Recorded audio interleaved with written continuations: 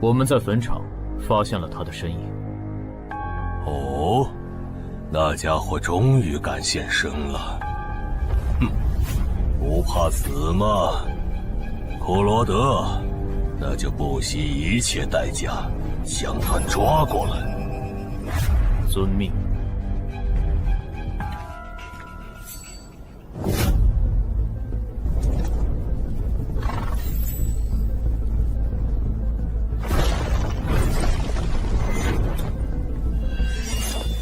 是不是打败你，才会放过我？那看来是没谈拢了。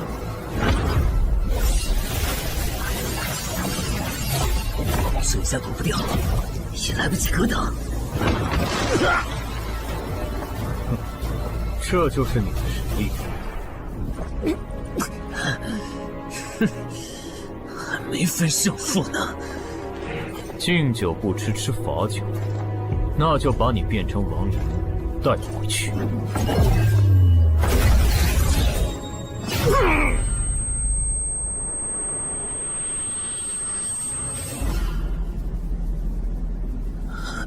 认输吧。做梦。蓝不灵。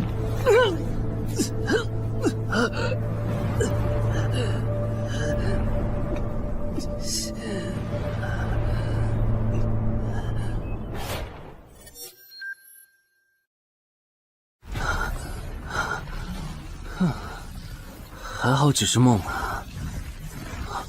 等等，啊！不是，这地下室入口竟然真的上到我家里来了！2030年，世界各地相继出现地下城入口。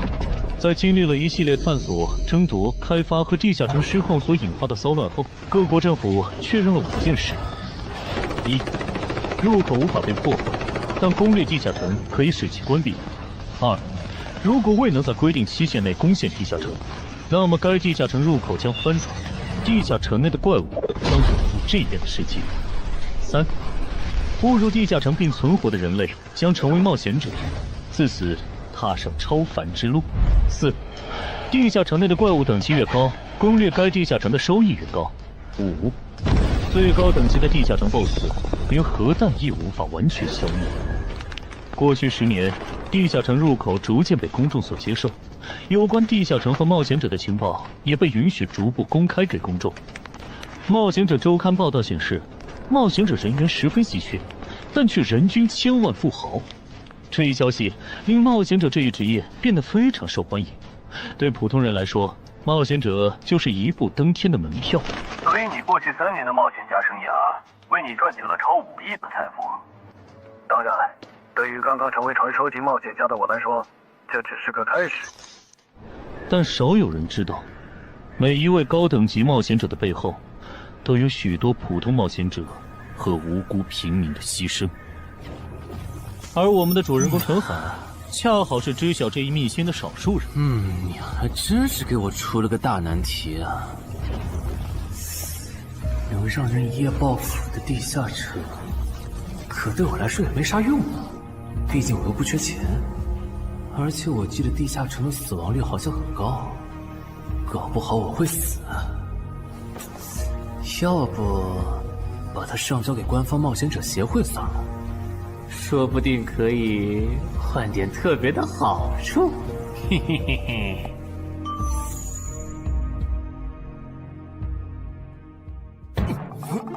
谋杀捣乱。但放这也不是事啊！时间一到，入口翻转，怪物全跑出来，大家都得遭殃。这样，我先瞅瞅这地下城啥类型，要是死亡率高，我就搬到别的城市，走之前报警让警察来管；要是死亡率低，我就自己搞定。真搞不定的话，再搬家，然后报警。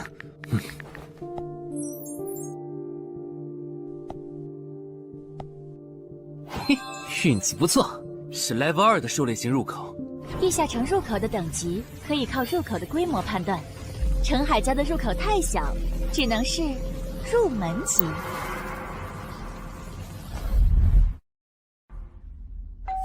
你好，有您的快递。来了，是你的快递，在这签字。好的。说起来，小哥，你该不会是发现了野生的地下城入口吧？不然为什么要网购锁子甲？完了，不会暴露了吧？我玩全甲格斗的，之前的防具换，打算换新的。怎么了？有问题吗？没问题，我就是随便问问。感觉这人很奇怪啊，难道是我洗虽然多了？早就知道一般市民对成为冒险者这件事有多着迷，但是被人这么生硬的试探，还真是有够惊悚的。还好我伪装的不错。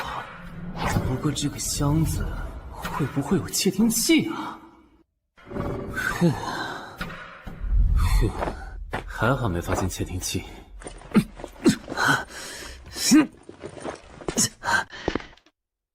有点重，还有胸口也有一点点闷。怕眼镜在战斗中不方便，从而携带了隐形眼镜。没有防身武器，就在附近消防器材店随便买了把消防斧。啊，锁起来倒是不影响，还行。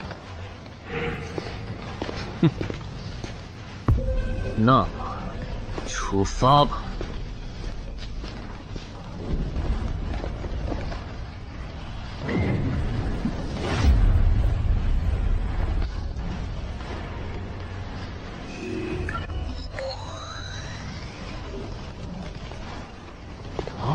不是地区地形吗？那看来我的首战对手大概率是豺狼人了。讨厌，这套锁子甲没白买。说起来，根据官方提供的情报，新人进入地下城后会激活冒险者面板，脱离条件也会出来。我的呢？来了。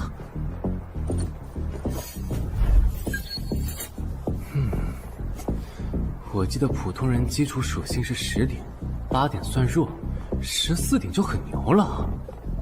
我不咋锻炼，力量和敏捷才9点，很正常。但智力有16点，真没想到啊！虽然智力和魅力是前期最没用的属性，但16点的智力，就算是协会或者财团内部也不多见吧？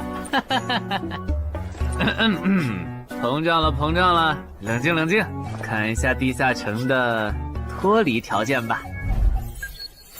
脱离条件：杀死任意一只潮汐鱼人。通关条件是全灭一个潮汐鱼人小队。等一下，为什么是鱼人啊？我血产过敏啊！就不能给我安排点正常的对手吗？啊！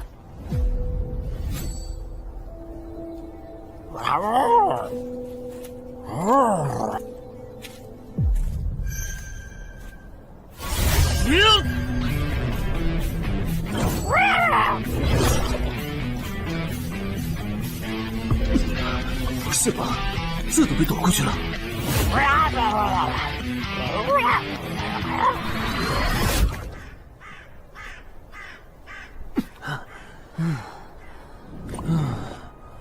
不是，这个地下城的难度标注是不是搞错了？一个落单鱼人就能把我打得差点翻车，如果遇到满编的鱼人小队，我岂不是要就地归西？啊，等级增加了 ，Level 2菜鸟，我的称号我与潮汐鱼人55开，这玩意儿侮辱人是不是？算了，今天就到这里。还是等我请个健身私教，把基础属性练上来了，再来挑战这个地下城吧。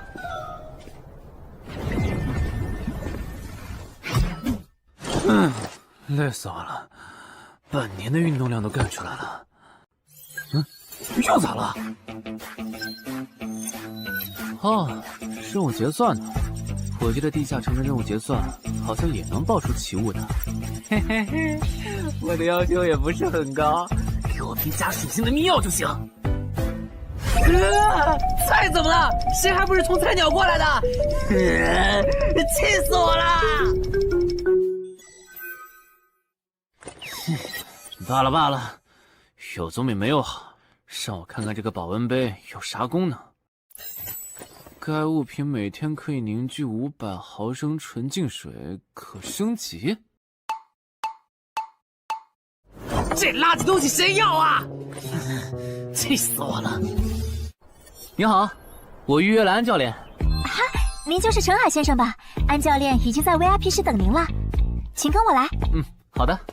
没想到东山这样的小地方，竟然有专门为新人冒险者和冒险者候补提供塑身服务的健身教练。冒险者的6大基础属性中，力量、敏捷和体力是可以通过锻炼得到显著增长的。这一年的健身费也太贵了，都和我一本新书的版税差不多了。不过只要能让我的身体素质在短时间内得到显著提升，陈海先生，这点钱就花得值。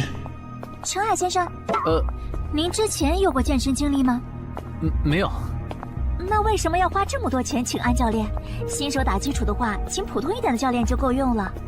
还是说，陈海先生，你已经成为了新人冒险者，比较赶时间？这旁敲侧击的，还真是够直接的。哼，有条件的话，那肯定要请最专业的，以冒险者为目标，普通教练不能算是好的选择。这样啊？我总不能和你说实话吧？那您应该能和安教练聊到一块儿去。东山市最好的健身教练会是啥样的？好紧张。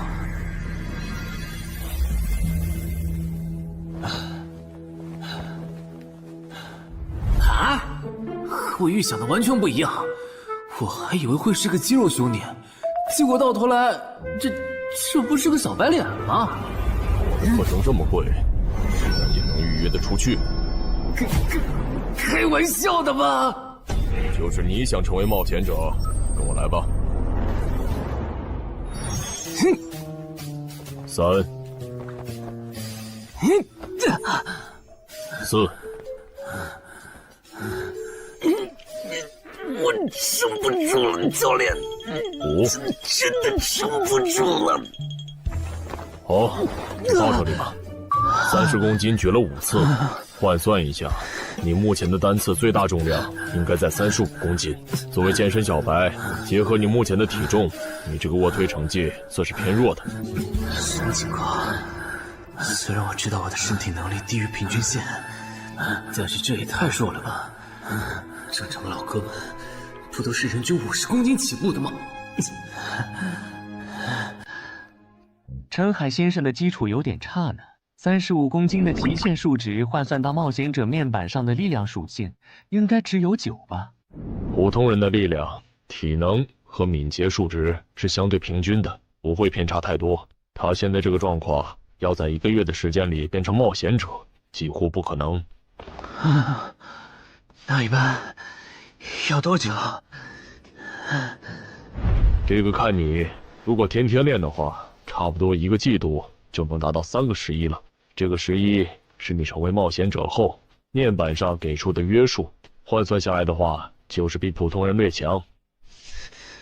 明白了。所以办卡吗？那就先办一个季卡吧。我去哪儿交钱？让给我就可以了。好耶，以后撸铁不孤单了。认识一下，我叫徐茂，是健身馆的签约冒险者，以后多多关照。我叫陈海，畅销书作家，您也多关照。说起来，一般只有家境很好或者跟协会签了长期合约的冒险者，才会找安教练这样的专业教练。因为我不缺钱呀，我写畅销书赚的钱，在东山又花不完。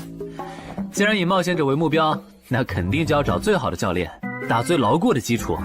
原来如此，我还以为你发现了野生的地下城入口，并且已经成为冒险者了呢。作为前辈，我得教你一些冒险者之间才流通的基础常识，免得你以后被人坑了。冒险者首次下地下城时，表现好能得个称号，带不带都行。要是带了会有加成，但也会被其他冒险者盯着。有些专找低等级地下城入口的猎人，就爱顶着称号，在可疑的人边上晃悠。要是被怀疑的人被称号吸引，表现不自然，那猎人就知道这人是冒险者，接着只要跟着他，就能找到野生地下城入口。啊，这样吗？真是学到了。没啥反应，看来他真不是冒险者，就是个有点钱想当冒险者的弱鸡作家，那就没价值了。幸亏我先和超级人物开这个称号太丢人了，没装上，不然今天肯定暴露了。安哥那边应该已经快拟完你的健身合同了，咱们过去吧。好的。国内有名的畅销书作者，还是专门写冒险者题材的。怪不得他有财力和动机买我的课，是想把身体数据打磨上去以后进军冒险者行业吧。而且他对课程的学期也没有明确要求，不像是发现了野生的地下城入口需要快速通关的样子。确实，程海是冒险者，或者他发现了野生的地下城入口的概率确实很低。这样，如果徐茂带着他回来的时候，他的注意力没有放在我的头顶，那就走正常流程吧。如果他有异常，那就不怪我了。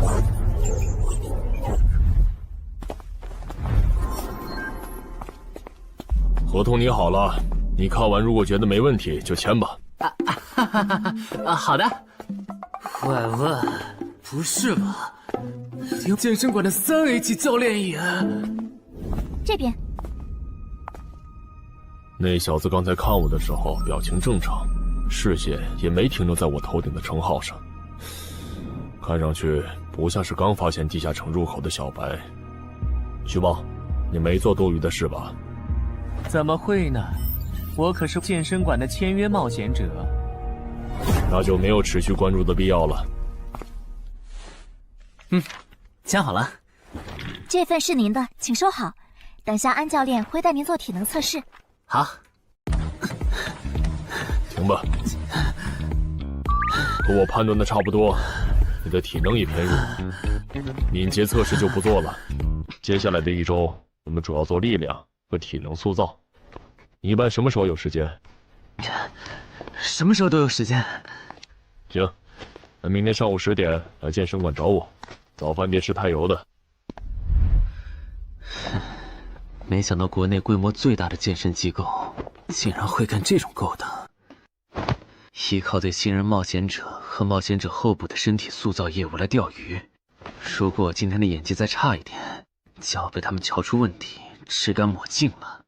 怪不得东山这种小地方会有3A 级教练常驻，恐怕全国各地……等等，这样看，所有和冒险者沾边的服务应该都有坑，包括我买的锁子甲。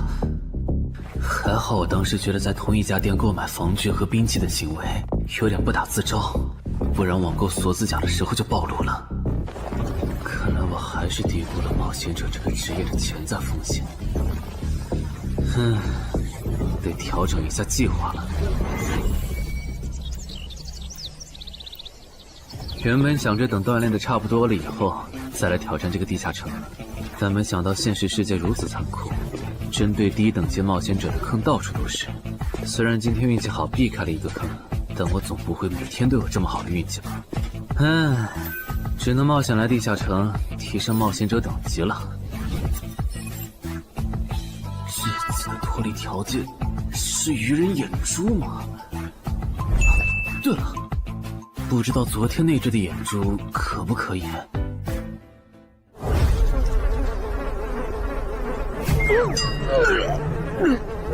早都被啃光了呀！看来这附近有类似野狗的生物。不过好在眼珠还在。好耶！今天可以不用战斗了，等下只要记录一下这地下城的地形。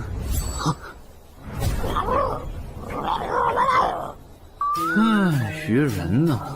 我还以为是什么呢，吓我一跳。只是一只落单鱼人的话，我根本……一只还好，2只我肯定打不过呀！快润！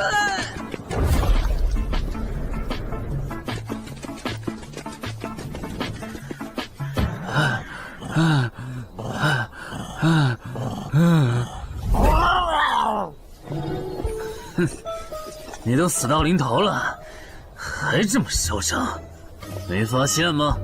你和你的同伴跑散了。哼哼，现在换我来进攻了。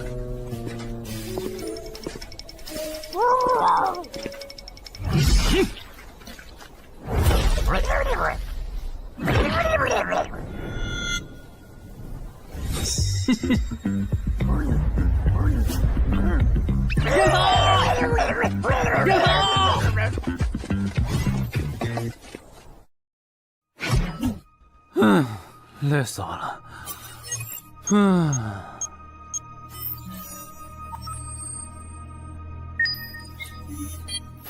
不是吧？这次的评分明明更高，为什么反而没奖励啊？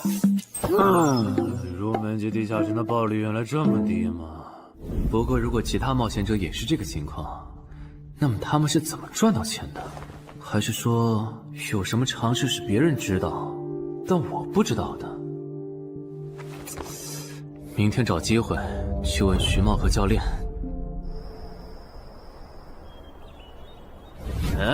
徐茂和安教练还没有来吗？徐茂去隔壁室了，大概要过几天才会回来。安教练今天临时有事，得中午才能来。好吧，那我先去 VIP 室做体能训练。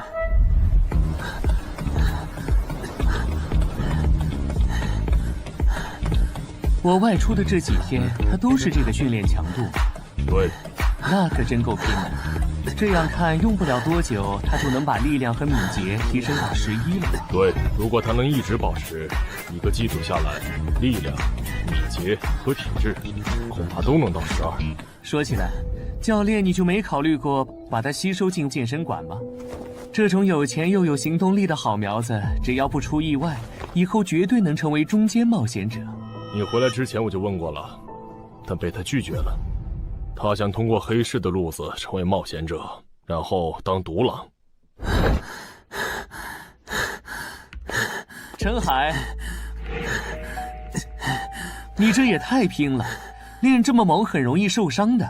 还是说你打算今年就成为冒险者？能尽早成为冒险者，肯定要尽早。拖久了，以我的财力恐怕就上不了车了。毕竟时间越往后，冒险者名额的价格也就越贵。倒也是啊。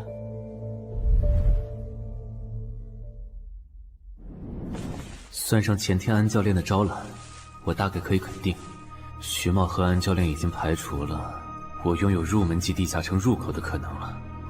接下来可以找一个合适的时机。发什么呆呢？在想事情？没，可能是太累了，有点走神。你这样肯定不行，频繁的超负荷运动只会累积伤病风险，真受伤了反而会拖慢你的塑身进度。我也意识到了，后面应该会减少训练量。对了，截止到现在，你的前期投入都赚回来了吗？还早着呢，照现在这进度，起码得等我到11级才有可能回本。为什么是11级以后？因为1到5级的冒险者挺好混的，有老手带着，完成任务就能撤退，死亡率极低。没想法的就可以这么混等级，而6到10级后，任务变难了，怪物的情报就值钱了。上阶段的混子在这阶段就去收集情报，死亡率虽然变高了，但还能接着混。只有到了11级，地下城的难度提升到混都没法混的时候，才是我这种冒险者开始盈利的时候。这个阶段的冒险者对实力的提升最为迫切，装备、奇物、技能书，一切能提高生存率的东西都能卖出很高的价格。不是，我不明白，11级后的地下城那么危险，为啥6到10级的冒险者不提前准备？不提升有很多原因，一是官方不管民间冒险者攻略地下城的事，好多冒险者到11级就想退回去过正常日子了。二是地下城的东西只能让一小部分冒险者在精英地下城混下去。11到15级赚得多，但风险也大，而6到10级有人光靠收集情报和做后勤就能回本了，所以他们也就没必要冒着生命风险去11到15级这个阶段打拼了。原来如此，所以冒险者在6级不，在更早前就已经完成分流了。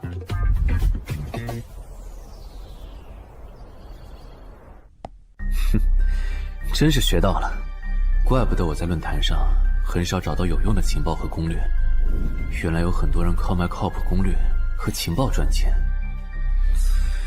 不过更让我惊讶的还是这件事。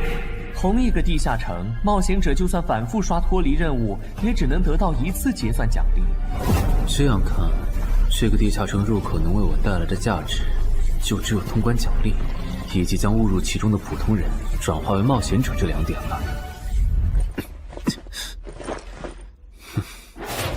考虑到我本身并不缺钱，我还是尽量单刷这个地下城，然后再考虑要不要继续当冒险者了。先用徐猫教我的方法，前期以收集情报为主，有10足把握了，再考虑通关的事。脱离条件找到湖？啊，这次的脱离任务竟然不需要战斗，还好买了一架无人机做辅助，不然纯靠人力搜索找湖肯定是个大工程。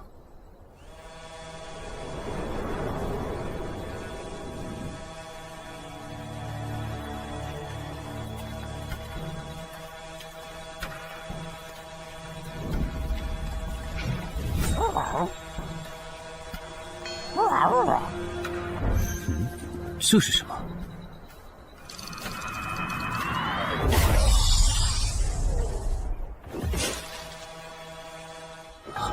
刚才那个应该是鱼人吧？虽然外形和气场和我之前遇到的鱼人有很大差别，但他应该也是鱼人，只不过等级应该更高。算了，先不管他。等我完成了脱离任务，再回来找那只橘红色鱼人。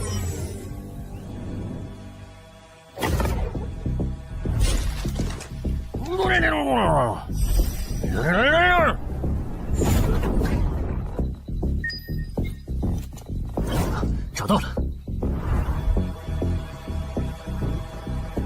哼，怪不得森林地形的地下城会刷出鱼人这种怪物，原来森林深处藏着一个这么大的湖吗？这样的话，脱离任务就算完成了，不用和鱼人接触可真好啊。接下来，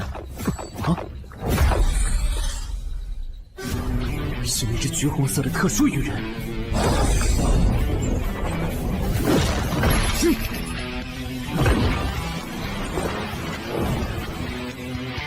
幸亏我刚刚反应快，不然可就重伤了。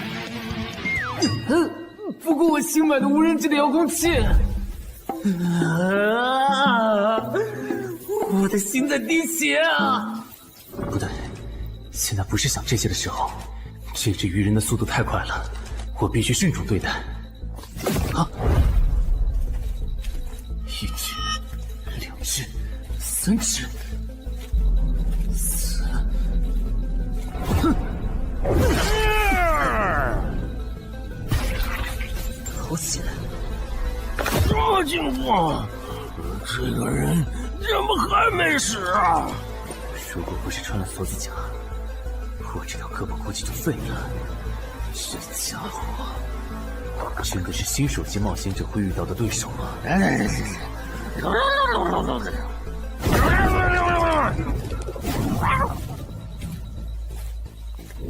如果只是和这只橘红色鱼人单挑也就算了，关键我还得抽出一部分精力来处理身后这几只杂兵。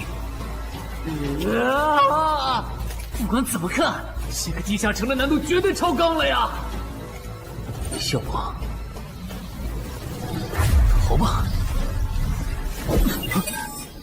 脱离通关任务重置了。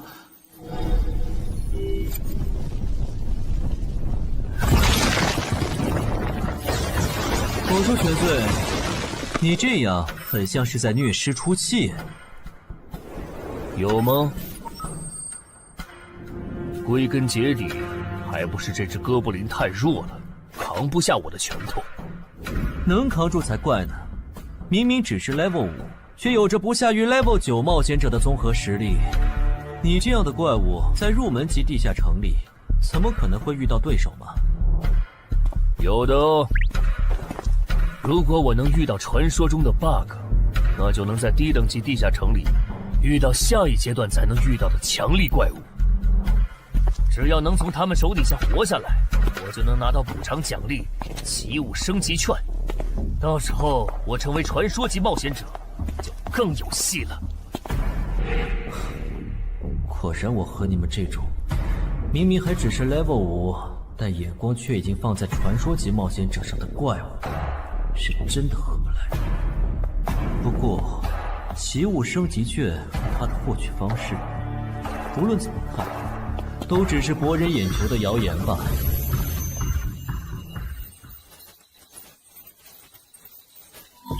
在高战力异常鱼人个体的追杀下活过3分钟，任务完成后将得到额外补偿，奇物升级券。不是吧？我都准备逃命了，你给我整这个，要玩死我吗？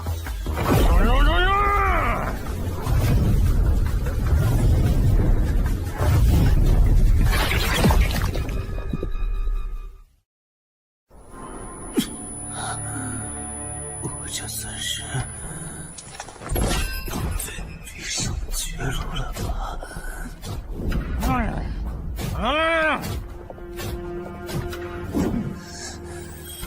早知道当初就不该成为冒险者，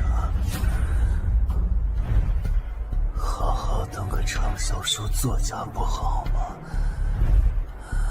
虽然嘴上这么说，但我其实很清楚，这些年因为写冒险小说的缘故，我一直对地下城有向往，向往自己成为冒险者，体验那紧张而刺激的冒险者生涯。是的，虽然我怕死，人怂又不能打，但我的冒险人生绝不该止步于此。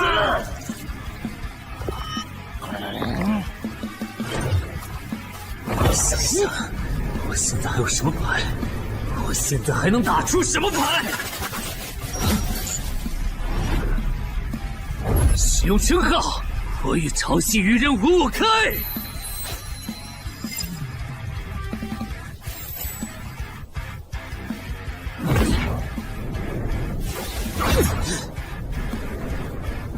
身体变轻盈，力量也变强了一点。不止如此，这些鱼人的动作也变得迟缓了许多。我的动态视力也加强了吗？能行，现在的我能行。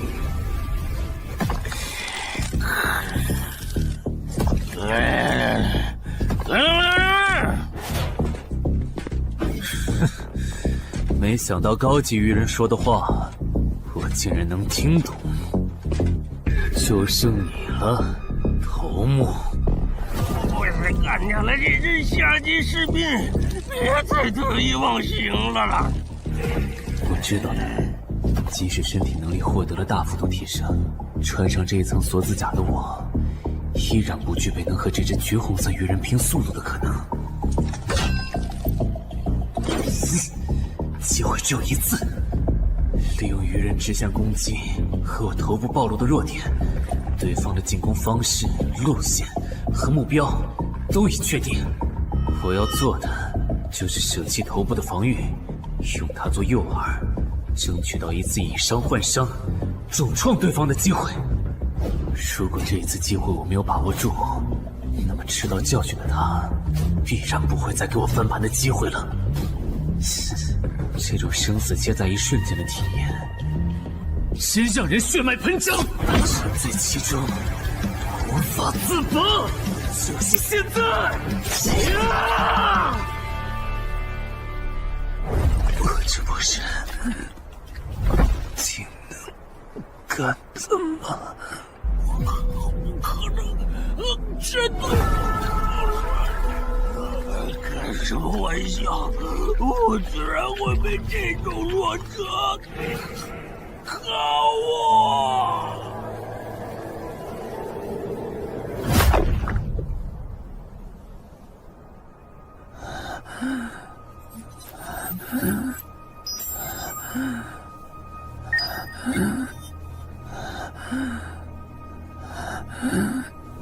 这下总不能还判定我是菜鸟了吧？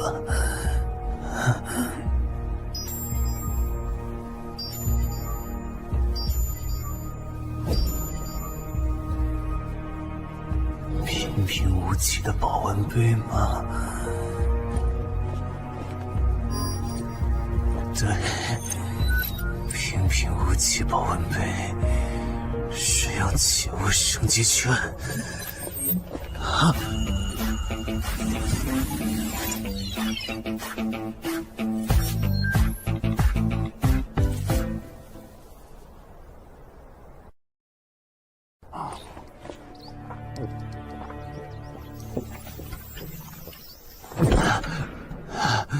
活过来了。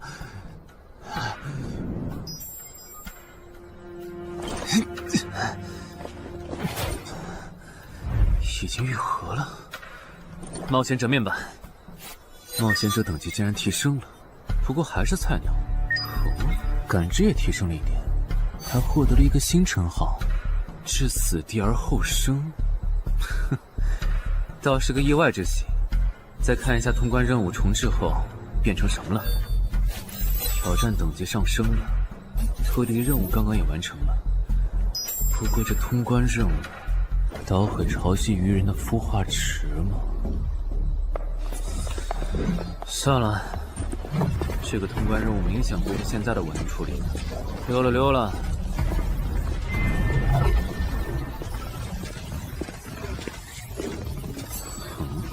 是错觉吗？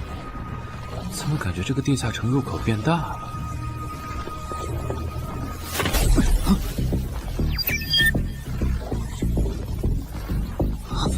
等级不足，这个地下城升级了。这么看来，我刚才完成的脱离任务，其实来自更高等级的地下城。怪不得任务难度提升了那么多，脱离任务掉落的奖励这么丰厚。隐藏之眼，我没记错的话，论坛上有个大佬，好像一直在强调这个东西的稀有性和重要性来着。哼，那必须要转职啊！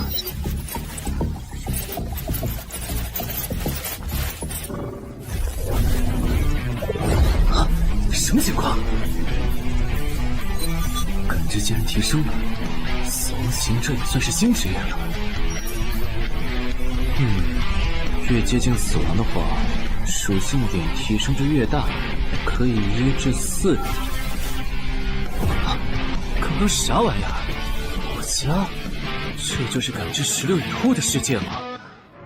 即使闭上双眼，我的大脑依旧能够准确勾勒出客厅每一角。真不敢想象，20点感知的人类眼中的世界又会是什么样子。说起来，我与潮汐鱼人555开这个称号的效果，刚刚在地下城已经体验过了。这个至死地而后生的称号，效果又会是什么呢？被逼入绝境以后，就能得到力量、敏捷、感知，每个加4点的加成。这个称号的触发条件和死亡行者的触发条件差不多哎。等等，也就是说，死亡行者搭配至死地而后生，极端条件下可以给我带来8力量、8敏捷、9感知的提升。哈哈哈哈！这也太超模了吧！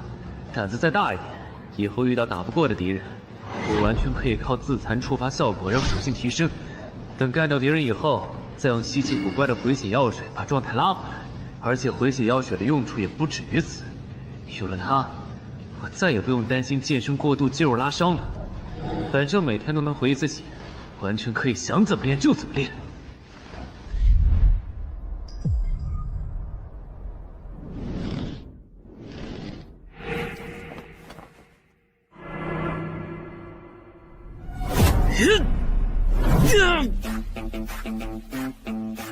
真惊人！谁能想到，不久前还只是个健身小白的他，只用了不到2个月，就达到了正常人要用1年才能取得的成果。就他那训练量，换别人来早就去 ICU 报道了。但他一通瞎练下来，还能活蹦乱跳，这这说明他体质很牛啊，至少有16，甚至都有可能17或者18了。安教练，你这次是看走了眼呐。陈海还在练呢。啊，恭喜啊！你现在的力量、敏捷应该已经到达12点了。以你现在的身体素质，准备充分的话，是完全有能力完成新手级地下城的脱离任务的。真的不考虑加入健身馆，成为这边的签约冒险者吗？我可不想当一个会被合约束缚的冒险者。那真是太可惜了，我还以为能和你成为同事，以后一起攻略地下城呢。不是同事，也能一起攻略地下城。对了，我打算从散人手里购买冒险者名额，这方面你有什么忠告吗？忠告吗？不是同事，也能一起攻略地下城啊。对了，我打算从散人手里购买冒险者名额，这方面你有什么忠告吗？忠告嘛，那我推荐你去找散人联合。散人联合？我没记错的话，他们好像是国内最大的散人集团吧？对，如果你想走黑市的路子购买冒险者名额，那么我只推荐你选择由散人联合提供担保，或者他们自营的低等级地下城入口。为什么？我感觉找独狼冒险者明显更好啊，省钱又省力。因为涉及到冒险者名额买卖，无论买方还是卖方，其实都存在巨大的交易风险。卖家怕遇到伪装成萌新的入口猎人，买家怕交了钱对方不办事。但有散人联合的介入就不一样了，虽然他们的佣金很高，但是作为冒险者资格地下城相关产出生意的龙头，他们为买卖双方提供的契约书还是很值得信赖的。原来如此。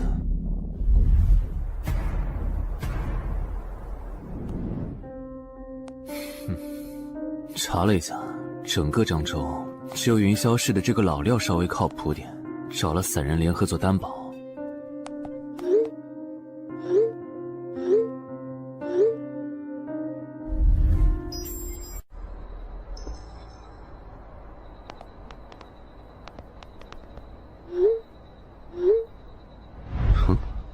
这边，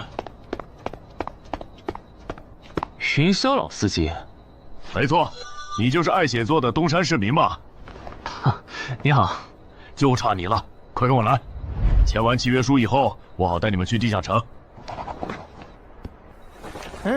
好了，契约的内容分3项：一，交易完成前尾款将由我方承担；2，双方都不能做出违反安全协议的行为；3，不能向任何人暴露此地下城入口的具体位置。诸位对契约内容有疑问吗？没有。没有。没有。那么，契约成立。手臂在发光哎！哟，好神奇啊！好了，我的工作完成了，希望以后还有机会为诸位服务。等下大家再跟我走一段路，我带你们去地下城入口。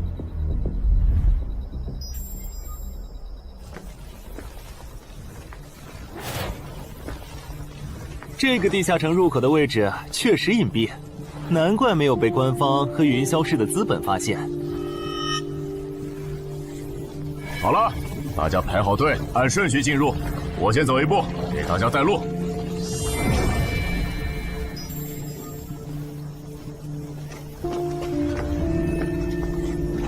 这一批新人怎么样？太酷了！认识冒险者了，真好。还行，没有看起来像刺头的。那就好，等会儿记得我们之前说的。卖家原来有2位吗？好了，大伙儿看向我这里，学着我的样子对空气喊：“冒险者面板！”冒险者面板。大家可以在冒险者面板的个人信息栏查看到自己的基础属性，往下滑动，可以在任务栏查询任务。不是吧？我的基础属性原来这么低的吗？冒险者面板上的内容只有冒险者本人才能看到，所以不用担心个人信息暴露的问题哈。麻烦大家把你们的脱离任务报一下，我这边做一个整理。任务？女妖，这个物种论坛的入门级地下城怪物图鉴里好像没有，这个地下城有问题。这个地下城该不会和我家里的那个一样，存在某种致命的设定吧？基于幸存者偏差，如果一个入门级地下城的怪物没有被收录进论坛的新手常见怪物图鉴，那只有2种可能：要么它确实很罕见，要么就是遇到它的冒险者基本都死在地下城里了。警告！警告！此人违反了安全条例，未说出正确的脱离任务。那个眼镜男说谎了？不是吧？这才哪儿到哪儿啊？就有人触发安全条例了？你听我解释，肯定是他出 bug 了。契约师的契约当然不是绝对的，但对你这样的菜鸟来说，它是不会出问题的。你的脱离任务绝对不是采集高价值草药，你骗了我们。他刚进冒险者圈子，不懂规矩，做错事也情有可原。您大人有大量，再给次机会吧，是不是啊？对，再给我次机会吧。下不为例。大家再说一遍自己的脱离任务哈，这次别搞错了。我的任务是找到湖中女妖，我是聆听女妖之声，我的是凝视女妖10秒，我的也是找到女妖。接下来我会带大家去女妖出没的林中湖泊，大家跟紧一点，别掉队哈。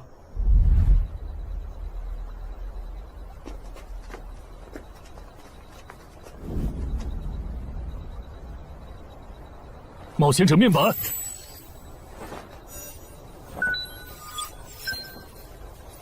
哎，他在干嘛？呼唤湖中女妖。他怎么知道这样做可以召唤湖中女妖的？这就涉及到商业机密了。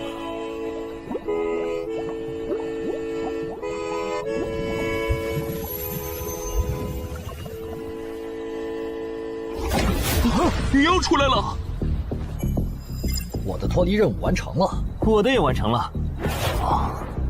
8、9、10。大家把耳塞戴一下，女妖马上就要唱歌了。不戴的话会怎么样？女妖的歌声会破坏你的大脑。刚成为冒险者的 Level 1萌新，一整首听下来，大概会当场暴毙吧。什么？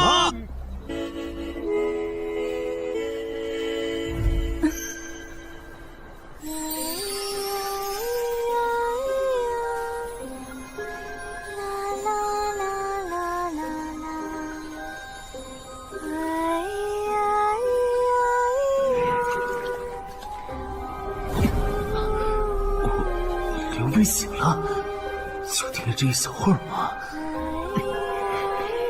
还好我戴了耳塞，歌声听得不真切，不然恐怕已经死掉了。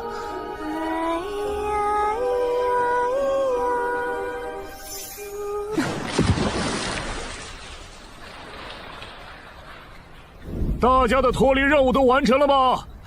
都做完了，那咱们就原路折返回去了哈。搞笑，让我们原路返回？来之前我已经查过了，地下城里的植物和矿产都是很值钱的。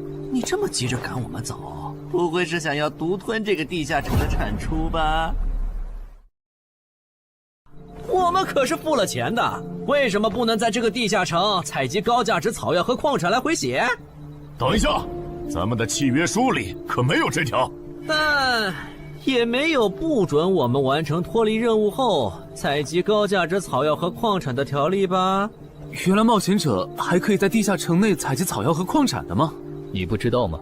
其实大部分冒险者并不具备通关能力的，他们主要的盈利方式就是搬运地下城内的物资和收集怪物情报。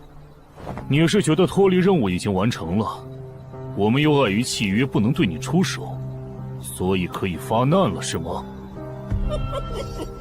不然呢？真是笨蛋！但有一点你没考虑到，那就是我并没有和你们签订契约啊。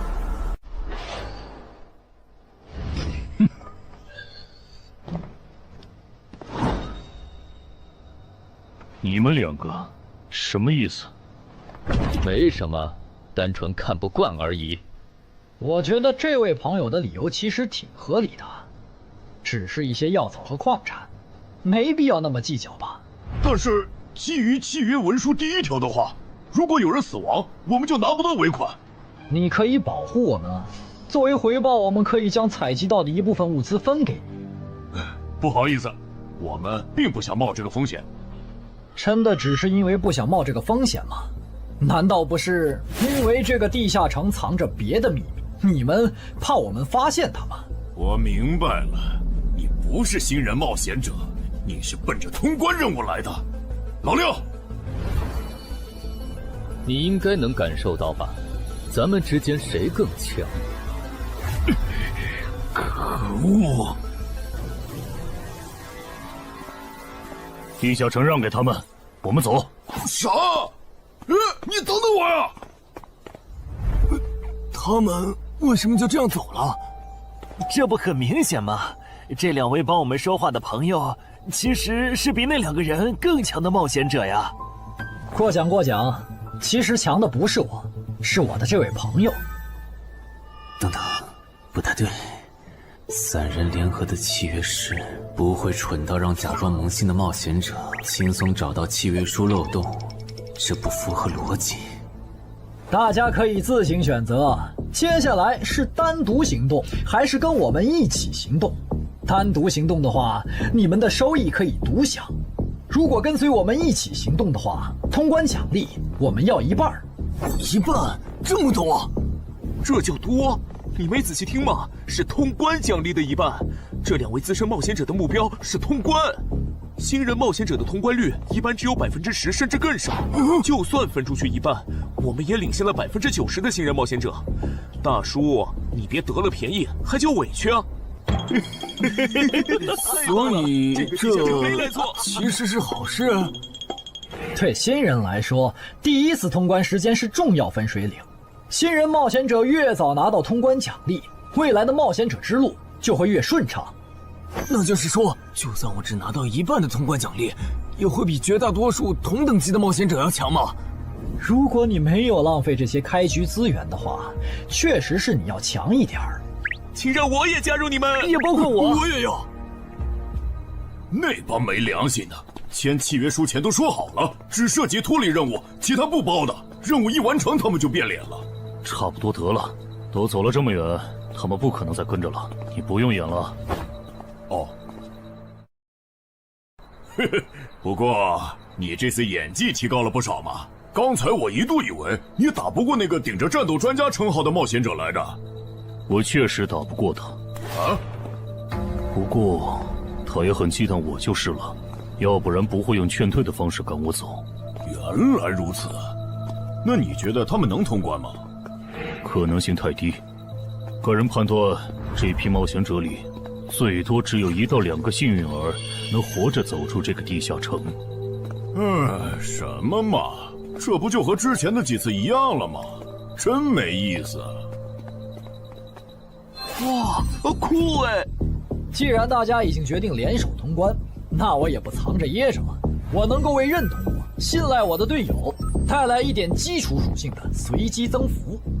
他说的是真的，我的力量加了1点，我加的是感知，我的也增加了，体力涨了1点。原来团队领袖这个称号是用来提升自己的队友啊，还怪好用的。我这边还有一个问题，我们现在只知道口琴声能召唤女妖，并不知道其他的召唤方法。女妖要是一直躲在湖里，大家的通关任务就没法完成。这不是问题，我的称号可以让我强制激怒指定目标，被激怒者将减少2点智力，变得冲动易怒。他也是冒险者吗？至于建立强制对话的方法，只要引起对方的注意就可以了。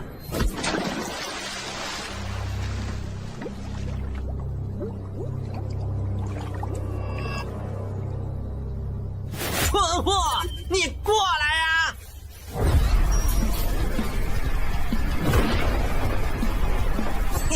成功了，他被我激怒了，剩下的交给我吧。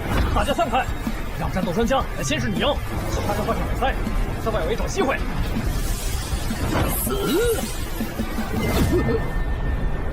穿过去了？开什么玩笑？竟然是灵体！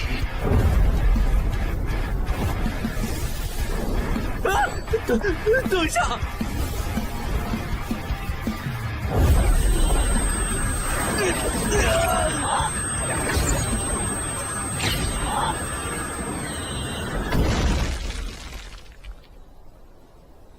还好有2-3，只是鼻子出血。不是吧？这个女妖原来是个妖魂。娘，有把握吗？有，但是会比较费时间。上一个地下城刷出来的僧侣之拳应该会有效，但熟练度还没上去，打起来会很慢。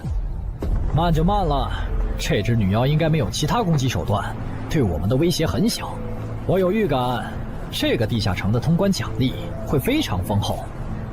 哼，愚蠢的选择。等等，你先别走。不是吧？10万个人里都不一定能出一个的感知16点的人，竟然让我……你为什么觉得他们的选择是有问题的？使用称号，他们当我不存在，真晦气。喂，你搁这对空气自言自语什么呢？不是，我刚才……不是没人吗？幻觉吗？有东西过来了！什么东西？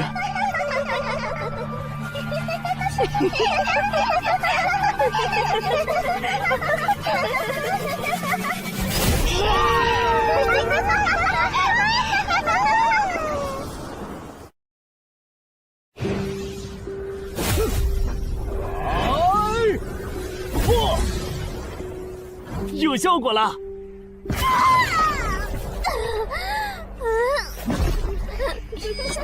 什么声音？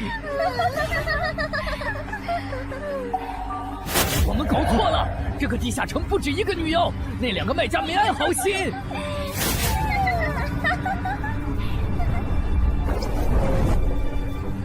不是吧？这也太多了！不行，这个数量2、3已经没用了。还傻站着干什么？跑啊！为什么总是让我遇到这种事？听和子言那时候是，现在还是。看在你老婆和女儿的份上，我觉得应该放过你。谁叫我最喜欢看别人抱憾终身，活在憎恨和痛苦中的样子呢？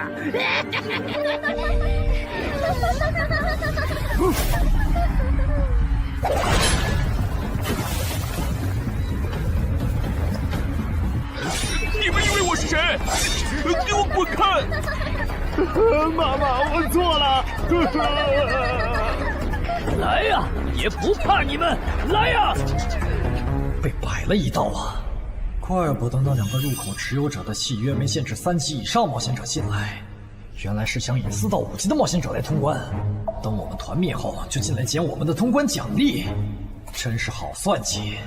关于如何杀死这些女妖，你有建议吗？这声音，有建议就赶紧说。女妖不光靠声音攻击，还有别的攻击手段。我费了听觉才勉强躲过第1轮奸笑。你是爱喜做的东山市民？对，真是看走眼了。没想到你一介新人竟然比我们这些老手反应还快。但是你不是听觉被废了吗？怎么还能听到我说话？哦，我感知16，可以读唇。原来如此，这个地下城我认为是无解的。那些女妖能免疫一切物理攻击，老实说，这根本就不是正常4到5级的冒险者小队能处理的。哦，所以你也没有办法。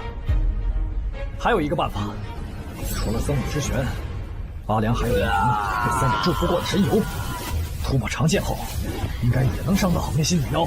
不过，这也就给你能伤到他们的力量。我不信新手冒险者能从这么多幽灵的围攻里杀出去。但总不能坐以待毙吧？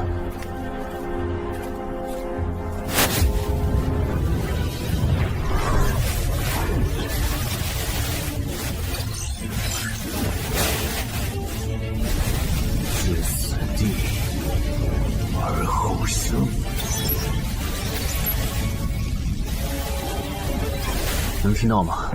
我问过你的同伴了，他跟我说，要通关必须从你那里拿到被僧侣祝福过的神油。通关吗？能帮我拿一下吗？不好意思，我眼睛瞎了，恐怕没办法操纵冒险者面板取出你要的东西。这样吗？不过我还有一个办法可以让你得到它。什么办法？你干什么？就是以死后掉落的形式让你获取。其实我也不是非要那罐油杀人夺宝不可。20点的敏捷足够我甩开女妖逃出地下城了。我就是想试试能不能通关。虽然无论怎样，你都不可能活下来。喂，真的很吵啊！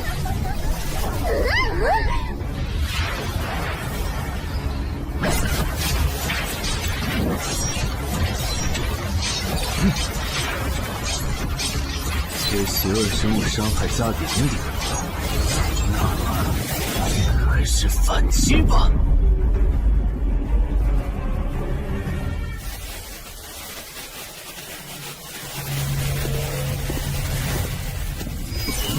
好像有人从里面走出来了。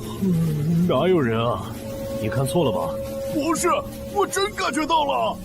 果然，他们那不能攻略的地下城设陷阱，引同等级冒险者来做通关任务，把人坑死在里面，接着捡掉落的东西，或者等冒险者重伤出来就杀人夺宝。雇主的儿子应该就是这么被害死的。食腐秃鹫是指利用高难度地下城坑杀同等级冒险者，然后拾取对方掉落的堕落冒险者。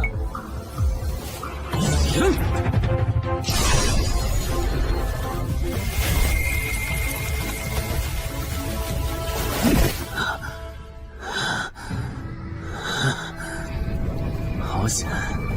如果再多几只女妖，我恐怕就要被逼出回血药水这个点牌了。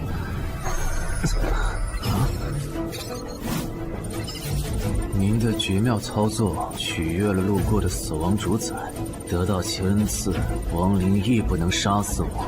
该恩赐可以使您豁免一次来自亡灵生物的死亡判定，免疫一次来自亡灵生物的死亡判定。好霸道的额外奖励！额外奖励都这么丰厚了，合并结算的奖励还高于单独结算，那么肯定要合并了。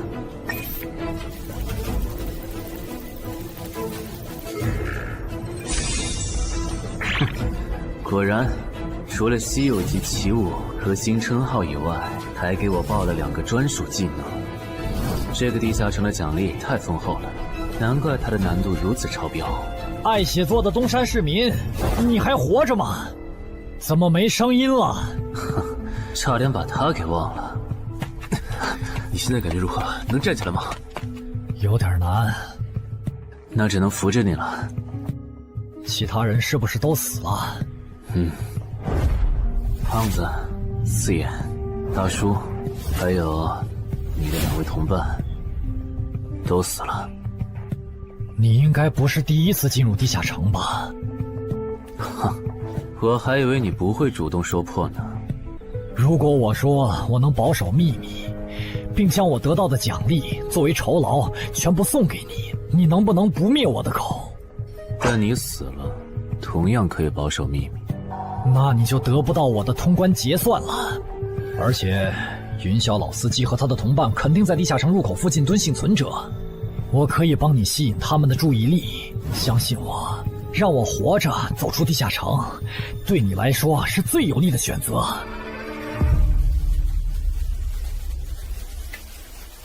看到了吗？这才是真有人出来了。哎呀，刚才那次算我看错行了吧？等等，地下城在坍缩，他们通关了。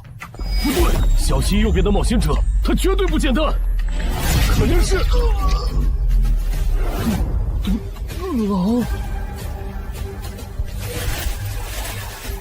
先干掉一个弱的，接下来到你了。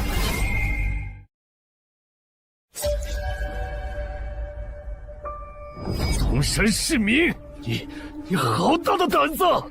不是吧，不是吧？不会真有人觉得自己坑完人不会被报复吧？呵呵，这么霸道的吗？闭嘴！哎呀，我好怕呀！你这家伙，找死！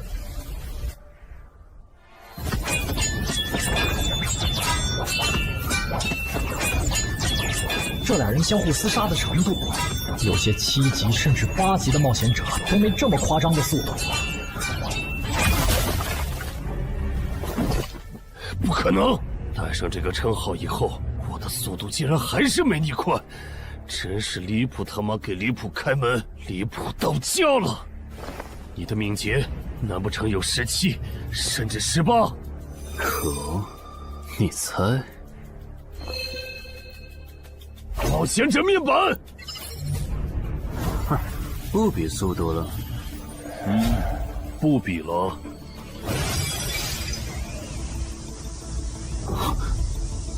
这本来是为那个战斗专家准备的，不过给你也没差了。来好好感受一下我从黑市高价购买的变种蜘蛛毒素吧。什么嘛！你这毒套完全不行啊，比普通人还差。连反击的力气都没有了吗？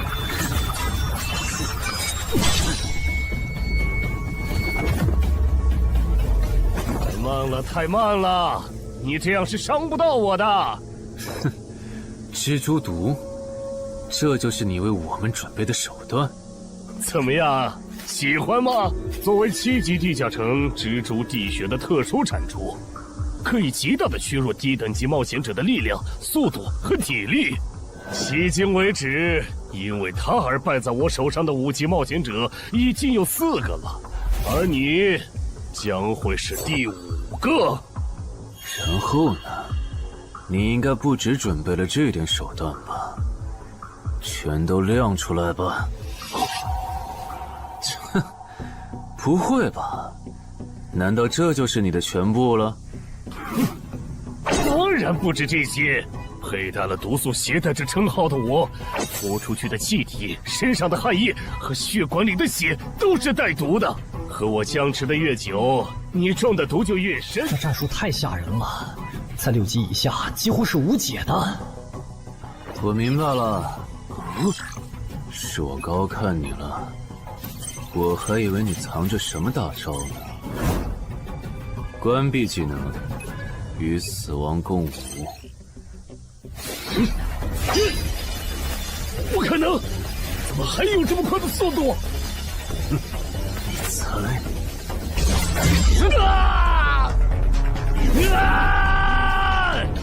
也太得意了！太慢，太慢了！你这样可是伤不到我的。不可能，绝对不可能！你明明只是个独狼，怎么可能比杀了大量5级冒险者的我还强？没什么不可能的，在舒适区里泡着的你，永远也看不到与死亡同行之人所看到的风景。但是，溺死的往往都是会水的，散人只有劣势更弱小的散人，才能积攒出大量的财力和武力。我的路才是正确的。对普通人来说，或许你才是对的。不过，在我看来，与死亡同行之人，如果走到了极致的话，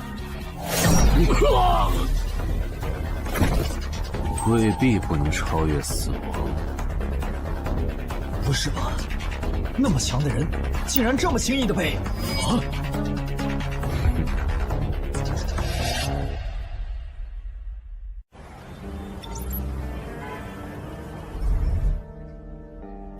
你这运气也太差了吧！啊，徐茂，你怎么来了？来看你啊！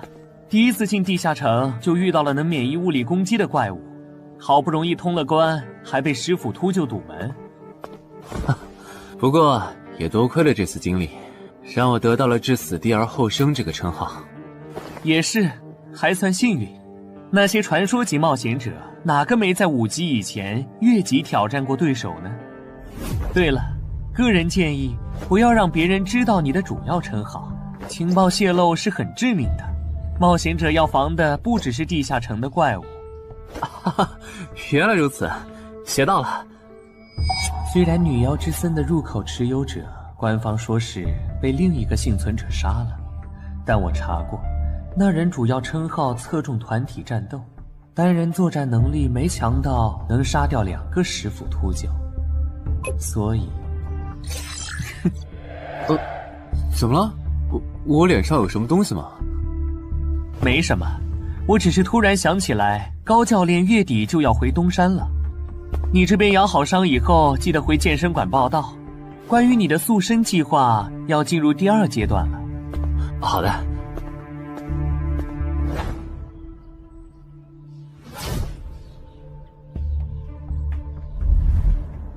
你不打算做攻略型冒险者了？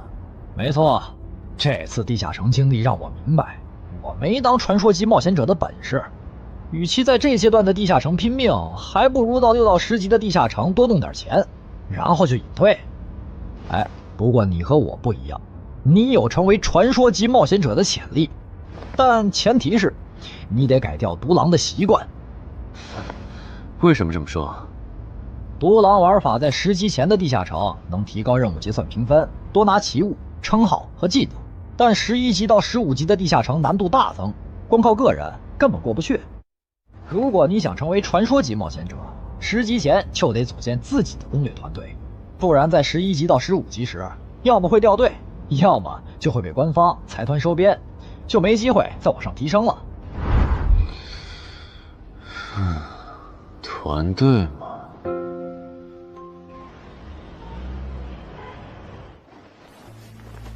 害死我儿子的秃鹫们已经死了，杀死他们的人就在这2名幸存者之间。你认为谁才是帮我儿子报仇的恩人？他。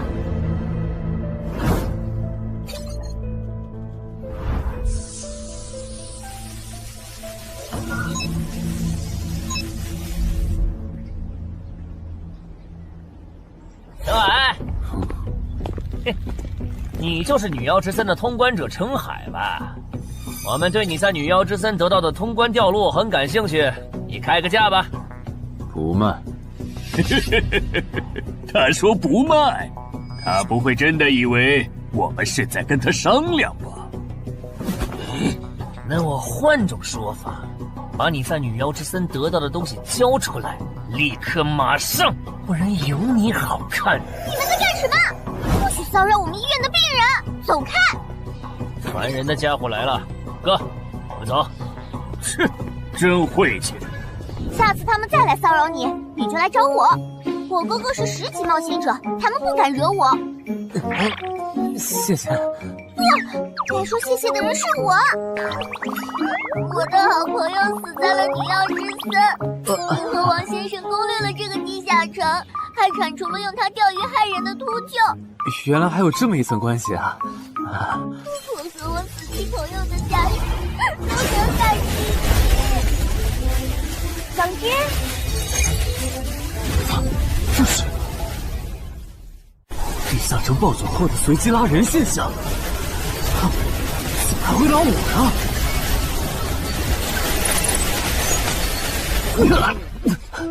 突！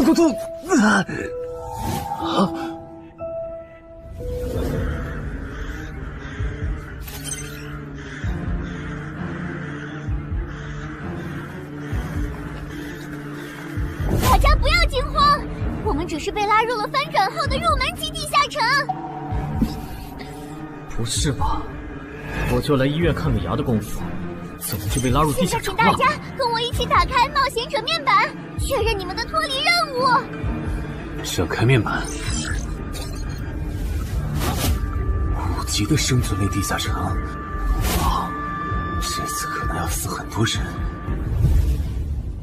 什么？云霄市医院发生入门级地下城翻转现象，有20人因此凭空消失，周德也在这20个人里。情况如何？失踪人员名单已经整理出来了。被卷入地下城的一般民众有17人，冒险者3人。我们还找到了失控的地下城入口。不过什么？你的脱离任务和通关任务是什么？消灭10具骷髅士兵，存活1小时。你的呢？我的也是。那看来大家都一样。老弟，咱们的脱离任务难度和他们的不一样啊。还有那个叫陈海的小子也被拉进了这个地下城。正常，生存类地下城的脱离任务是根据挑战者实力的强弱划分的。至于那个叫陈海的，等咱们做完了脱离任务再去找他。那个，大家听我说，这个地下城非常危险，请大家捡起地上的兵器，3到5个人为一组，凑齐脱离条件以后，尽快离开吧。完成脱离任务以后赶紧离开？你算老几啊？在这指挥本大爷？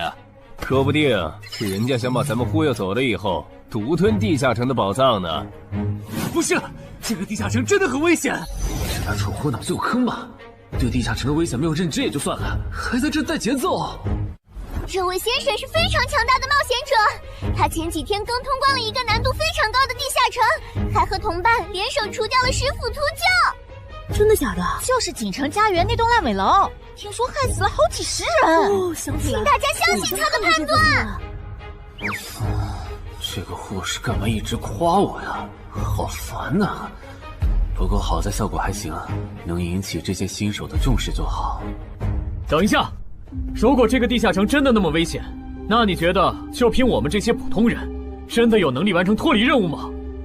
先不说消灭骷髅士兵有多难，就按你说的，3到5人一组去猎杀骷髅士兵，最后肯定是青壮年组队，老弱被抛下。请问，你考虑过被剩下的人的死活吗？有道理。分开行动的话，骷髅士兵听起来就撞到大批骷髅士兵，那就死定了。很多人就是因为单走，才被地下城里的怪物杀死的。姐夫说的没错，被拉入地下城后，一定要拉拢人心，来拿到话语权，再利用话语权来强迫冒险者当我的保姆。能通关高难度的入门级地下城又如何？当你开始在意这些渔民死活的时候，你就注定得当我的保姆了。你们能信任我吗？那跟我走吧，我带你们去完成脱离任务。好的。谁允许你们走的？作为在场唯一一个有地下城攻略经验的冒险者，你难道不应该留下来保护我们吗？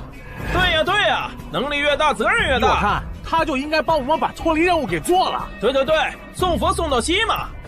第一，我不是官方冒险者，我没有义务来保护你们的安全。第二，不要对我道德绑架，不然我真的不介意走之前打断你的腿，把你留在这里生死命。这人怎么这样啊？保护老弱不是最基本的道德吗？活该他不是官方冒险者，看来道德品质不过关。你们干嘛去？我觉得那个人说的很对，既然通关任务是存活1小时，那肯定是越往后越危险。对普通人来说，早点完成脱离任务离开这儿才是最优解。不走留着被你们道德绑架，免费当保镖吗？我们又不是傻子。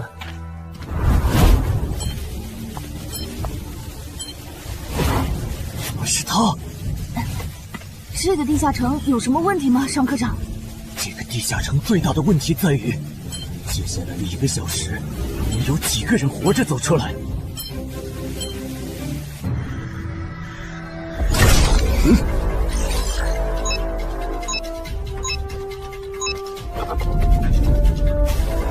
你们就学我刚才做的，用剑去砍那些骷髅士兵的颈椎。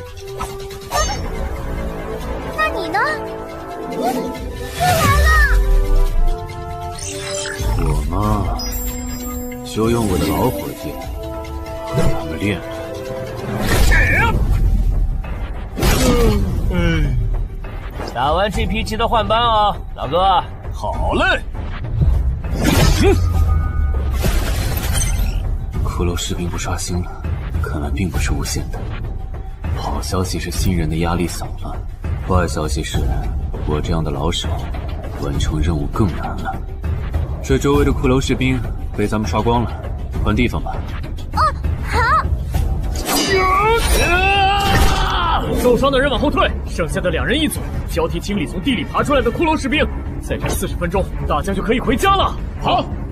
亏我之前以为当冒险者有多难，结果就这儿啊！是啊，这些骷髅根本就没有那个老手渲染的那么危险。等这次结束，你也是个有名的冒险者。这些骷髅虽然弱，可不代表这地下城难度低。正相反，骷髅越弱，越说明地下城有极厉害的 BOSS。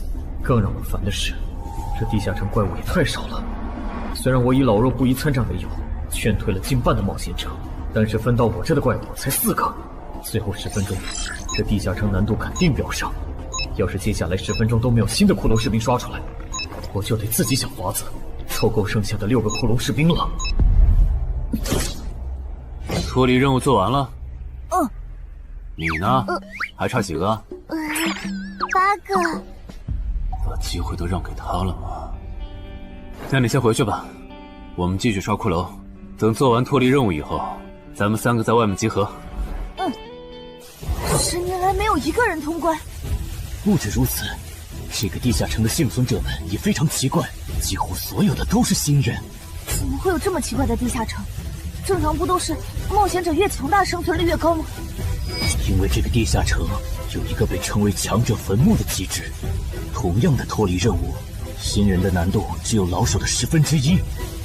当新人完成脱离任务离开的时候，实力远超冒险者的地下城 BOSS 会主动追杀冒险者，好多老手都栽在这机制上。朱德，我已经察觉到了，这个地下城的本质是谁最先完成脱离任务，谁才能活下来的竞速比赛。好心的冒险者哥哥，护士姐姐，再见。拜拜。再见。等下遇到的骷髅士兵，我多分给你一点。你先完成脱离任务，和他在外面会合。好的。有人完成脱离任务出来了。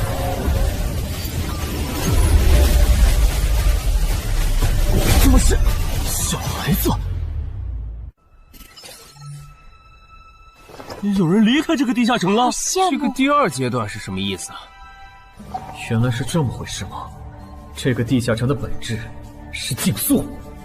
李明、王志勇，你们2个跟我来。老弟，有个人完成脱离任务离开了，是不是那个叫陈海的人呢？不可能，先不说他还带着2个累赘，光冒险者们要杀的100个骷髅士兵就不好找。那会是谁呢？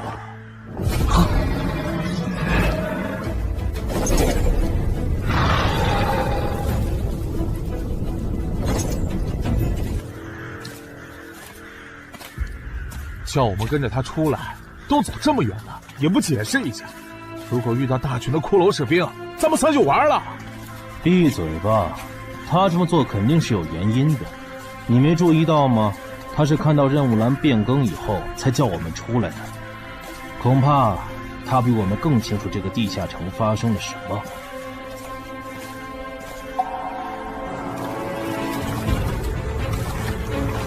准备战斗！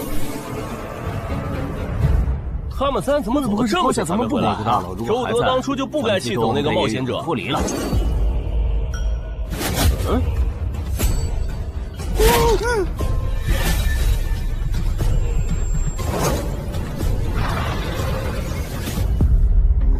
周德、吕明，你们2个王八蛋，竟然拿我当挡箭牌，用完就丢！你们这2个小人！你还差几个？3个。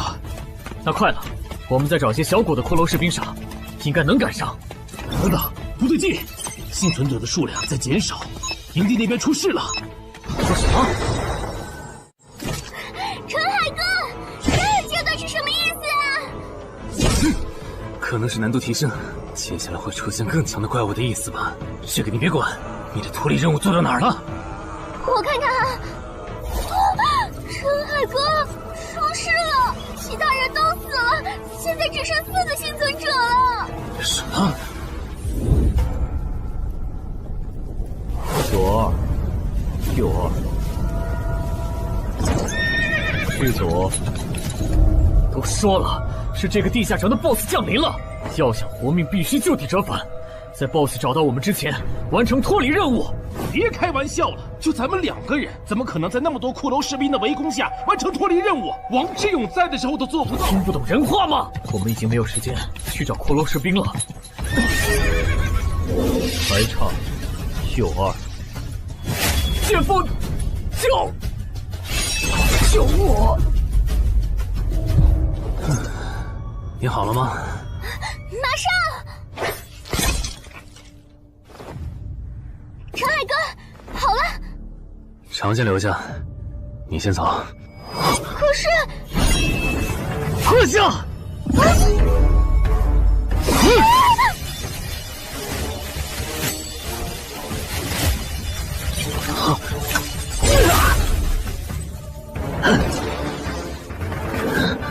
好强！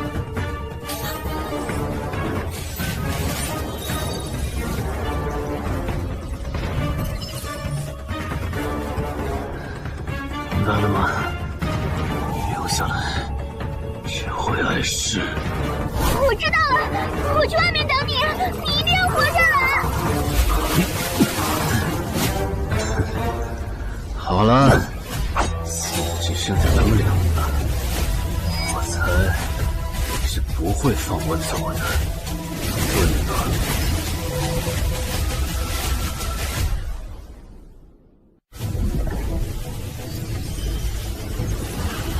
是护士姐姐，对面还有幸存者吗？有，但是陈海先生他……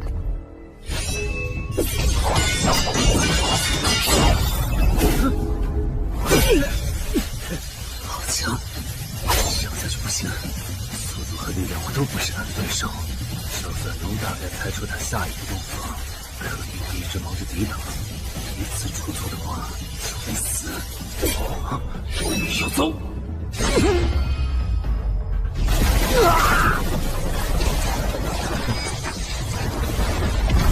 这么巨大的实力差，你还能跟我过几招？在我这儿撑这么久，了不起。好像在跟我说话。不对，现在不是该思考这些的时候。想一想，再想一下，到底该怎么做，我才能活下来？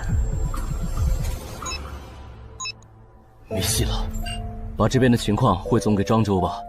就说云霄市医院地下城暴走事件，17名普通市民卷入，仅2名幸存，3名低等级冒险者卷入，无一生还。你在说什么？不是还没到时间吗？这才过去5分钟。就是。我能理解2位的心情，但是请不要再做不切实际的幻想了。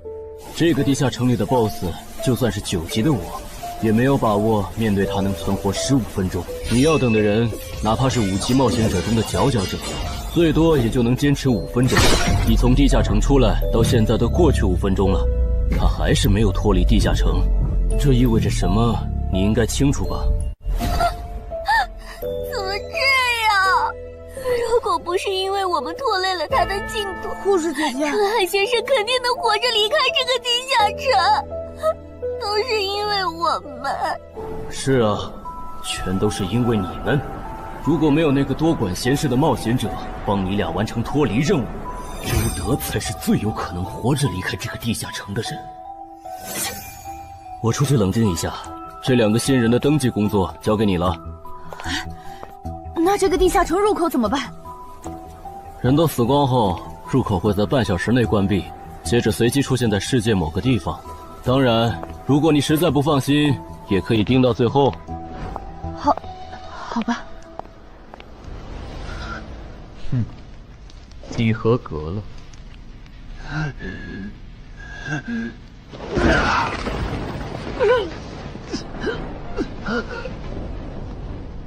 我很期待你成为亡灵后的表现。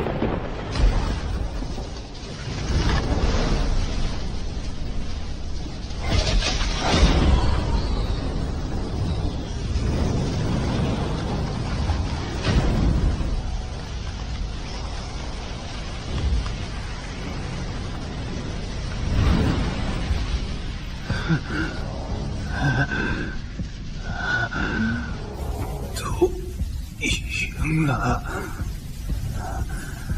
对这个 BOSS 来说，完整的我更有价值。在他回来之前，使用死亡主宰的恩赐。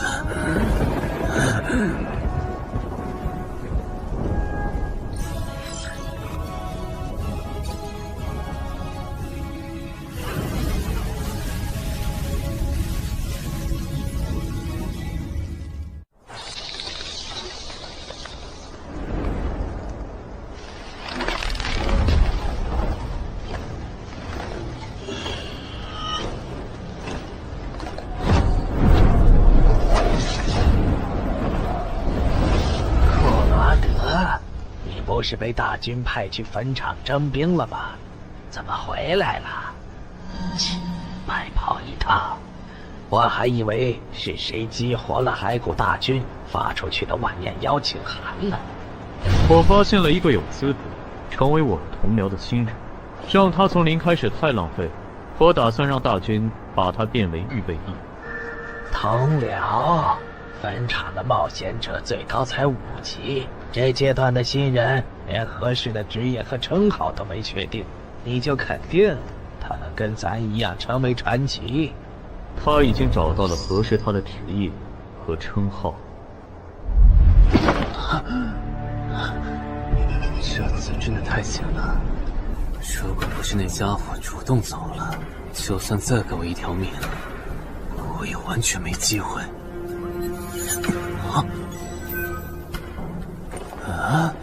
通关任务都显示完成了，为什么没有弹出来脱离选项？不会是必须完成脱离条件以后，我才能离开吧？在那个怪物意识到我没死之前，那得抓紧了。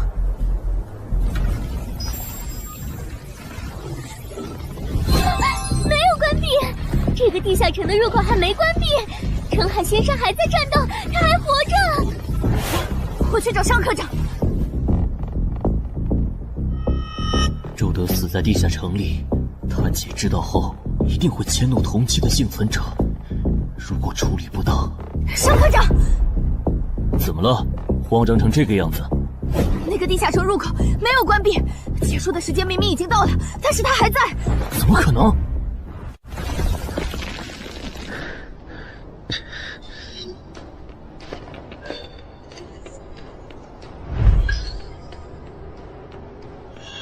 合并结算。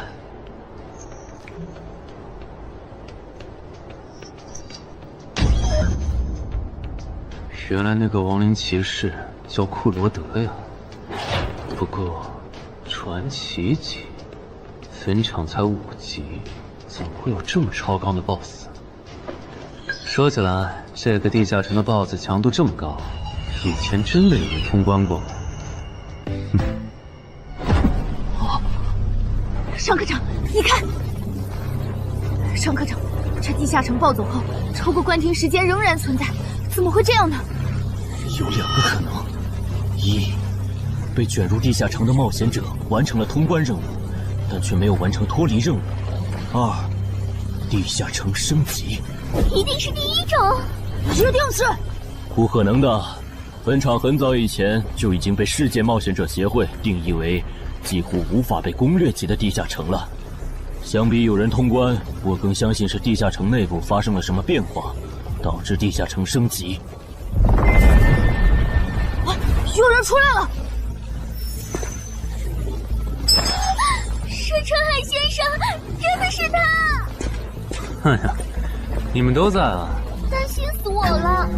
我因为我的原因没能本场竟然真的被他打通关了！一辈子的。那么严重的？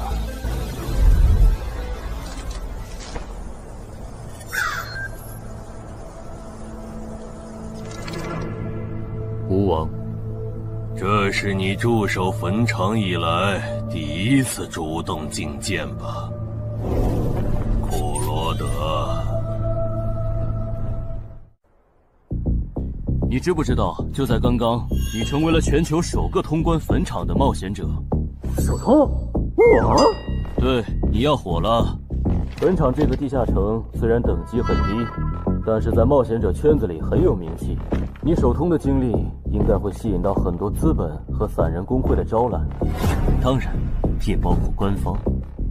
啊，所以现在是招揽环节？是的，你在女妖之森和坟场的表现已经充分证明了你的潜力。像你这样的超级新人，整个冥省1年下来也不会超过10个。作为云霄市地下城负责人的我，当然不可能错过。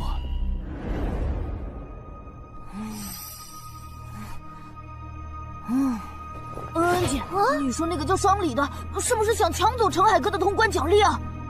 要不然他为啥要拉着陈海哥单独谈话？应该不至于吧？我可不会那么没品。而且5级地下城的通关奖励，我根本看不上，好吗？哼，那可不好说。你不需要，不代表你家亲戚不想要。这死小鬼！啊，别乱说。我们在里面聊的久，是因为在谈加入冒险者协会以后的待遇问题。不是吧，陈海哥，你要当公务员？哈哈，感觉你好像对冒险者协会意见蛮大的。那倒没有，我就是觉得像陈海哥你这样强的人，完全可以像王自健那样自立门户，没必要受协会的规章制度束缚。王自健是谁？是不死冒险者里的男主。不会吧？你明明是个冒险者，竟然没看过这个吗？我是冒险者，和我看这书有什么必要联系吗？这个死小鬼！要不要告诉他们，这本书其实是我写的？你是陈汉？你真的是不死冒险者的作者陈汉？不会吧，不会吧，不会吧！如假包换，不信的话，我可以给你看我写到一半的《不死的冒险者2》的小说原稿。真的吗？啊，你怎么了？怎么感觉你受委屈了？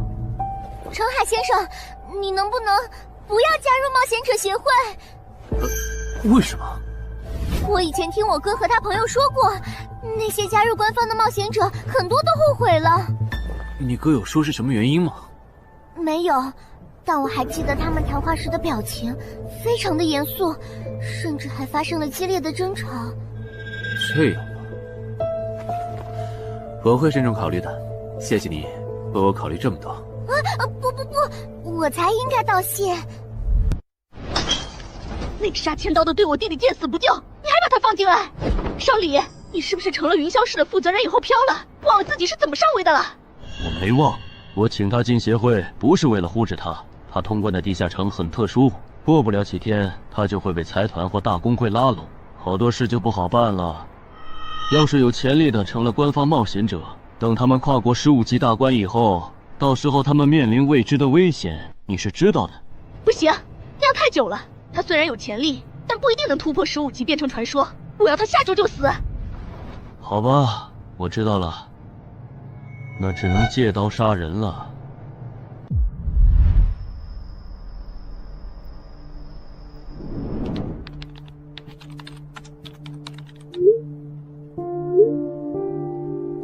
坟场，这个地下城的情报不是早就挖无可挖了吗？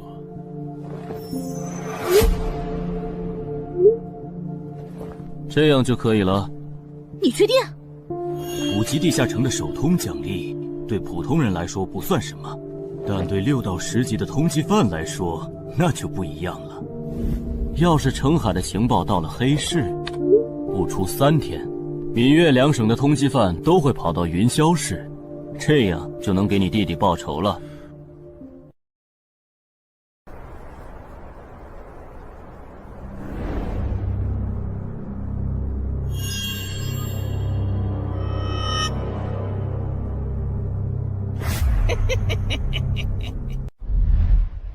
我的个人信息要3天后才能录入官方的冒险者系统吗？是的，我记得程先生你是东山人吧？要不我这边先给你安排一下暂住的酒店，这样你这几天就不用两边跑再折腾了。不用，刚好我要回东山办点事，那我3天后再来云霄。好的好的，那咱们3天后再联系。前提是3天后你还活着。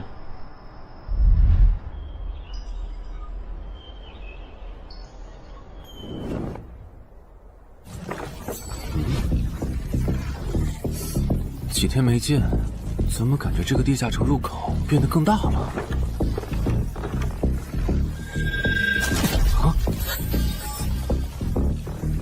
准入等级6级，也就是说，这个地下城的等级现在介于6到10级之间了。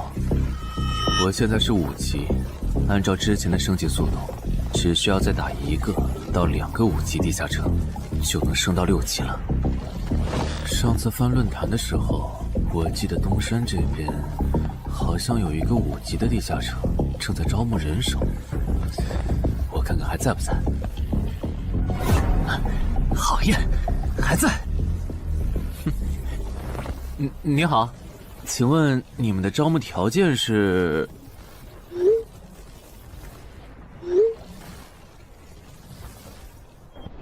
黑市金币？你问这个干嘛？我闲着没事翻论坛，发现论坛上的冒险者彼此之间做交易时，使用的货币不是现金。冒险者之间做交易，除了用地下城入口和掉落物，就是用黑市金币当货币。黑市金币有什么特殊之处吗？为什么不能用现金交易？黑市金币是挑战10级以上地下城的主要收获。我以前问过安教练，他说这东西10级后有大用处，可具体咋用没跟我细说。原来如此。对了，等级没到10级的冒险者，一般是从哪儿弄到黑市金币的？我也想搞一些。新手的话，你可以试试把不用的掉落物拿到鬼市去卖。你要卖吗？要的话，我晚上可以带你去东山的鬼市。要，谢谢徐哥。东山这边的鬼市只有每周一的凌晨2点到4点有。你别看这边人很多，实际上只有1/10是冒险者，甚至更少。这些摊贩也是卖的东西真真假假，很容易上当受骗。听起来有点像古玩市场。差不多吧。总而言之，东西先别急着卖，多转转，弄清楚物价后再卖东西。我这边还有点事，就不陪你继续逛了。好的。看不出他这人还怪好的。好了，到我来扫荡了。小哥，来看看这件，可都是宝贝啊！瞧一瞧，看一看喽！精品装备，仅此一天，价高者得。小哥，来看看我的矿石啊！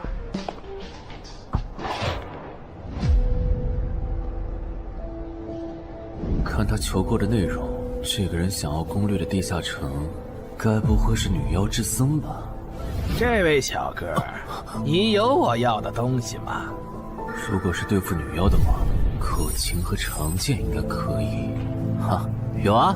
你打算以什么价格收？我得先看看货，货好，价格都好说。要看货，你得等我半个小时，我回家拿去。那你得快点，如果在这期间有别人卖我要的东西了，我可就不收了。哼，知道了。都在这里了。这个口琴确实可以吸引女妖，我可以给你6枚黑市金币。Nice。至于这把剑，这剑携带圣化属性，对邪恶生物伤害加2点，能够有效攻击女妖。哦，有点意思。爷爷，你这把剑我可以给你8枚黑市金币，咱们加个微信吧。之后我这边如果再有需要，交易起来也方便。好啊，加好了。慢走啊！赚大发了。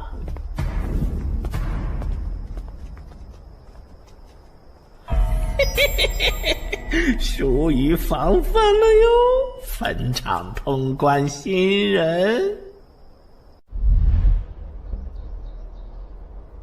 唉，都过去1个多小时了，那个叫四海为家的怎么还没来？算了，不等了。各位新老朋友，大家好，我是5级哥布林地穴地下城的入口拥有者搬砖小 C。我左手边这位是协会冒险者林女士。哟，本次攻略已在官方备案，大家可以不用担心秃鹫的问题。这边的3位大叔和我组队过3次，是实力和人品都很过硬的老手。这小子怎么每次都这么磨叽？然后是本次行动的金主，目前还是普通人的王老板。大家好，鄙人姓王，是东山地产的经营者。最后是新朋友，爱写作的东山市民和今天也很闲鱼呢，他们都是3级以上，可以胜任后援工作。大家好。怎么这些人都喜欢在公园集合呀？上次的师傅秃鹫事件后，我都快对公园有心理阴影。大家都互相认识了，接下来请随我前往哥布林地穴的入口所在地吧。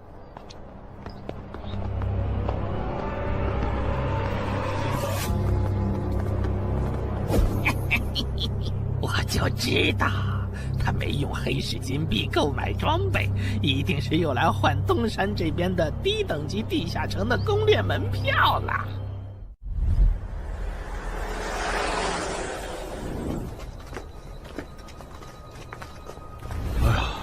那个还要走多久啊？啊，快了，入口就在前面。小三，这入口你是怎么发现的？这也太偏了。不是我发现的，是本地的一位驴友发现，然后卖给我的。真的假的？这年头还有发现地下城入口以后自己不攻略，反而拿去换钱的傻子？因为哥布林地穴对新手来说太难了，当时发现这个入口的驴友不止1个，但最后完成脱离任务活下来的就只剩下1个人了。人家已经是冒险者了，这地下城在开放期又攻不下来，还不如卖了，换点能用的东西，剩下的钱分给死去同伴的家属。这选择挺合理的呀，不是吗？合理是合理，但我觉得事情应该没那么简单。喂，你这人真是的，咱们都合作好几次了，你还怀疑我？到了，形状、颜色、大小完全一致。没错，这个就是5级的地下城，风险评估过了，可以进。讨厌，这一下你放心了吧？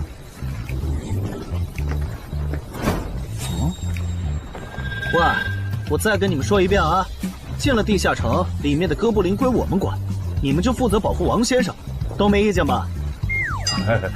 我这200斤肉就交给2位了。脱离任务呢？通关任务大家都一样，但如果我的脱离任务是狩猎哥布林，那我们会优先满足你的脱离任务，然后再考虑通关。这么容易就能拿到通关奖励，那我更没意见了。我也是。你们脱离任务是什么？杀死2只哥布林。哦，我的也是。看来咱们的任务类型都一样，只是数量上有差异。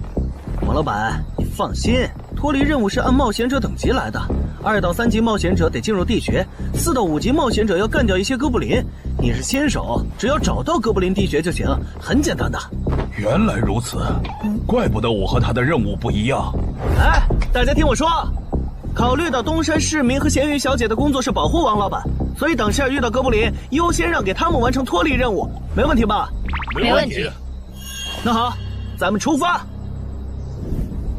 只用交手就行了，感觉也不难呐。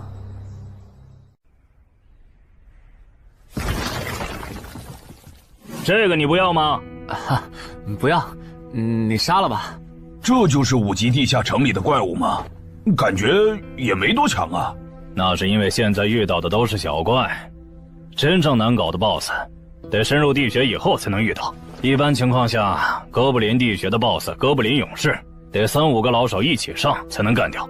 哦，原来如此。那如果这个地穴里有2只甚至更多的哥布林勇士，咱们能对付得了吗？那肯定是对付不了的。不过一个哥布林部落只会诞生1只哥布林勇士，目前全球就1对冒险者遇过双胞胎哥布林勇士，这种小概率事件，咱们肯定碰不上。哦，那我就放心了。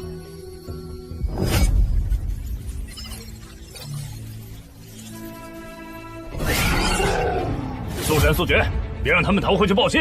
明白。麻烦了。啊？你指哪方面？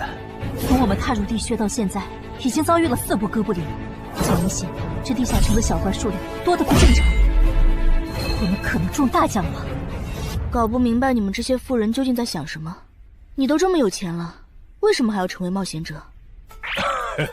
说来惭愧，鄙人成为冒险者主要是为了减肥。减肥？等等，减肥和成为冒险者有什么必然联系吗？这联系可大了。我特意托人问过，目前已知的职业里，有一种不需要锻炼，只要打坐消耗多余的体质，就可以不断变强的。你不觉得这种职业很适合我这种有钱但是又下不了苦功去锻炼的人吗？花这么多钱竟然只是为了减肥，你们有钱人的世界真难懂。我们在聊什么？嘿嘿，能让我也加入吗？哦呦，连锁子甲都准备了吗？程先生真专业。你之前进地下城的时候也穿的这一套？对啊，如果没有这套防具，我早就死在地下城里了。相反，我倒是很不理解，你们为什么不穿防具？搞定，换班了，下一波哥布林你们处理。行，接下来我们负责打头阵。评分机制，你不知道吗？在地下城内借助的外力越小，完成任务后得到的结算评级就越高。原来还有这种设定吗？我说你的脱离任务咋比我简单？原来是靠全副武装过了地下城。我看你到现在也没有几个有用称号，说白了，你就基础属性等级高些，跟新人比也强不到哪儿去。其实难搞。虽然知道野队不靠谱，但是没想到会这么不靠谱。8人组里竟然有2个新手要保护。你们3个等会儿再聊。拦路的哥布林小队已经清理掉了，可以继续前进了。好的。怎么有3个岔路？正常的5级地穴不是最多只有2个吗？看来我之前的担忧没错，咱们遇到了 bug。这是还不能透露给大众的地下城情报。平均每50个低等级地下城就会有一次实际挑战难度比当前等级高，甚至高很多的特殊情况，也就是 bug。bug 主要分3种情况，第一种是小怪数量的提升，第2种是 BOSS 数量的提升，第3种是 BOSS 强度的提升。比如我们现在遇到的按照他这个说法，就很接近第一种。我之前经历的地下城好像多多少少都有点问题。请问，出现 bug 的地下城，结算奖励会比平时多吗？这个要看地下城的实际攻略难度提升了多少。听说运气好，能出14、15级冒险者都眼馋的宝贝。所以，我们如果继续深入，可能会遭遇更多的哥布林。是的。听起来有点危险呢。要不这次就算了，咱们回去吧。反正我也成为冒险者了。不能回。这个地穴的哥布林数量虽然变多了，但 BOSS 的强度没变化呀。我们只要把 BOSS 解决了不就行了？只要速战速决，在大多数哥布林发现我们之前，找到并杀死这个地下城的 BOSS， 其实和正常通关没多大区别。BOSS 的强度没变化，只是你的猜测。要是 BOSS 强度大幅提高，无法快速击杀，等他的援兵一来，咱恐怕就得被困死在这地下城了。所以就要放弃啊？这点风险都不肯担，那还不如尽早转职当后勤算了。这是一点风险，情报不足就去挑战等级比自己高的地下城，简直就是找死。那个，要不这样好了，咱们举手表决，想要继续的留下，想退出的就原路返回。这主意行，两不耽误。来去自如，这你满意了吧？现在开始举手表决，要留下的举手。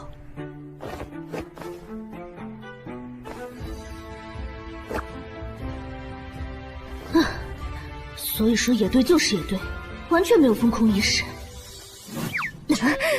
不是，你有毛病吗？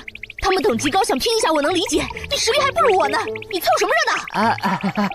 但我还是想试试。既然大家已经做出选择了，那就在这里分道扬镳吧。王老板，你的通关费用我晚一点退给你啊。哎呀，不用，就当交个朋友了。走了。哎呀，你等等我！一定要走左边吗？我觉得右边更好啊。那就猜拳，谁赢了听谁的。要是平局怎么算？靠谱吗？这两人平局就走中间呗。我怎么感觉上贼船了？石头，剪刀，不，超耶，我赢了！哎呀，早知道出剪刀了呀！可恶！等下 BOSS 出来了，你不用上，你就负责清小怪，别让哥布林打扰我施法。没问题。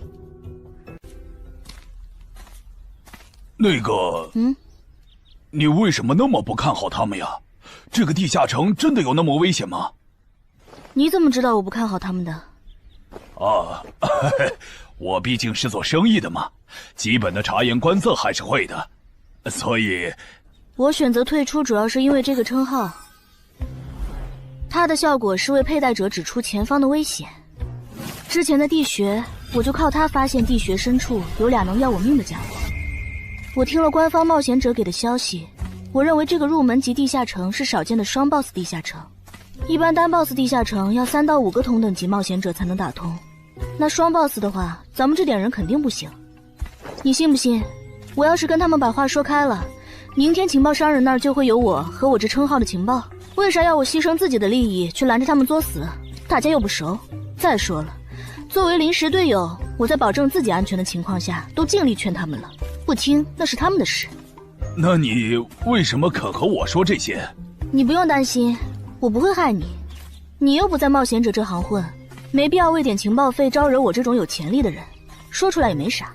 哦，这样啊。怎么了？不能再继续前进了，外面有更致命的危险。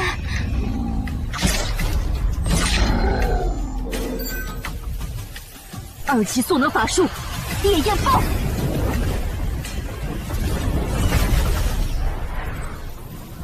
原来灵台战前套给我的元素护甲是干这个用的呀！不愧是官方冒险者，虽然同为5级，但他的称号、职业、技能和装备都已经毕业了，而且还是最难凑齐的一套法系职业。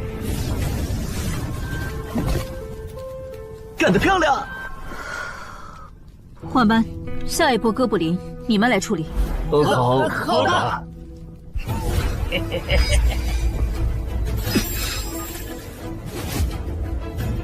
啊！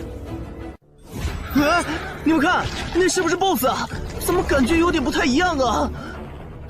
应该不是吧？这么矮，和哥布林勇士完全不沾边啊！等等，这是……大家小心，这确实是 BOSS， 只不过不是哥布林勇士，是哥布林萨满。给我冲！大家速战速决，在哥布林勇士出现以前结束战斗，不然我们就危险了。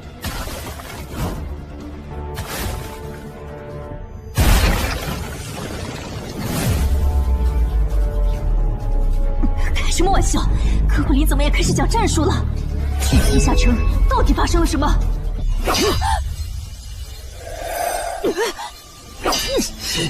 快走！我来会会这家伙。林那边好像遇到麻烦了，你们出个人去帮忙。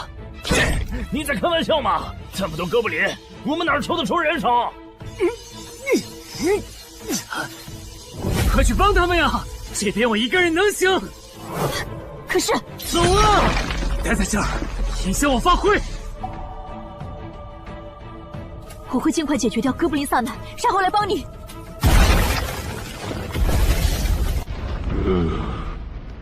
可不，现在没人能打扰我们了。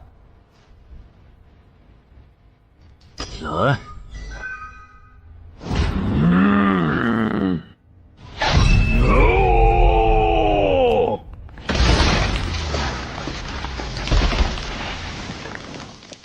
这个 BOSS 力量惊人，但太笨拙了。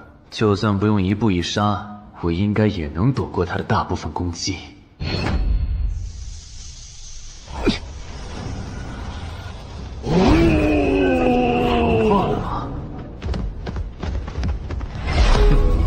太简单了。虽然你黄化后的速度和力量涨了，可出招没个计划，反而更容易躲了。所以，这就是5级地下城 BOSS 的强度吗？说实话，有点扫兴。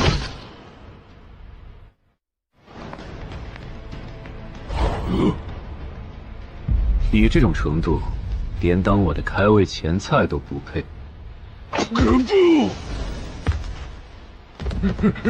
可不！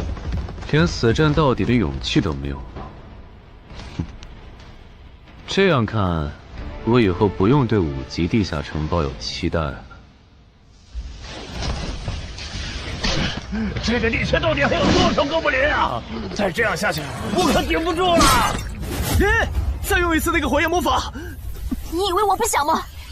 这个哥布林萨满一直在用低级法术看让我施法。等一下，通关任务怎么完成了？我的也是。石洞村市民解决掉了哥布林勇士，大家再撑一下，他等下应该会来支援我们。我看不见得，他既然已经完成了通关任务，就没有理由再回来冒险。那咱们也撤吧，反正通关任务已经完成了。不行，如果我们不能一鼓作气杀死哥布林萨满，那撤退的路上我们会被他们耗到死的。您说的对，现在还不能撤，大家顶住！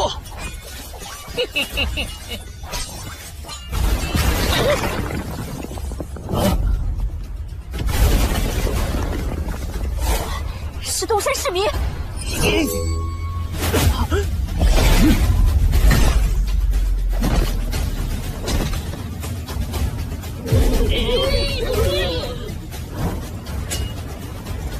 你从哪儿找来的大佬啊？双 BOSS 地下城就被他一个人打穿了？不是我找的。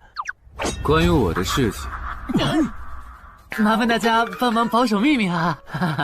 明白。你这种有潜力的新人，容易被人盯上，等级没升上去前，确实不能太张扬。理解万岁。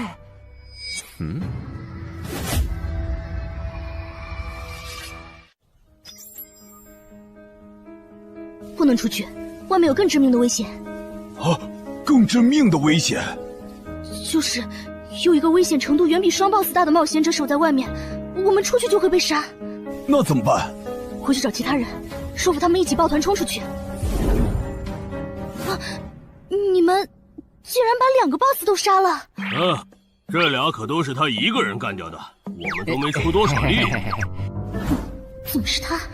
我之前明明用称号确认过，他威胁不到我。等等，你怎么知道这个地下城有2个 BOSS 的？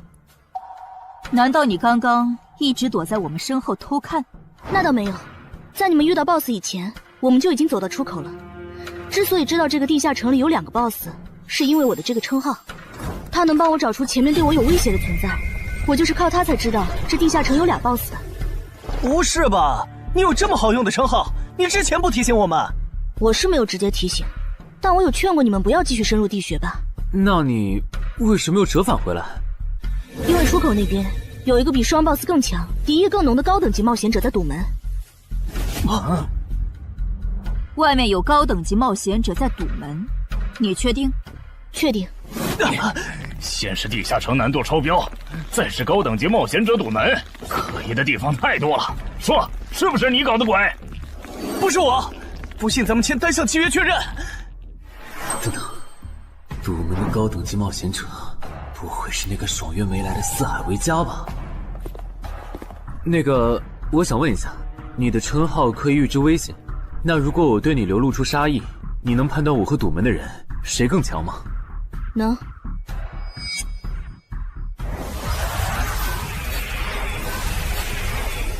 现在，我和外面的那个高等级冒险者，谁强？外面的要强一些。明白了。那摆在我们面前的，就只有一条路了。大家先去结算各自的脱离和通关任务，等提升完，咱们就去和出口的堵门者拼命。也只能这样了。早知道买这个地下城会出这么多事，我当时就不该手贱。事已至此，后悔也没用了。再说，咱们这么多人，未必打不过。这都多久了，怎么还没人出来？那个通关坟场的小子不会死里边了吧？你有没有兴趣？不好意思啊，我想再考虑一下。没想到第一次进入地下城，就让你遇到这种事，实在不好意思啊。这下出来了，这次没有掉入史诗级奇物，看来双 BOSS 的地下城难度也远不如坟场了。感觉下一个地下城可以跳过6级，直接尝试7级了。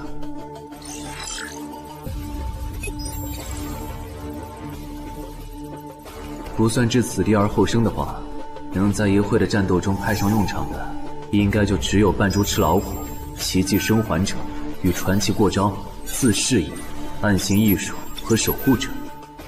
与传奇过招这技能比置死地而后生差点，能让我状态拉满，但要扣4力量、4敏捷、2感知。至于暗行艺术，应该是和扮猪吃老虎搭配，靠扮猪吃老虎走到目标的视野盲区，然后换暗行艺术逐渐接近目标，最后再切到置死地而后生，从而打出完美的偷袭。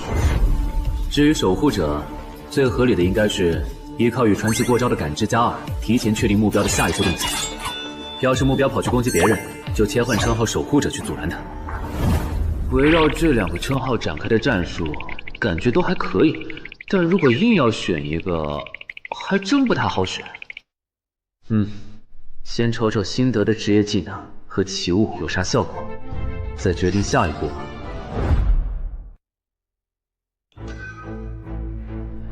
这个向死而生不错呀，就凭它能够提升步伐和身体柔韧性这一点，搭配一步一杀的技能效果，我以后就可以在闪躲的同时攻击敌方要害了。好技能啊！还有这个假死技能，考虑到在现实世界，冒险者死后是不会产生掉落的，我完全可以利用这个技能装死，然后找机会偷袭反杀，兵不厌诈。只要那个堵门的不是脑子有毛病，非得跟尸体较劲，我就能狠狠地阴他一把。当然，这是万不得已的选择。要是可以的话，我肯定想光明正大的阴你。哇，这次掉落的东西都很棒啊！骨笛、萨满旗帜和传承之书，以后去地下城就能有个哥布林跟班了。而且这个哥布林的秘药搭配上骨笛，运气好的话，能拉来一只哥布林勇士当打手。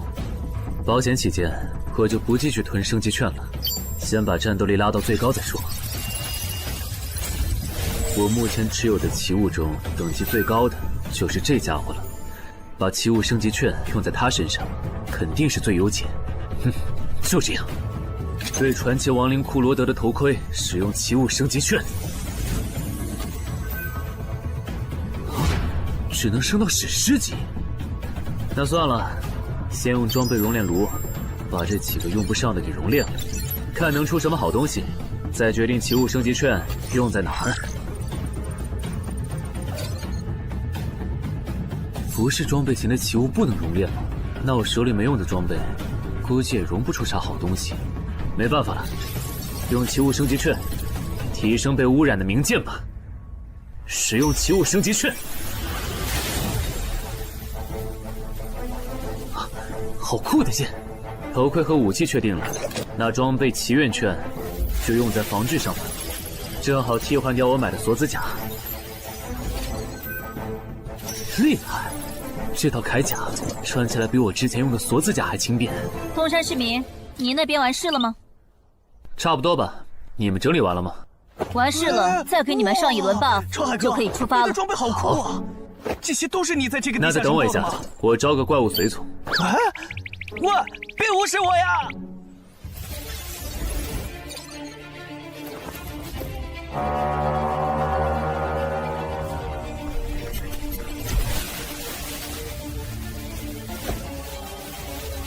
哥布林，你招个这样的怪物随从，没什么意义吧？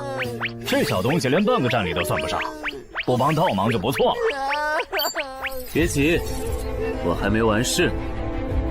接着，喝了它。这不，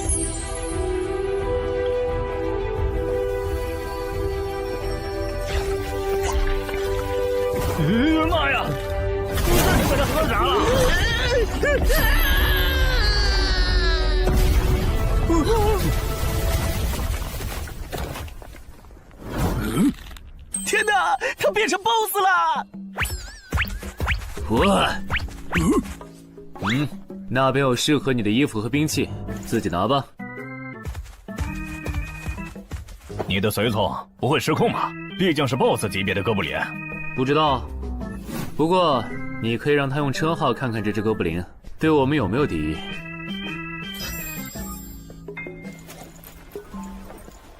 看了，他对我们没有恶意。那就好。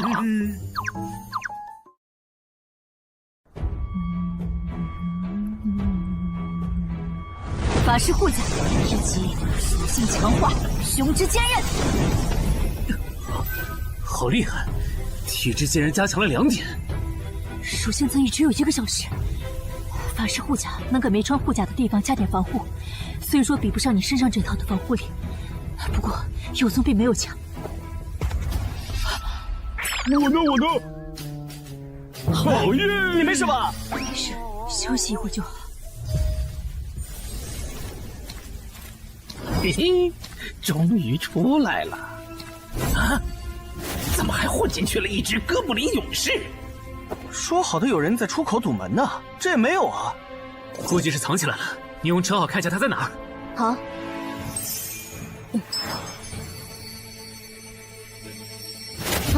找到了，他躲在1点钟方向最粗的那棵树后面。大家小心，他在入口前面放了很多捕兽夹，注意别踩到了。捕兽夹？哪里有捕兽夹？有探查类的称号吧？真是够讨厌的。原来是他，这么一来就全明白了。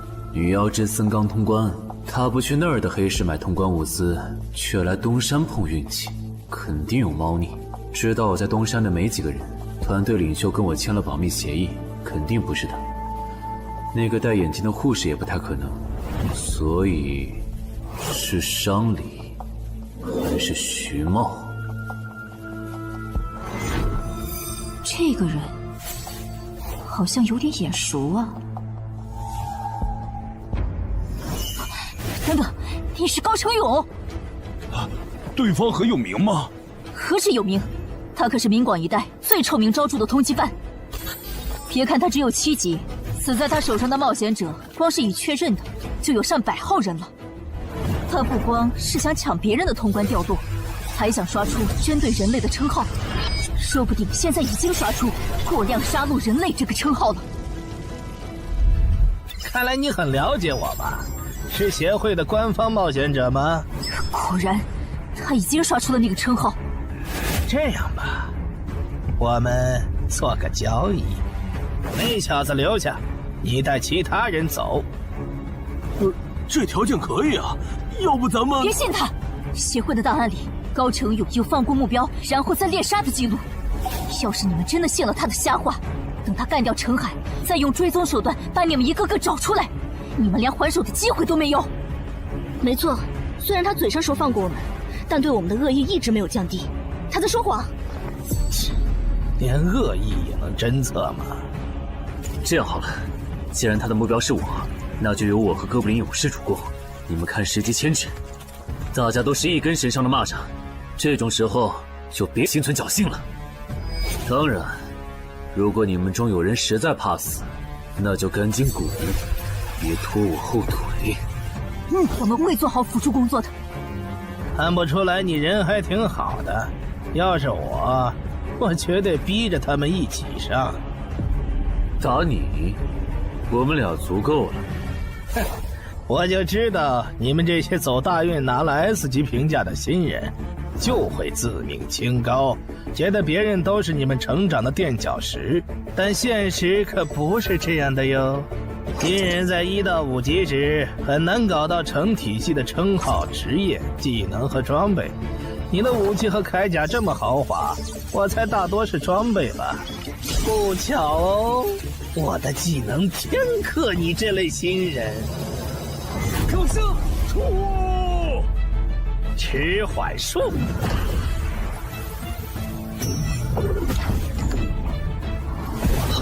速度变慢了。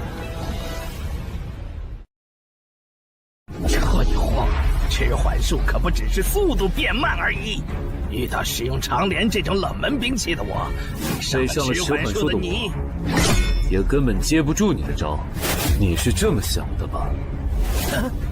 很遗憾，如果你就只有这点东西的话，那很不幸的告诉你，今天你踢到铁板了。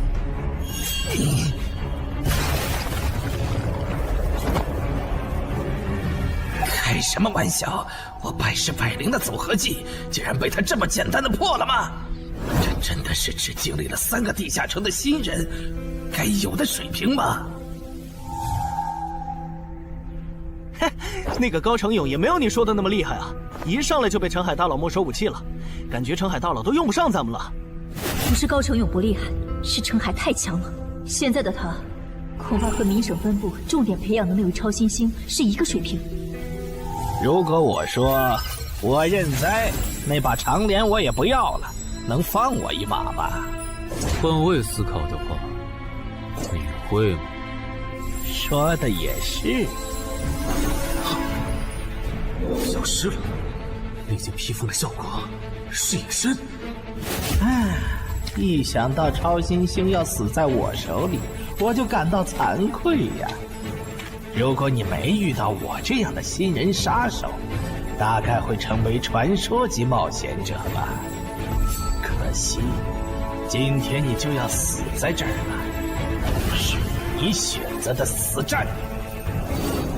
陈海，小心，那人没走，就在你周围。你这娘们儿！你在看哪儿呢？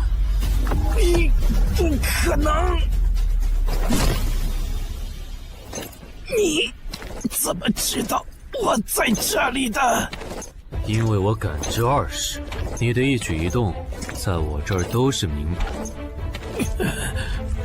蛮感知吗？这个人你来上。好嘞。老天，真是不公平！我想问一下，3人冒险者如果要加入协会，录入个人信息大概要多久？工作日的话，半天。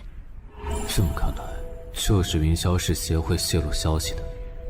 我申请加入东山的官方冒险者协会，不过我前天口头上答应要加入云霄市的，他们还没录入我的个人信息。现在换到东山，程序上合规吗？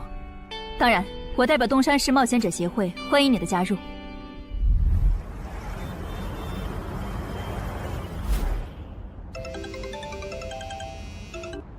喂，我考虑了一下，还是决定不成为云霄市的官方冒险者了。为什么？你的个人信息明天就能录入进系统了，怎么又变卦了？哈，因为我刚刚除掉了一个 A 级通缉犯，叫高成勇。东山的冒险者协会知道后，邀请我成为本地的官方冒险者。这样嘛，也挺好，成为家乡的官方冒险者，做事会更方便一些。对，我也是这样想的。那我挂了。以后常联系。废物，都是废物！你那边说完了？说完了。哎，你怎么还没走？因为林姐也邀请我加入东山的冒险者协会了，等下要和你一起录入个人信息。这样啊？说实在的，你也被协会邀请加入，我都有点怀疑官方冒险者头衔的含金量了。我不就是在地下城的时候嘴了你几句吗？至于这么阴阳怪气吗？小心眼！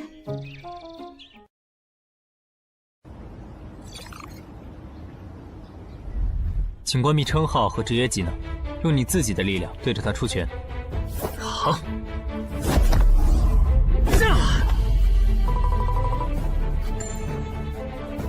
不愧是官方，测技术属性的工具比健身馆的强太多了。12点，那我呢？他们测完了吗？测完了，他的力啥玩意儿都是12。17点，只有12吗？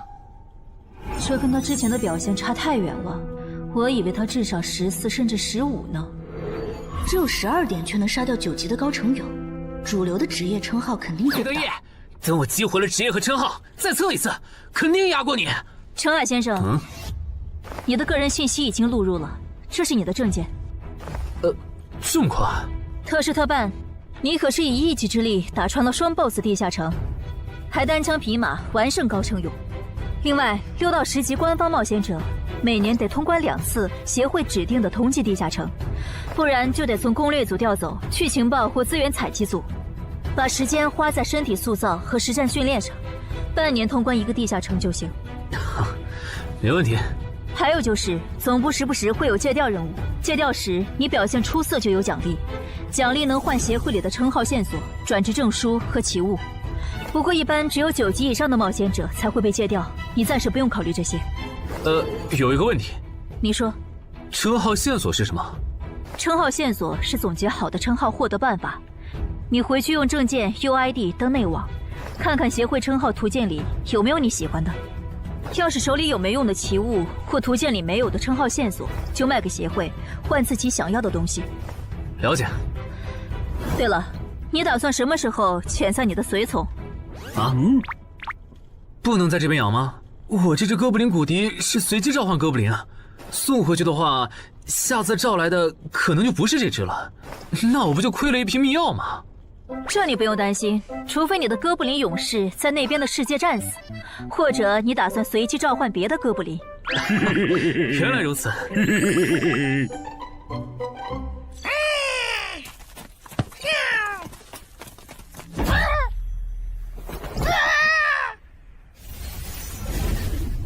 跟我来吧，我带你们去认识一下同事们。好。大佬好，我叫梁家坤，是东山这边的冒险者候补，目前的利米分别是。喂，你别每次见到厉害点的冒险者都跟报菜名似的，把自己的利米数值甩出来啊，这样很得罪人的。哎，有什么关系嘛？我的数值总不可能比澄海大佬的还高吧？不，你的就是比他高。你是东山这边的入口管理者？在东山专家级地下城没打通前，干不了入口管理者的活。好，所以入口管理者另有其人是吧？那他没来是因为在攻略东山这边的专家级地下城？那倒没有，他没来是因为在处理昨天突然涌入东山的通缉犯。据说好像是因为东山市出现了坟场的通关者，那些人都是奔着他来的。这样吗？坟场那个老手坟墓啊，哟，那可是出了名的 bug 级地下城，能产出奇物升级券。啊！你们这样看我干什么？我说错话了吗？你还没意识到吗？意识到什么？那个，我就是坟场的通关者。什么？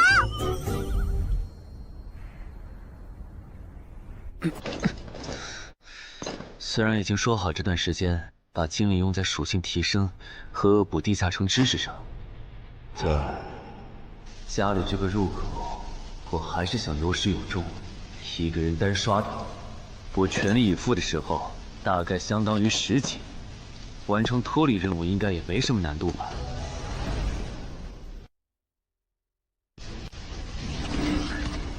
感觉也没怎么变。咦？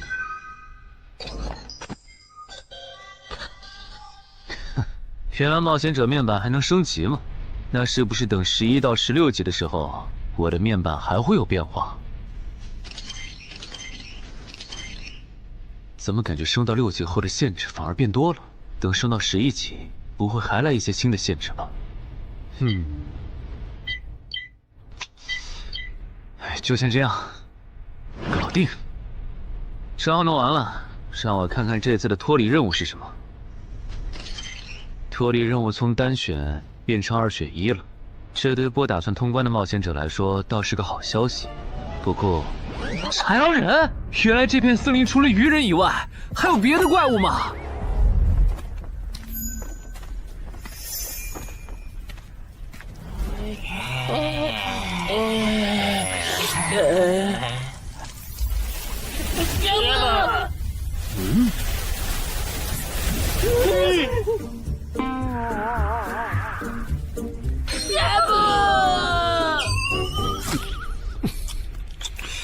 所以在你看来，那些豺狼人阴险狡诈，并且还特别喜欢欺负弱小，是吗？没错没错，就是这样。切，这不就一群森林恶霸吗？嘿嘿，答对了。那这一次就不做和豺狼人有关的轮换任务了，先找到潮汐鱼人的孵化池，然后试试能不能通关。好了，我要问的问完了，你可以回去了。什么？我不要！你不想回去？是的。好吧，你留下来也行。好耶好耶！但我先说好，这个地下城的挑战等级是7级，你悠着点。放心吧，我很强的。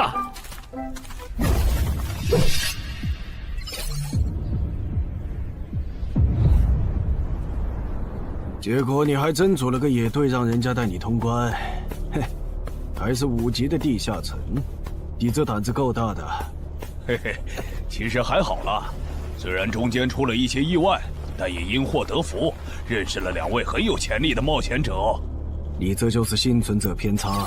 那些散人如果靠谱，我儿己就不会死在地下城里。我知道，所以我是确认有官方冒险者兜底以后，才决定下去的。说起来，前几天的新闻我看了，你儿子的死好像不是意外。怎么可能是意外？我儿子下去之前，我给他准备了2件保命的奇物，可他还是死了。那2个弱鸡入口拥有者却活着，开什么玩笑？可惜那2个杀千刀的没撑到我出手，就栽在别人手上了。不然，我一定要让他们后悔来到这世上。那这人也算间接为你儿子报仇了，咱得报答他呀。他叫什么名字？叫陈海。我这次来东山，就是要当面感谢他。陈海，你认识？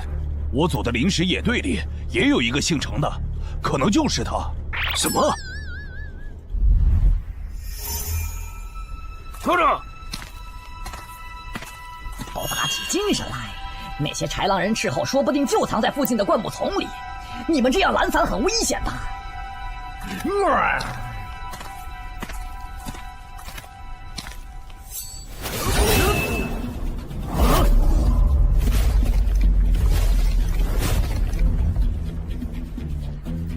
话说，你会说他们的语言吗？当然，需要我帮忙翻译吗？先不，我有一个能在这种场合上派上用场的奇物，如果它不好用，我再找你。你们的孵化池在哪？告诉我，我可以留你们一。你以为我会出卖我的族群吗？绿皮傻大个的小跟班儿！你以为我会出卖我的族群吗？绿皮傻大个的小跟班儿！有种你们就杀了我！队长死了，别得意，领军大人会为我们报仇的。在湖底有一个水下洞穴，穿过洞穴会抵达一个天然的地下洞窟，我们的孵化池就在那里。你叛徒，不如！这只留他一命，挂树上，之后咱们去找湖。你跑那么远干什么？人类果然都不是好东西。那个冒险者很强。不好，是白战的霍格。去通知游击队，把湖里的鱼人引出来，给这个冒险者创造破坏孵化池的机会。好的，霍格老大。至于你，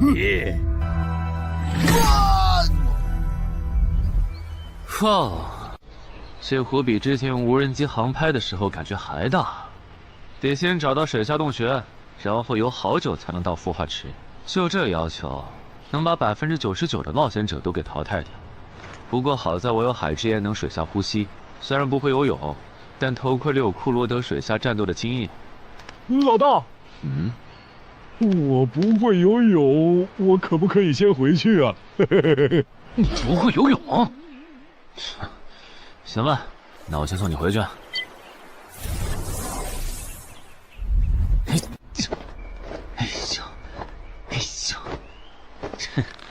好了，热身完毕。出发了！果然，依靠海之岩和库罗德的头盔，就算是我这种旱鸭子，在水里畅游，那还不是小菜一碟？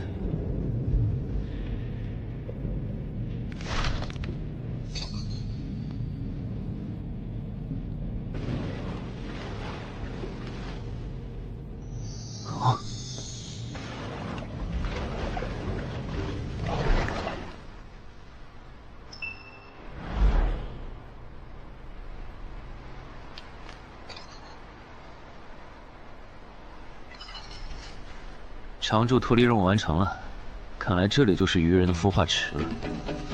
但是，怎么没看到守卫？算了，不管出于什么原因，现在是通关的最好机会，这一点不会错。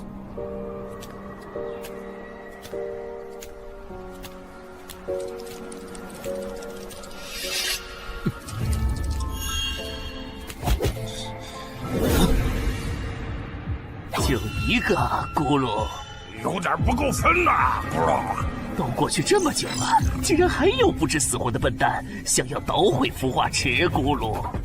是啊，不过没想到的是，这次来的竟然不是豺狼人，而是人类啊，咕噜。原来守卫一直藏在上面吗？1对4，他们应该不会给我穿装备的时间，用这死地而后生速战速决吧。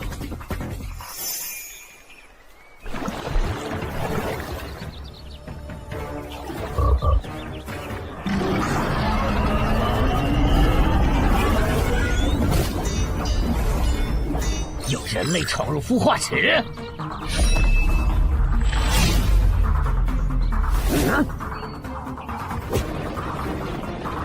霍格老大，鱼人撤了，应该是湖里的鱼人哨兵发现那个人类冒险者了。派个机灵点的去湖边盯着，如果那个人类冒险者逃出来了，就通知我。好的，霍格老大。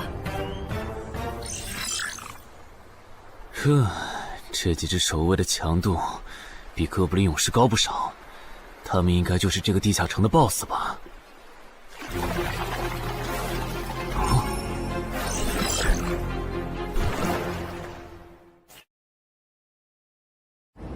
6到10级这个阶段的地下城 BOSS， 通常可以划分为团队增益型和个体高战型2类。前者实力一般，但可以为同种族个体提升综合实力。独狼面对这种类型的 BOSS， 几乎很难靠一己之力通关。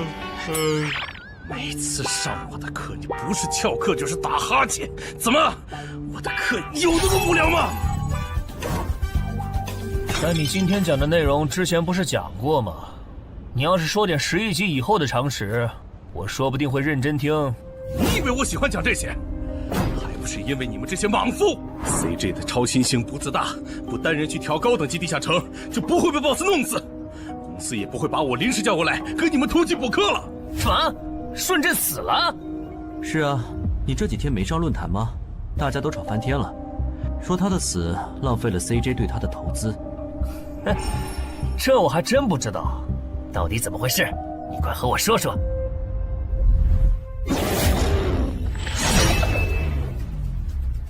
小心，这个人类是极其罕见的高感知个体，偷袭对他没用，大家一起上，咱们耗死他！那个鱼人 BOSS 什么情况？都被我杀了这么多精英鱼人了，他怎么还在旁边观望？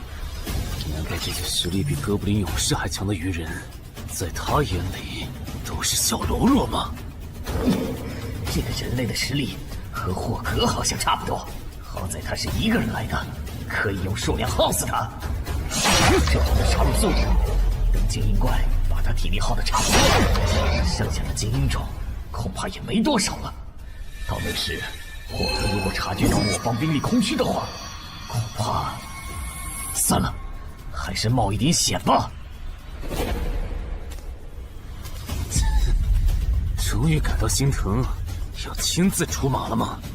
奇迹生还者，这个很久了。邻居大人小心，这个人类冒险者和霍格一样强。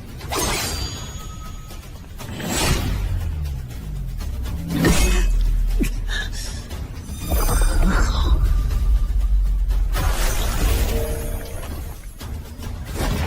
君大人，别管我，他伤得更重，还不擅长水下作战。就算没我帮忙，你们也能轻松杀掉他。把脑袋给我带回来。是，领军大人。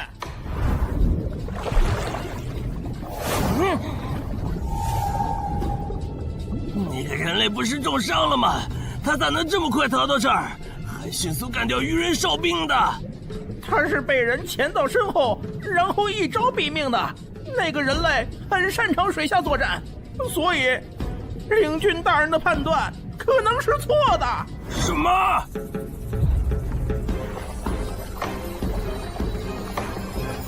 该死，总算活着逃出来了。多亏了这个奇迹生还者呀，不然我就得交代在这儿了。果然和我预想的一样，那个鱼人 BOSS 沉不住气，要是他再晚点，我就会被耗死了。怪不得团长说，独狼到了更高级的地下城会越来越吃力。一挑多肯定没胜算呢，看来我还是得找些厉害的队友了。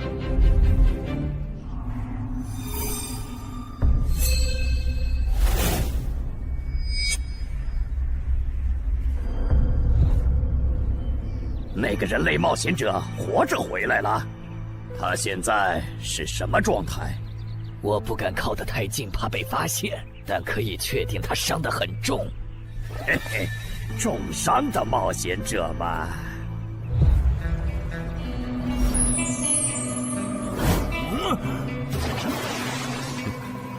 下次再找你们算账。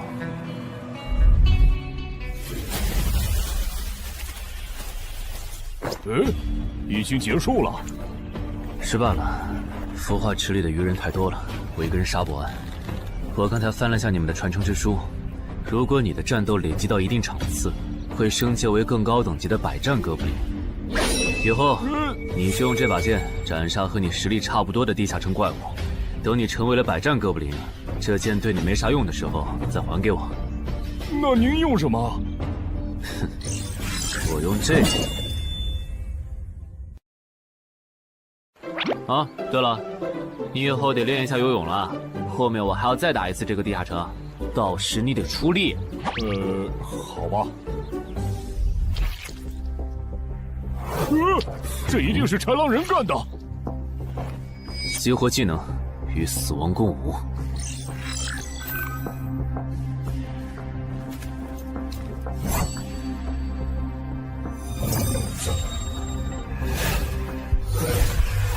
用脚破绽，好快！切！豺狼人！还好为了以防万一，把感知拉到20，不然刚才这只豺狼人就得手了。切！这个人类不是受重伤了吗？看他刚才的动作，根本就不是重伤之人能做出来的。他不会是在钓鱼吧？他跑了。不一定是逃跑，也可能是在示弱，引诱我们过去。那咱们还追吗？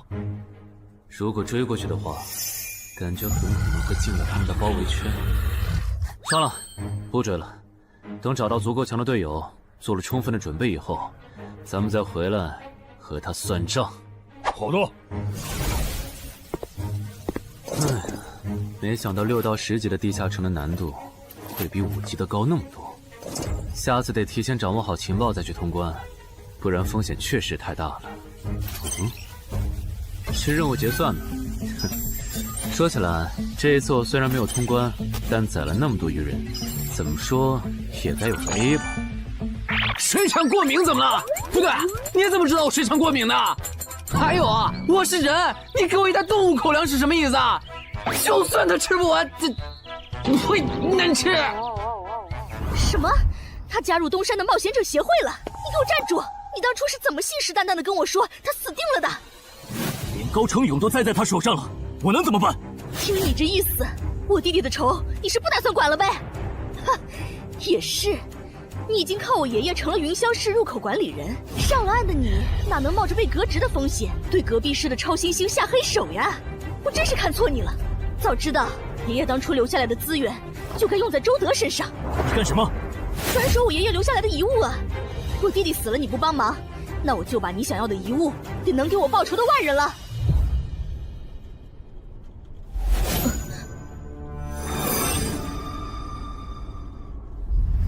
361、362、363。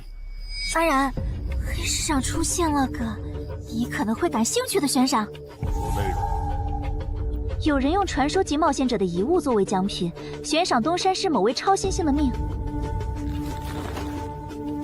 徐茂又惹到谁了？不是徐茂，但这个人咱们都认识。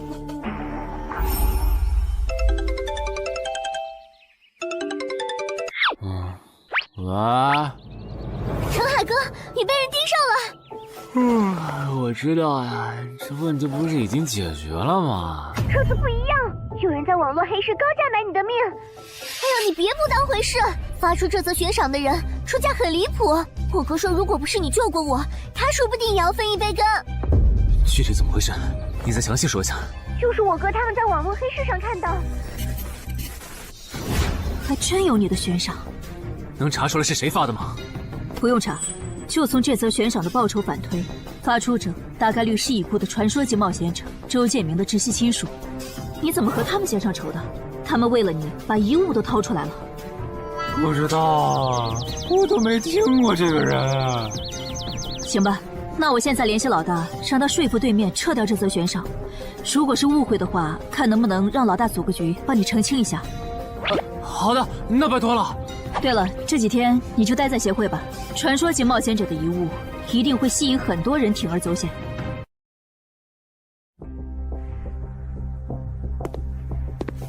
被人捷足先登了？不对，这里似乎没发生战斗。看来那个叫程海的，当时应该在攻略自己家里的地下城。真不知道他是幸运还是不幸。虽然因为家里的地下城躲过了第一波袭击，但被堵在地下城里的话，他连逃都没地方逃。除了我和目标以外，这个地下城还有4个人，不知道是敌是友。你卑鄙！哪有你们人类有病？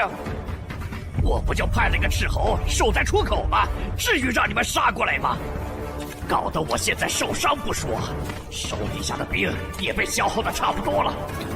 如果昨天那个冒险者又回来了，不行，留得青山在，不愁没柴烧。这点不能待了，得赶紧走。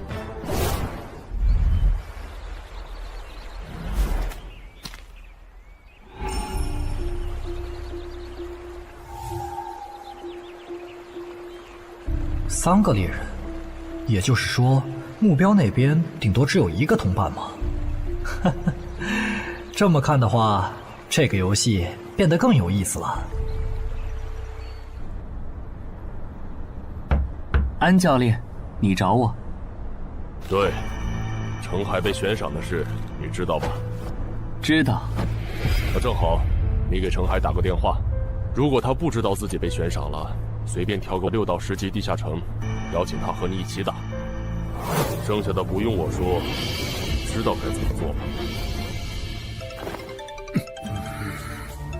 徐茂打过来的，肯定因为悬赏的事。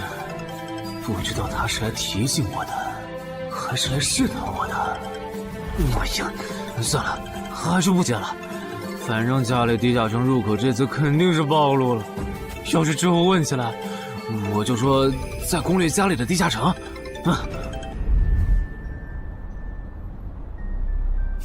咱们来晚了，那个叫程海的，应该是被前面的人逼进这个地下城里。我们还进去吗？进。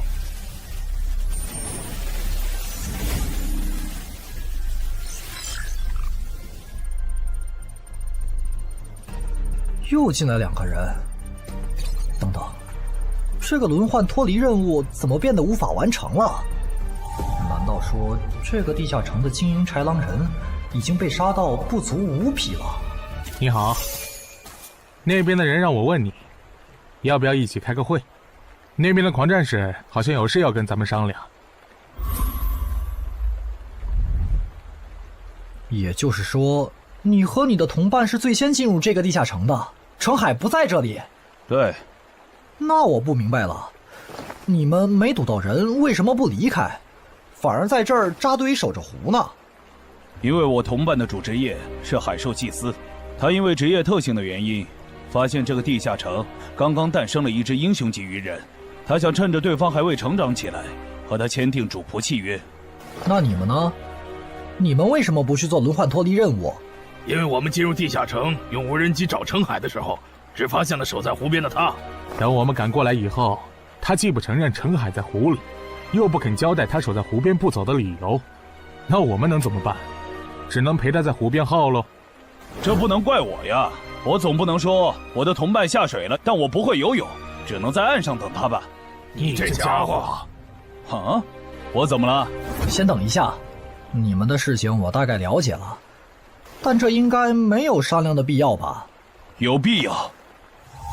刚刚我的同伴死了。啊？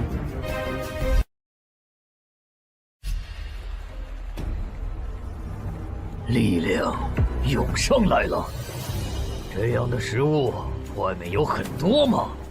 除了偶尔出现的人类冒险者，附近的森林里还有一批豺狼人。很好，把他们带过来。现在恐怕不行，因为昨天和今天的冒险者已经把我们的兵力削弱到无法和豺狼人抗衡了。那需要多久？50个日升和日落。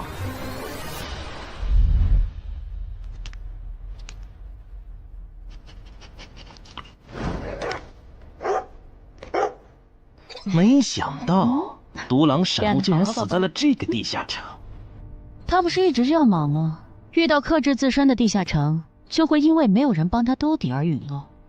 是这个道理，但这白痴为了断其他人的后路，单独猎杀豺狼人，结果把自己给玩死，是我没想到的。那我们之后怎么办？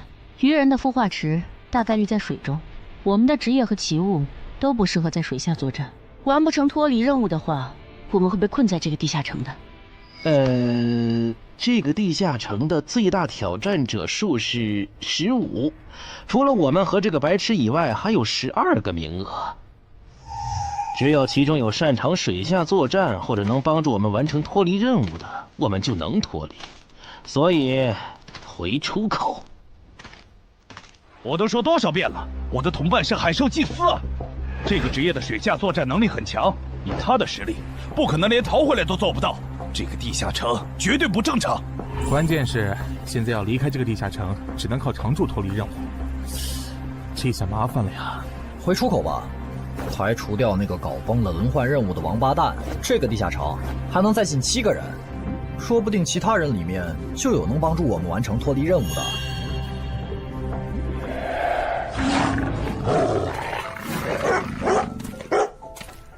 自杀者王二，他不是去月省了吗？怎么会出现在这里？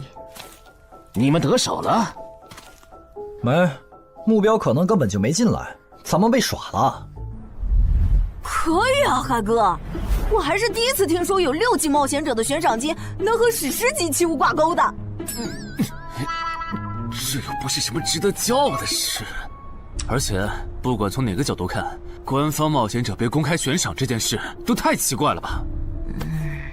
你这么一说倒确实是，虽然冒险者适用的法律和普通人不太一样，但官方冒险者被公开悬赏这种事，我也是第一次见。因为悬赏的发起人很特殊，他是已故传说级冒险者周建明的孙女，而周建明就死在天门入口翻船事件中。好痛啊！上吧！所以，战死在天门的周建明的后人才会继承遗物，拥有诸多特权。对，又因为周建明的孙子死在了坟场，而你又救出了2个本不可能活着的一般士兵，堵死了他弟弟的生路，所以周建明的孙女才会迁怒于你，想要你死的。照你这说法，我们的矛盾岂不是化解不开了？那倒不至于，老大已经约了米省负责人，也就是周建明的旧友，还有发布者，一起谈这件事情了。快的话，下午就能谈出个结果了。我们没来晚吧？没，刚刚好。那就好。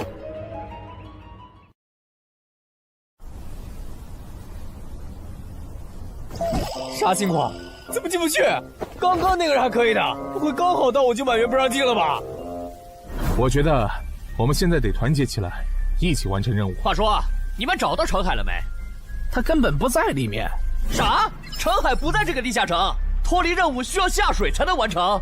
对，本来轮换任务不用下水的，现在任务推进不了，只能等入口翻转以后再进去了。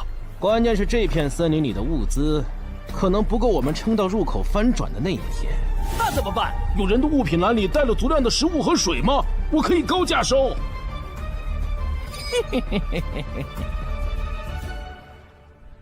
本来也没抱多少希望，不过没想到连刺杀者王二那样的高手都被困在这个地下城里。这样看，少了这些竞争对手，等我完成脱离任务出去以后，说不定真的可以燃制周建明的史诗级遗物了。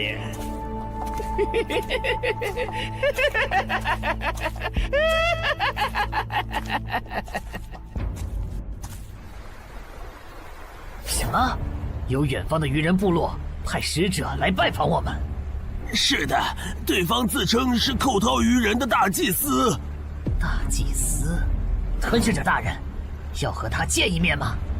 见，不过以防万一，把放出去的鱼人都叫回来吧。寇涛鱼人吗？我还真挺想知道他是怎么找到我这里的。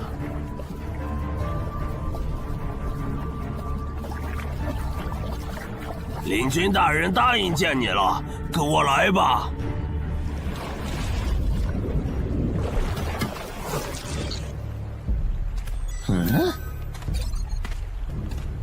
这就完成脱离任务了，真是得来全不费功夫。你在看什么？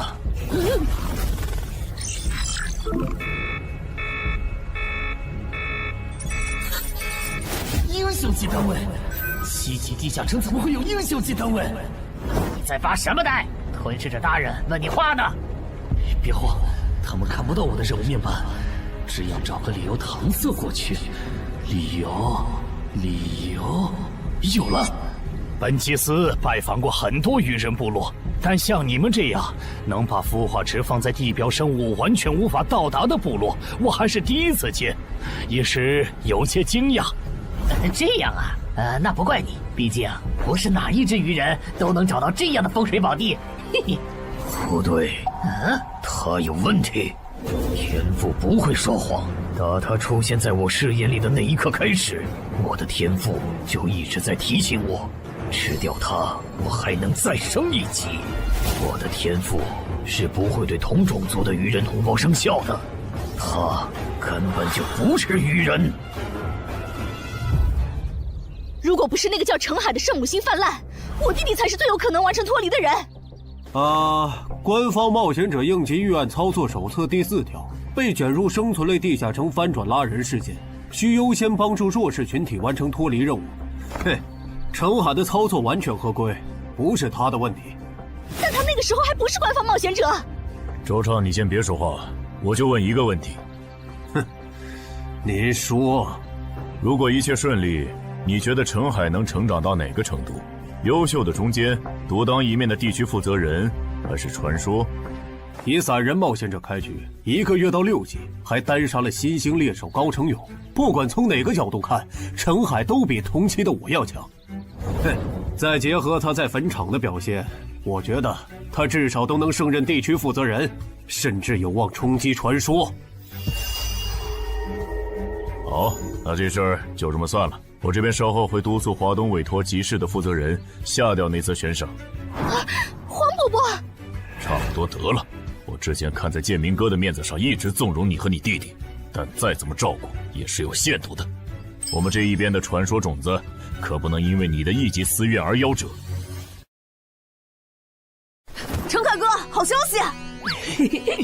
啊，你的悬赏被撤掉了。好呀。哎，澄海的悬赏没了，这才24小时不到吧？谁这么效率啊？看来只是悬赏被撤回，不是有人有事。他刚微信回我了。所以是郑仁君出面私保了吗？没想到他这么看好这个新人。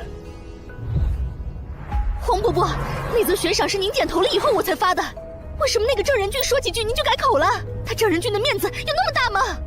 如果只有东山方面的施压，我其实还能帮你扛几天，但现在是除了协会内部，还有别的方向的压力也给到了我这里。那个叫澄海的人脉比你想的要广。别打了，我知道的我都说了，给我个痛快吧。大人，已经审完了。哦，森林里有12名冒险者，实力和豺狼首领差不多，他们不擅长水下作战，不用担心会打过来。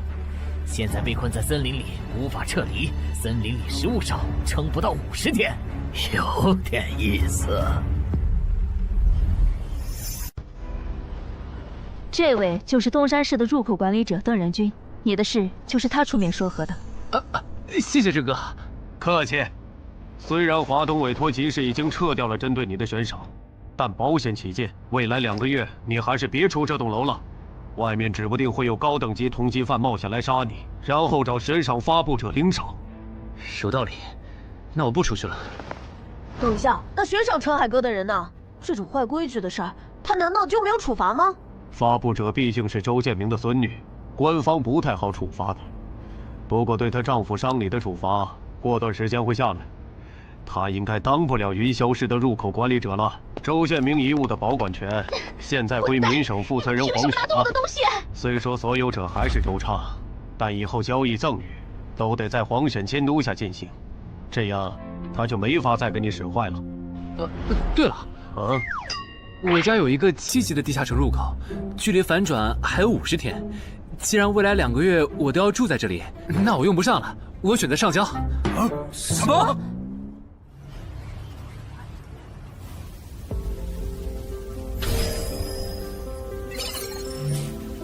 确实是6级到10级地下城，而且挑战人数已达上限，现在进不去了。哼，有意思。让后勤部过来安装几个微型摄像头，之后如果有人从这个地下城脱离，你就通知我。那澄海呢？按规章制度来。你隐瞒了地下城入口，违反官方冒险者的规定。不过念在你中途才进协会，又没培训过，就从轻发落。等你到9级时，多接一次协会例行任务就行。对于这个处罚标准，你能接受吗？能。还有就是，从明天开始，你要和常京川、梁家宽一起上地下城相关的常识课，早上8点，别迟到了。好。什么？他们还对你做了内部处罚？真过分！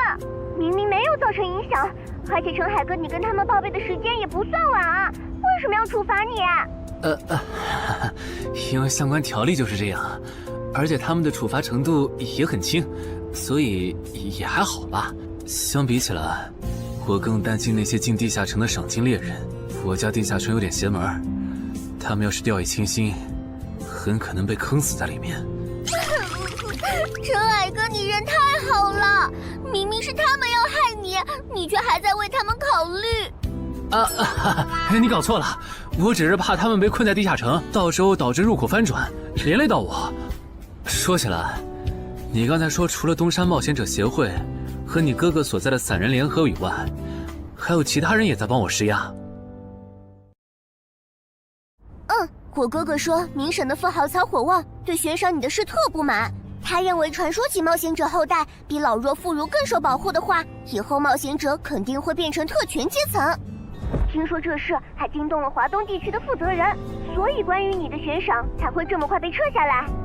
好，那替我跟你哥哥道声歉，等风头过了，我做东，咱们一起吃个饭吧。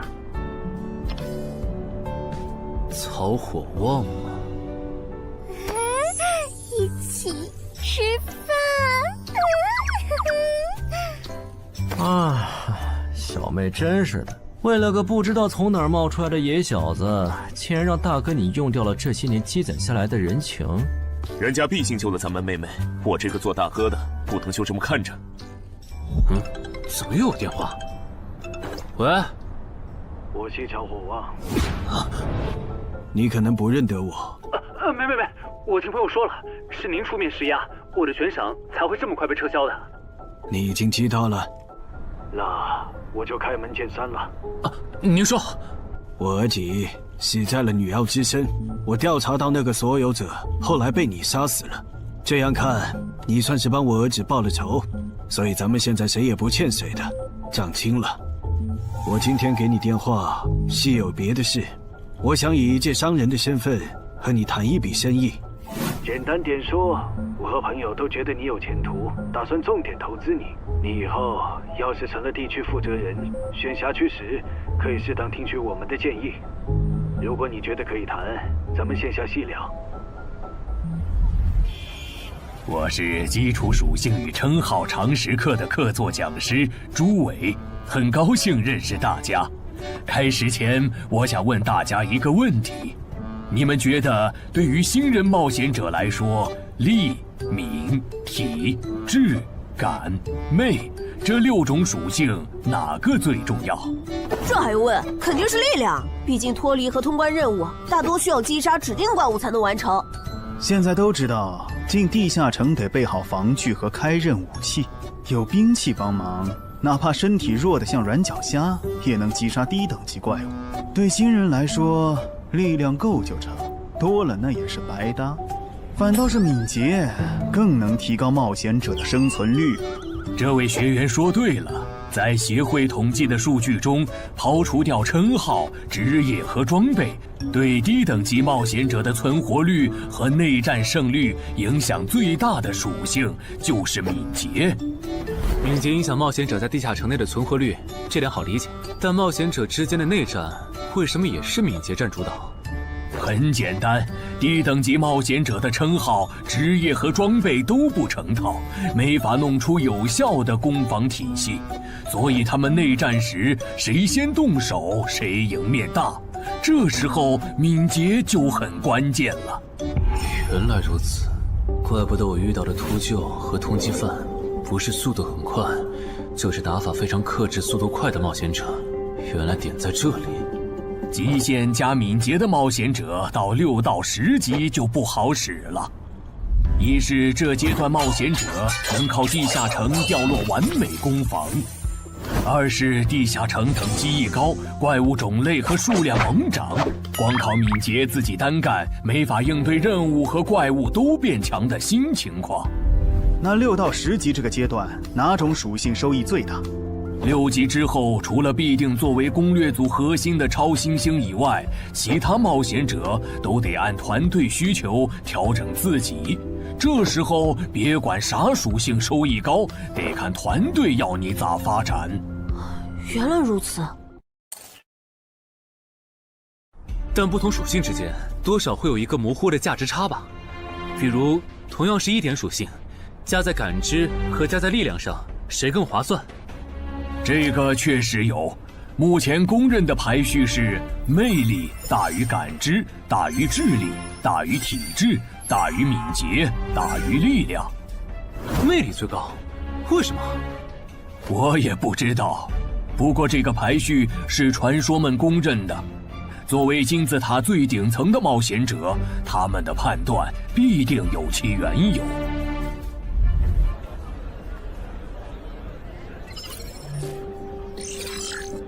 这英勇骑士转职成功，加1点魅力，还是隐藏职业。可我主职业就是近战，副职业再选同类，会不会最后效果1+1小于2啊？想什么呢？没什么。不想说就算了。对了，林姐让我问你，下午的冰击课你来吗？啊？这次好像有越省来的武术大师指导我们。停！第7局，长经川胜。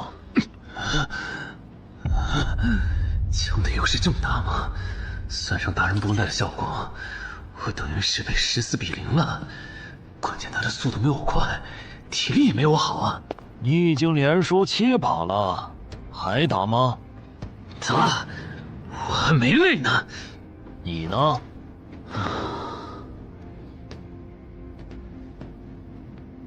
打。好，休息3分钟，然后继续。怎么感觉不用称号和职业技能的陈海哥表现还不如我啊？你说的没错，他做了个基础身体塑造，就去女妖之3了。靠着地下城和坟场暴走事件，成了华东新星。要是光论基本功，他确实比不上你。啊，这样吗？哼，不过作为冰姬的门外汉，他的表现已经足够出色了。他现在已经能一步步跟上常青川的节奏，我估计5局之后，他应该就会开始赢了。停，第8局，常青川胜。开什么玩笑？这才10局不到，他就变得比梁家坤强了。他的智力到底有多高？感觉不是打法的问题，如果我的爆发力再强一点，刚才那一局说不定能赢。陈海，啊，下一局你用称号和职业技能吧。你确定？哼，确定。我想更直观的感受我和超新星的差距。常青川亮称号了。什么？他们好像要来真的。行吧，老爷爷，您往旁边站一点，我怕待会儿打起来会碰到您。不用顾及我。好吧，那我尽量快点结束。置死地而后生，看起来好像是增加爆发力的称号。我准备好了，你先攻吗？不用。好，来吧，让我领教一下超新星的含金量。那你不要眨眼哦，现在的我可比之前快多了。好快！我出手更快！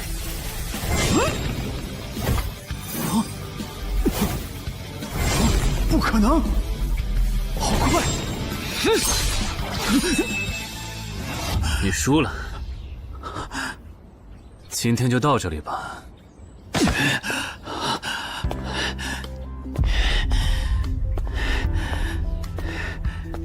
喂，我完事了，换班换班。我和他的差距原来这么大吗？其实你枪练得不错，出手的那一下，就算是我年轻那会儿，也不见得能躲掉。别灰心，你只是运气不好，遇到了能阅读你下一步动向的特例。阅读下一步？展开来说就是，人在出招时破绽最大，能抓住这个瞬间的人，轻松就能无招胜有招。使用者必须要在对手出招前阅读到对方的下一步动作。有这份眼力的武术家呀，还在世的不超过5个人，所以你输得不远。陈海哥，你刚才那招叫啥？好酷啊！没想到一个没练过武的门外汉，竟然也能掌握这一招。他真的只是个普通的冒险者吗？陈海哥，你也太牛了吧！你是没看到败给你以后，常青川的臭屁男的脸色有多……臭屁男？常青川，我可以坐在这里吗？当然可以。其实，我原本是把你当做我的竞争对手的，但现在看来是我没眼力见了。以你的实力和潜力，东山这种小地方根本就留不下你。这不明摆着吗？坟场那种全球公认的 bug 级地下城都被陈海哥打通了，他肯定不会自降身份来跟咱抢下任东山市入口管理者的位子呀。说不定到那个时候，他已经是一手负责人了。喂，等一下，你说他以后能成为传说级冒险者，我不反对，但一手负责人，这俩人真吵啊！啊，你问我副职业怎么选？哎，对，我这不是6级了吗？之前探索地下城的时候，发现冒险者面板升级了，除了在用的职业以外，我还可以再激活一个副职业。但我不知道副职业该怎么选，所以来问问你。哦，这个在主副职业常识课上会讲。不过你既然问了，那我就简单说下。一般来说，冒险者主职业分常见和隐藏两种，常见职业很多，进阶方法也大都搞清楚了。你的主职业要是常见的，去内网一搜就知道和哪个副职业最配了。那如果主职业是隐藏职业呢？果然，你是隐藏职业。隐藏职业因其获取难度，目前协会只掌握了个别职业的最优路径，其余的就只能凭感觉来了。啊？凭感觉？那如果选错了，后续不就完蛋了？谁也打不过了呀？不一定。毕竟常规职业冒险者，就算是成为传说，实力也只能排到中等偏下这样。如果你真是隐藏职业，只要没选和主职业互拖后腿的副职业，那上限就不会低。说起来，有一些隐藏职业，甚至不需要副职业就能直指传说，甚至还是上位传说。这样吗？不过这种，就算在隐藏职业里也是非常稀有的，就像8米的骑士。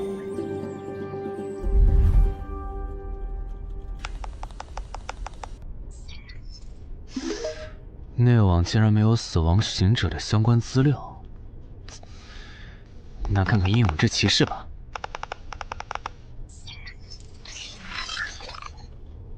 没想到我手痛坟场得到的转职道具，竟然在全球冒险者圈子里被无数人追逐。看他们的评论，这个转职徽章除了挑战难度高的离谱以外，没有别的缺点，而且挑战次数也没有限制。那么只要转职成功，就必然能成为上位传说。嘿嘿嘿。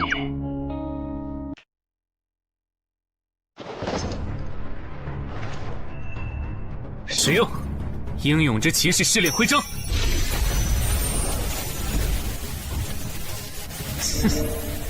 那么，出发吧。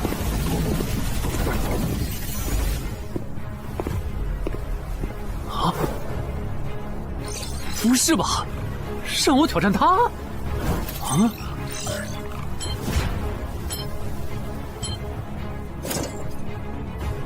直接开始了这个任务描述啥意思呀？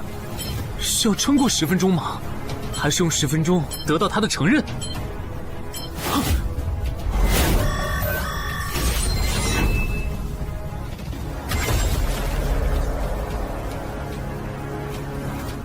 这家伙该不会比库罗德还强吧？完了，第一把先试试水，先弄清楚我和他的差距。这谁能撑过10分钟呢？我这种配置都3分钟嗝屁，10级以下，我不信有人能完成试炼。感觉得换个能保命的称号，但那样感觉就不够18点，没法开一步一杀的隐藏效果。这么搞下来，说不定输得更厉害。等等，我不是还有那个吗？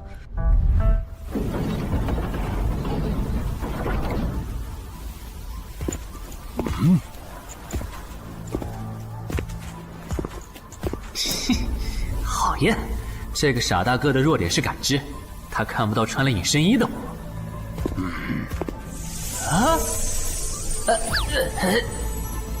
那是什么？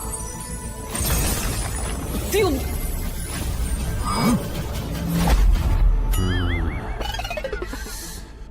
他怎么能有看破隐形到位的技能啊？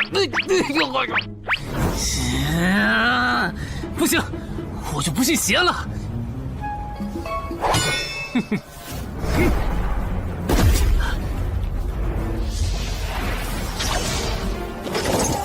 完蛋！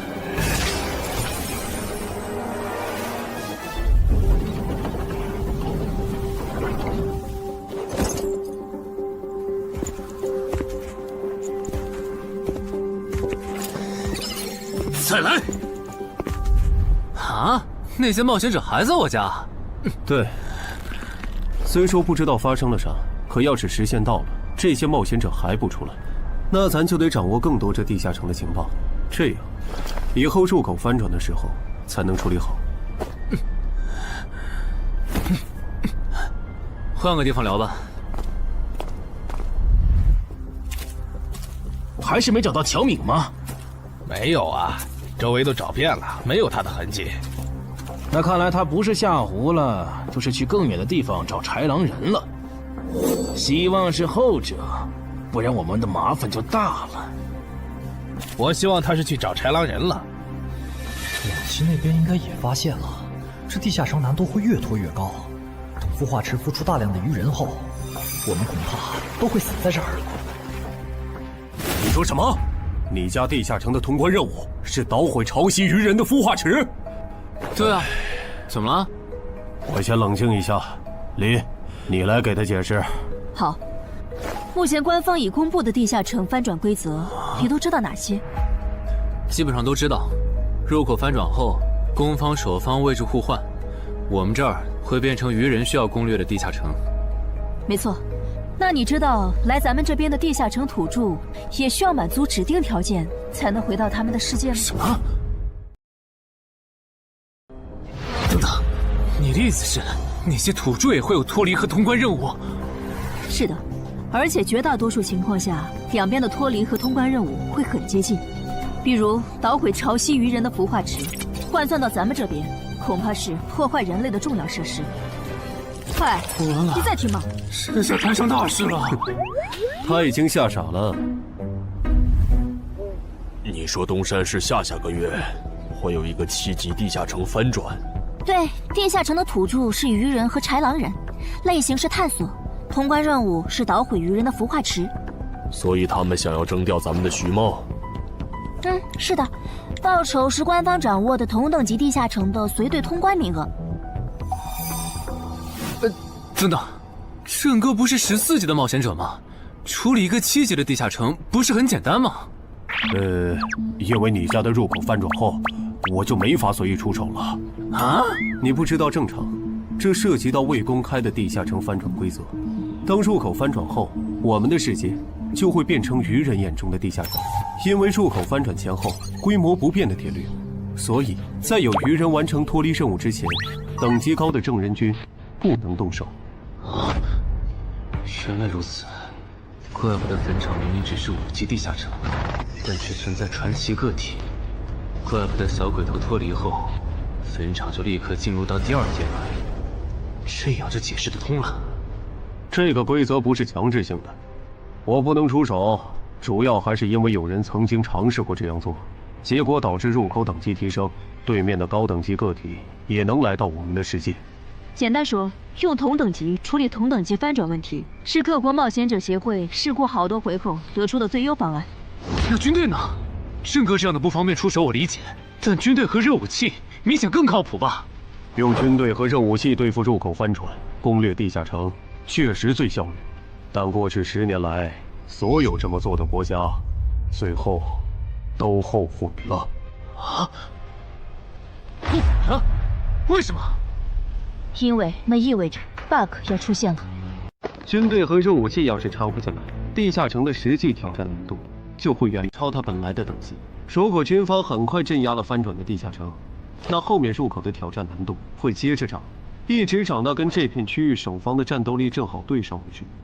再说了，从11级地下城开始，枪就不咋管用了。再往上，16到20级的地下城，里面有些怪物甚至得用核弹才能干掉。总结一下，军队插手，问题只是被推迟了，并没有真的解决。等到问题彻底爆发的那一刻，我们得直面那些能跟最厉害热武器硬刚的怪物。现在你明白了吧？不是我们不能用军队来解决地下城翻转问题，而是那代价对于人口众多的我国来说，有些过于沉重了。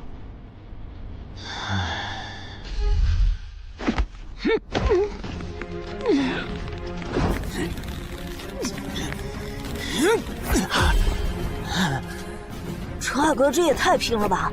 天天这么练，他身体遭得住吗？林姐没和你说吗？说什么？陈海家的地下城，下个月要翻转了。什么？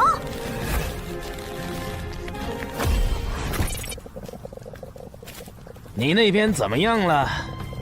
老样子，湖里的鱼人不肯上岸。我猜这个地下城的 BOSS 已经察觉到我们被困了。正常发展的话，那些鱼人应该会在最后几天发起进攻吧。其他人呢？他们怎么看？都蛮乐观的。小敏的失踪并没有引起他们的警觉。唉，那这下不好办了。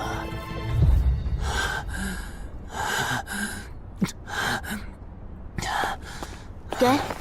啊？今天周四，你不用上学吗？上啊！谁让有些人闯祸，把地下城入口给搞翻转了呢？想上都上不了。应东山市入口管理人的要求，原定课程现在换成入口翻转规则普及课。因为本节课还有大量未准许披露给民间的内容，所以开讲前需要大家签署这份保密契约书。谁先来？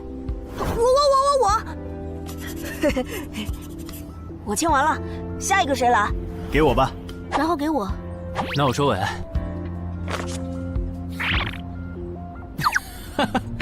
原来你叫苏玉啊！哎，你爸是不是三国迷，喜欢荀彧啊？闭嘴，快点签！最后重复一遍，我接下来讲的内容，你们不可以透露给协会外的人。一旦违例，协会的档案师和守密人就会针对违反保密协议的人进行内部处罚。相信我，绝对会让你们后悔泄密的。下面开始正式上课。官方已公开的入口翻转规则，你们都看过吧？看过。好，那我就用东山市要翻转的7级鱼人地下城做切入展开来讲。地下城翻转完后，入口还在老地方，东山市会出现对鱼人来讲难度一样的7级人类地下城。在该区域内，你们将无法使用称号。为什么？目前学术界尚无定论，但主流观点是，这是基于守方有利现状做出的平衡性调整。其实很好理解，攻方鱼人们初入城市，不了解地形，处于压倒性的劣势。要是这时候守方战斗力还不限制，攻方可就太吃亏了。有一个问题，还是用这个鱼人地下城做例子。如果鱼人来到我们的世界，那他们的实力会变强吗？在他们完成脱离或通关任务前，实力并不会有明显的提升。也就是说，鱼人完成脱离任务后，因为有好处拿，就更想把通关任务也给完成了。这机制，不就是让人等死吗？我有一个问题，这次的入口翻转事件就不能用枪来解决吗？用枪的话，地下城难度会高得多。要是不想以后碰上更多入口翻转的事儿，就别想用枪解决问题。那找2个9到10级的大佬堵门怎么样？来一个杀一个，这总行了吧？地下城入口翻转后，以入口为中心那一片，攻的一方占大便宜，守的一方在这地儿，称号没法用，职业带来的基础属性也没了。多找几个人呢？如果来5个9级堵门，应该就稳了吧？5打1的话，咱们经验更多，绝对是咱们这边优势更大。是，之前确实有人这么做过，而且效果也不错。但对攻方不利的地下城，也会因此变更为生存型。按照镜像法则，要是咱们守着的地下城变成生存型，这世上某个地方就会出现同样等级区间的生存型地下城入口，来和它平衡。比较典型的就是坟场和恐惧之墓。所以，至少在我们国家，现在是尽量避免这样做的。哎呀，好恶心啊！这里不允许，那里又有限制的。难道入口翻转，我们就只能安排附近居民撤离，然后一波接一波的处理跑来咱们这边的鱼人吗？倒也不是，其实我们已经快找到可以快速解决地下城翻转事件的办法。哦，是什么？只要入侵我方世界的同批次地城土著人，有人被我们捕获，且在该地下城入口时间归零前，我们一直保住他的命，那就不会再有下一批次的入侵者。这次喊大家过来，是想和大家一起讨论我们最后几天的安全问题。能有啥安全问题？不就是个靠机制恶心人的7级地下城吗？要不是我的职业不适合水下作战，他早被我攻陷了。不懂就闭嘴，好好听。这个地下城没你想的那么简单。啊，搞得你好像很懂的样子。你懂你说呗，我洗耳恭听。没看这个地下城的名字和任务内容吗？摧毁潮汐鱼人孵化池，这么明显的暗示你都没反应过来，我真是服了。要现在这样下去，最后几天火里的鱼人能多到数不过来。如果他们的 BOSS 是团队增益型的，那某些不抱团的蠢货绝对死定了。你骂谁呢？所以召集我们过来，是要商讨最后几天鱼人上岸时，咱们怎么自保吗？对，上个月我去月省处理当地10级地下城翻转的事，知道了一些不能透露给民间的情报。官方察觉到翻转后的地下城有个对攻方有利的规则，以入口为圆心的特定范围里，守方的战力会被严重限制。所以我认为现在这个地下城作为守方的鱼人们，应该也存在类似的规则。具体点呢？会限制到什么程度？以我们为例，鱼人作为守方，我猜就算他们的 BOSS 是团队增益型，进入我们攻方有利的区域，这个增益效果也会被压制。称号不能有也就算了，连职业带来的基础属性加成也会被抵消吗？这限制未免也太大了吧！我原本还想着，如果称号不能用，就选一个感知加2的副职业，凑出一步一杀第2个效果，未来式的最低要求。但现在肯定没戏了，算了，到入口翻转前，我先用英勇之骑士来适应没有未来式的战斗吧，看看实力会折损多少。早啊，骑士。啊？不是吧？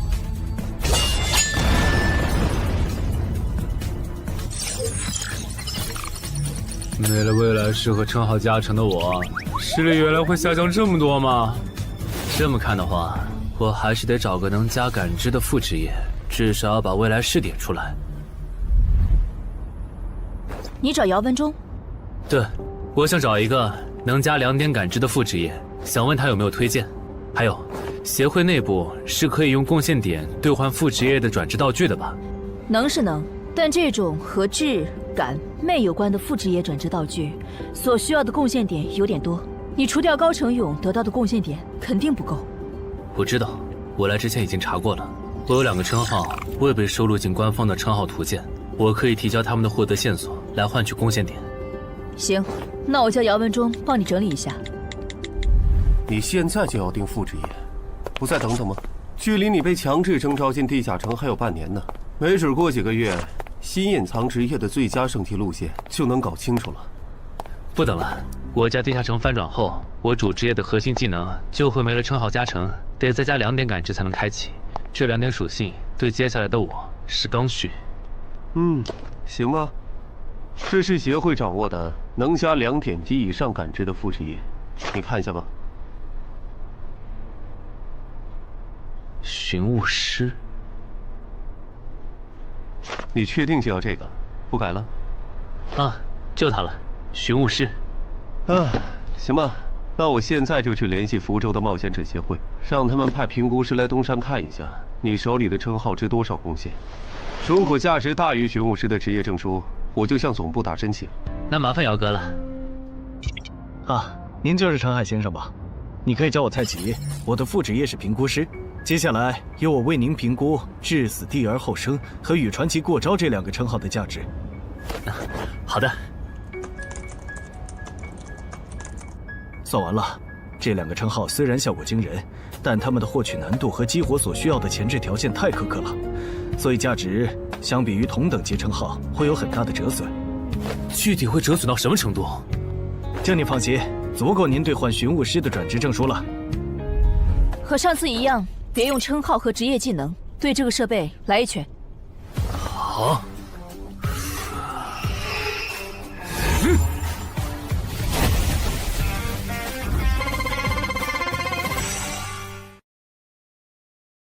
陈海哥的基础力量怎么只有13？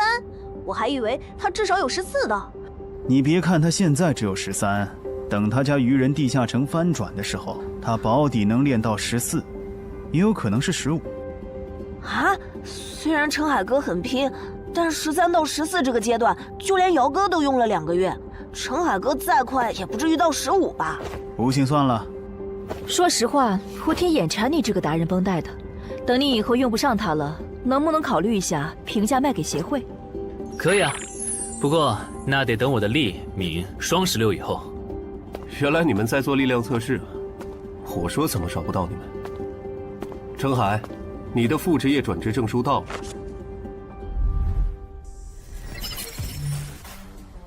这还用问？当然是选是啊。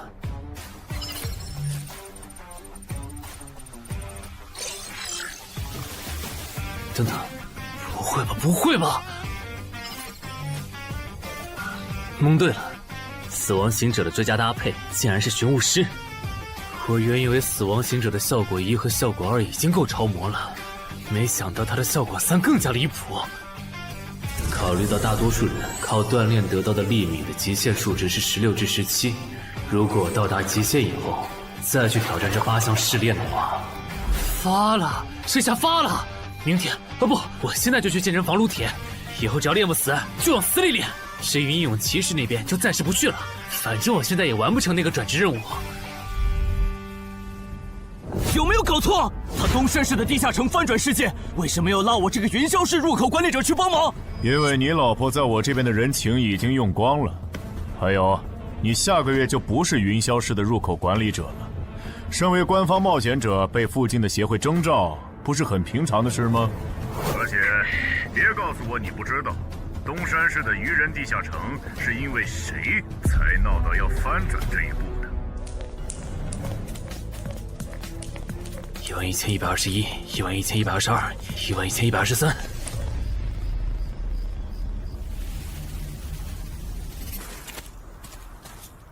大家再坚持坚持，最后一天了，扛过去，咱们就能回家了。曼哈努斯大人，巢穴现在有守卫24只，精英鱼人69只，哨兵队长和士兵共800。很好，我要用他们来提升我的等级，杀死森林里的冒险者，把他们的尸体拖回来。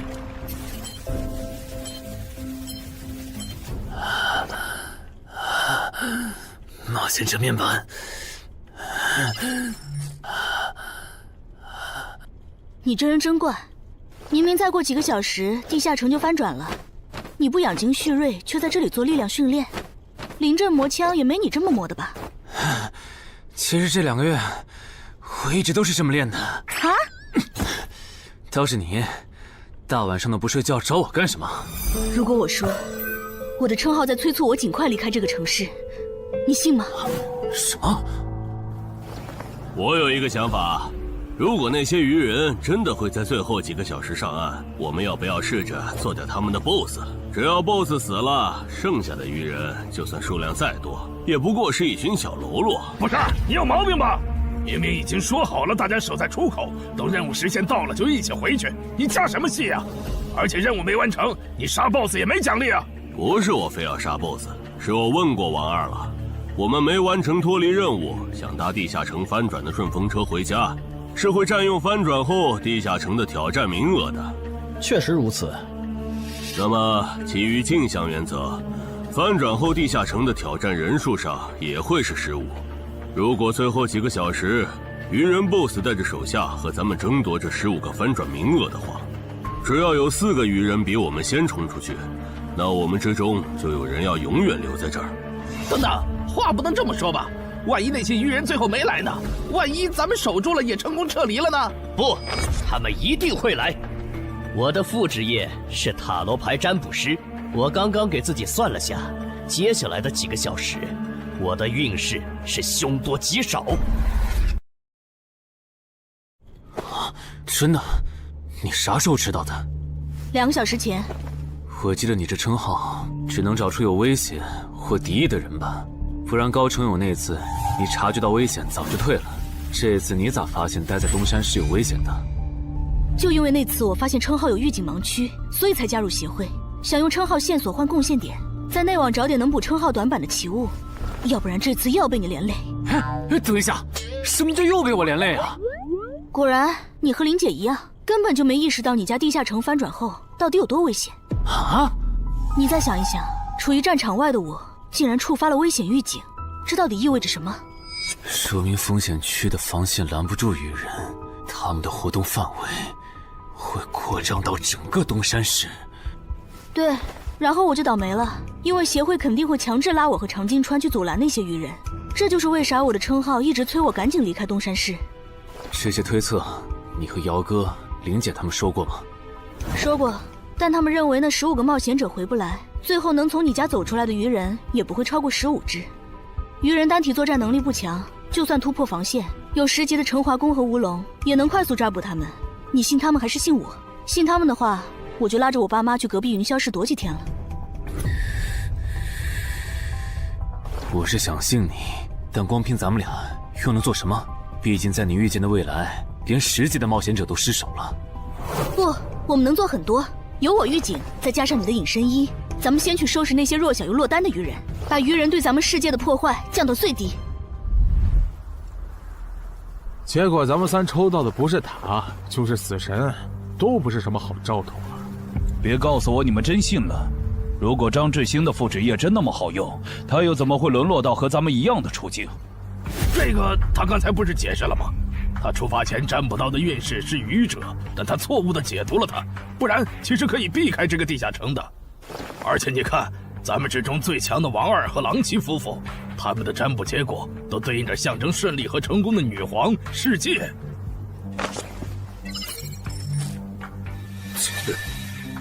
我抽到的牌和你一样，也就是说，如果我保持现状，最后下场也会和你差不多，对吧？对，咱们很有可能走不出这个地下城。那你再占卜一下，如果按我的计划，大家合力干掉 BOSS， 把剩下的鱼人赶回湖里，我的运势会不会好转？行，等一下，先别占卜。你的计划还有完善的空间。这地下城里的鱼人，现在估计已经繁殖到好几百甚至上千了。如果他们的 BOSS 是团队增益型的，那我们和他们贸然开战，绝对会死很多人。所以你的意思是，咱们干脆什么也不做，就在这儿等他们打过来喽？哼，也对，反正你们俩抽到的都是安全牌。不，你理解错了。我的意思是，普通 BOSS 按你说的来，团队增益型 BOSS 就得先引走大部分鱼人，再集中精锐力量斩掉 BOSS。前期侦查、辨别 BOSS 和发射信号弹也得有人做。侦查部分最好由我来负责，我有潜行技能。没问题，这样就可以提前确认 BOSS 的类型，然后按照事先准备的预案来执行了。感觉朗奇的方案要更可靠些，我按他说的占卜吧。可以。这么做确实能低风险地解决掉一部分落单鱼人，但如果可以的话，我还是不想让失控之事发生。我打算再劝一下姚哥，但这需要你配合。你能和我一起去我家，用称号确认一下入口对面危险鱼人的数量和质量吗？没问题。没事的，我们大家都在呢，最后肯定都能出去。那个女生好像又抽到死神牌了，连续2次了，看来她大概率会死在这个地下城。愚者牌怎么解读？眼下这个情况，抽到它，意味着你将利用你和你身边的力量来达成你的目的。哼，目的嘛。大家听我说，占卜的结果出来了，除了个别人抽到死神、塔牌，大家整体的运势其实是变好了的。这说明主动出击会带来好的转变。既然这是让大多数人都受益的决策，那我的建议是执行。至于抽到死神和塔牌的，就麻烦身边的人分精力照顾一下了。王二，了解，我现在就出发。要是这 BOSS 是团队增益型，咱就得派一半人去当诱饵，让其他人找机会干掉 BOSS。有人自愿去诱饵组不？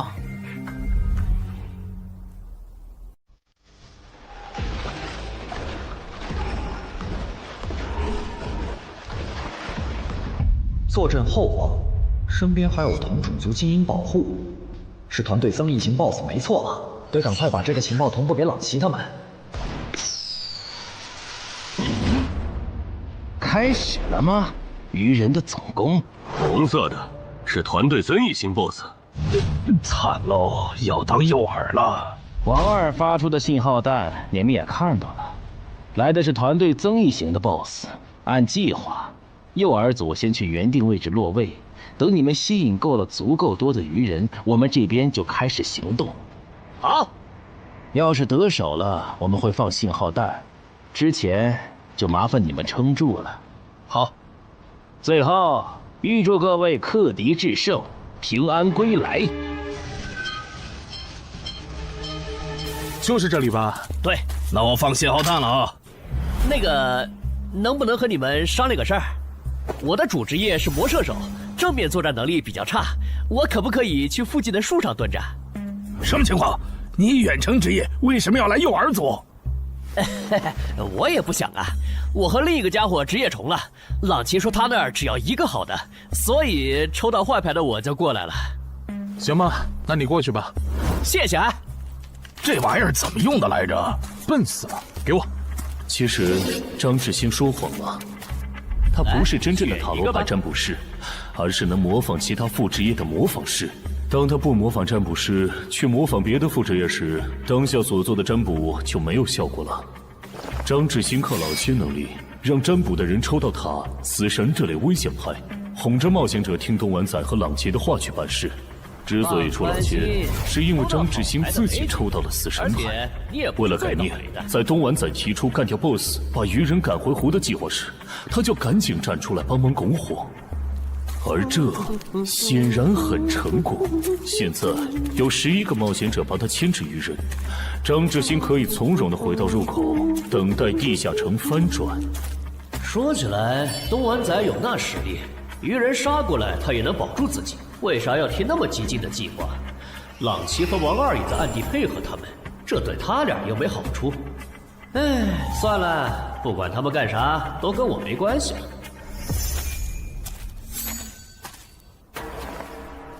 这好像是个一次性的异世界奇物，林军。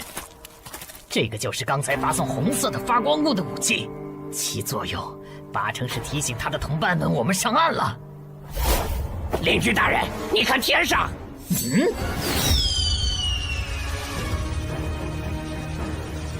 原来如此，这就是你们下的战书吗？人类，我接下了。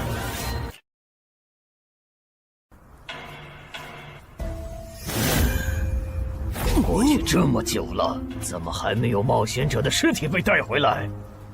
可能是因为那些冒险者藏得很深，领军大人光是找到他们就要费一番功夫。您再等一下嘛。那就再等一下，如果还是没有，我就亲自上岸狩猎。愚人怎么还没来？你说他们会不会没看到我们发出的信号弹呢？应该不至于吧，毕竟这玩意儿这么显眼。护住我身后，愚人来了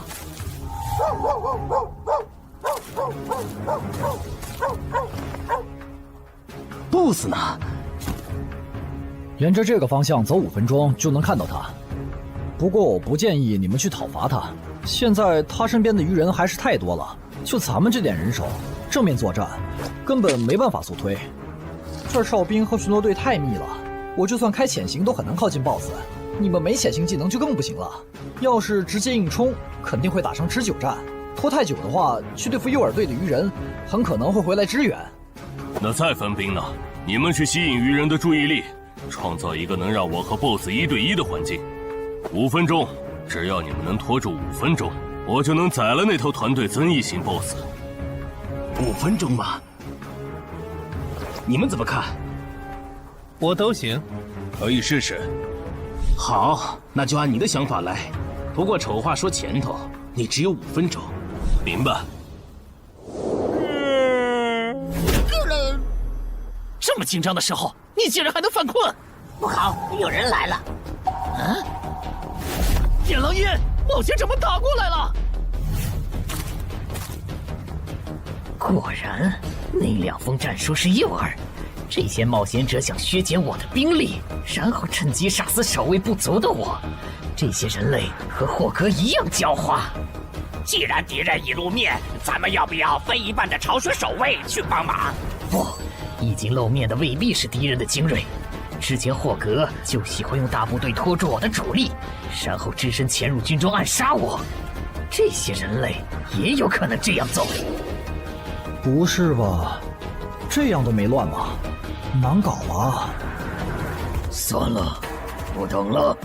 大人您别冲动啊，暗哨现在很危险的。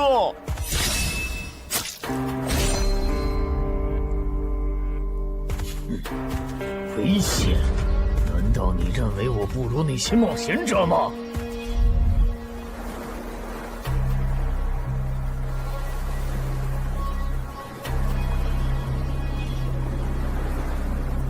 好香的味道，太香了！我的，都是我的，这些美味都是我的。不知道东莞仔那边咋样了？不过和我同组的那2个傻帽肯定是死定了。等朗奇、王二他们回来，我就说我们遇到的鱼人实在太多了，队友死后独木难支，只能回撤。嘿，这样应该可以应付过去。嘿嘿嘿，死神牌又如何？还不是被我找到机会改命了。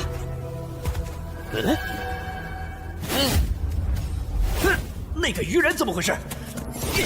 绝不能放他活着离开，至少在地下城翻转前，不能让鱼人知道入口位置。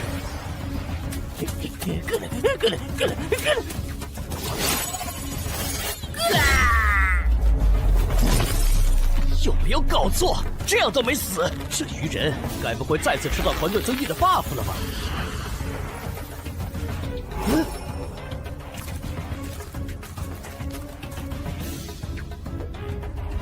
靠北呀！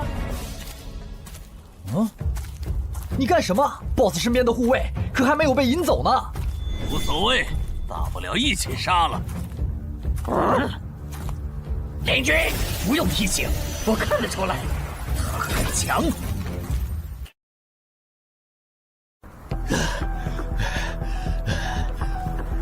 靠北，被摆了一道。这些鱼人跟谁学的诱饵和埋伏？我差点被他们给阴死了。不会吧，BOSS！虽然咸吃你有点浪费，但没办法，谁让你落单了，而我又需要快速提升等级呢。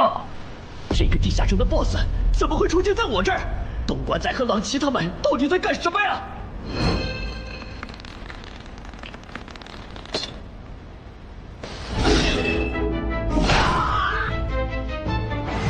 开什么玩笑！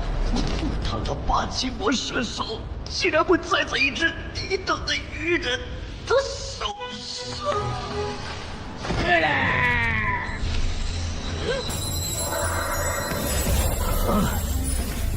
竟然还可以这样！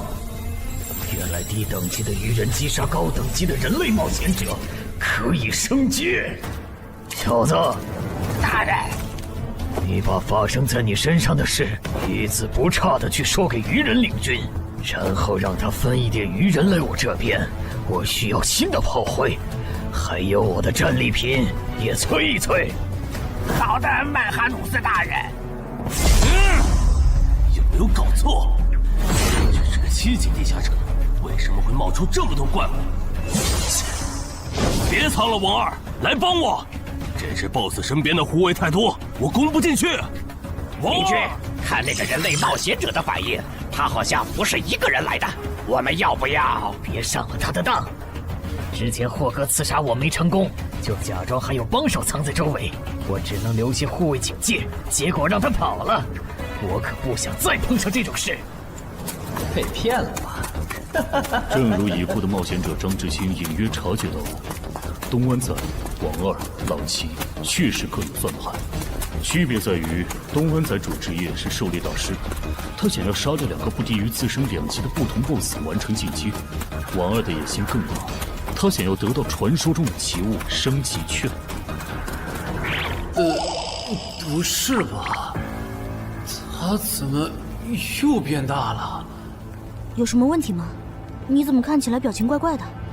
啊，没，总感觉心里毛毛的，好像有什么事情要发生了。王二经常和闽粤两省合作，处理过不少地下城翻转事件，所以知道很多不能向民间公开的情报。这里面有2条情报，一是 bug 级地下城能产出奇物升级券，2是精英级地下城只要出了英雄级 BOSS 就会变成 bug 级地下城。可惜后面进来的人都不擅长水下作战，王二也不擅长，只能眼巴巴看着奇物升级券没了。暗杀者王二，我记得你好像也接 BOSS 相关的委托是吧？你有需求？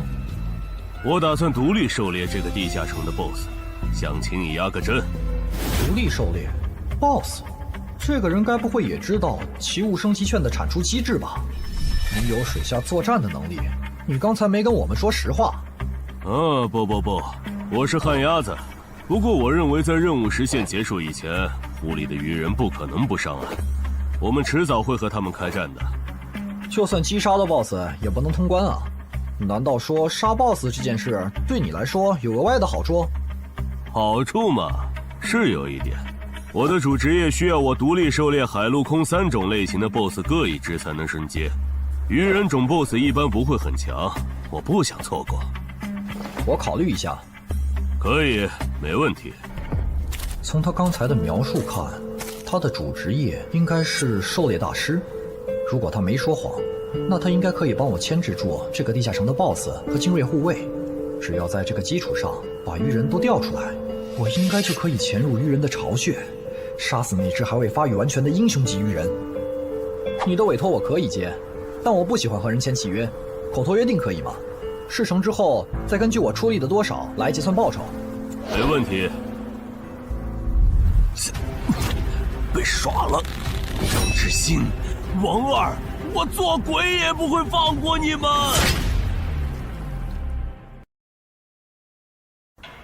这就是你说的杀死人类的冒险者后会进化？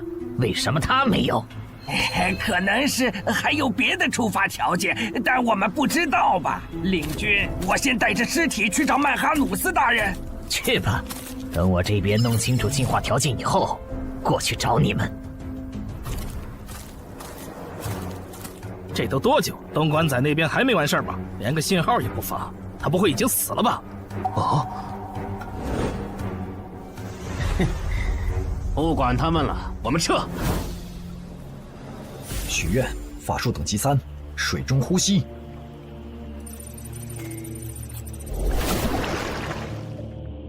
啊！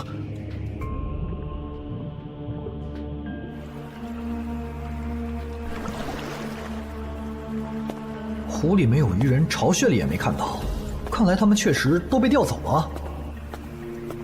啊！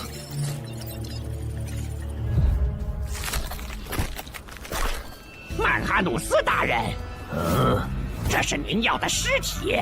可以，但我要的炮灰呢？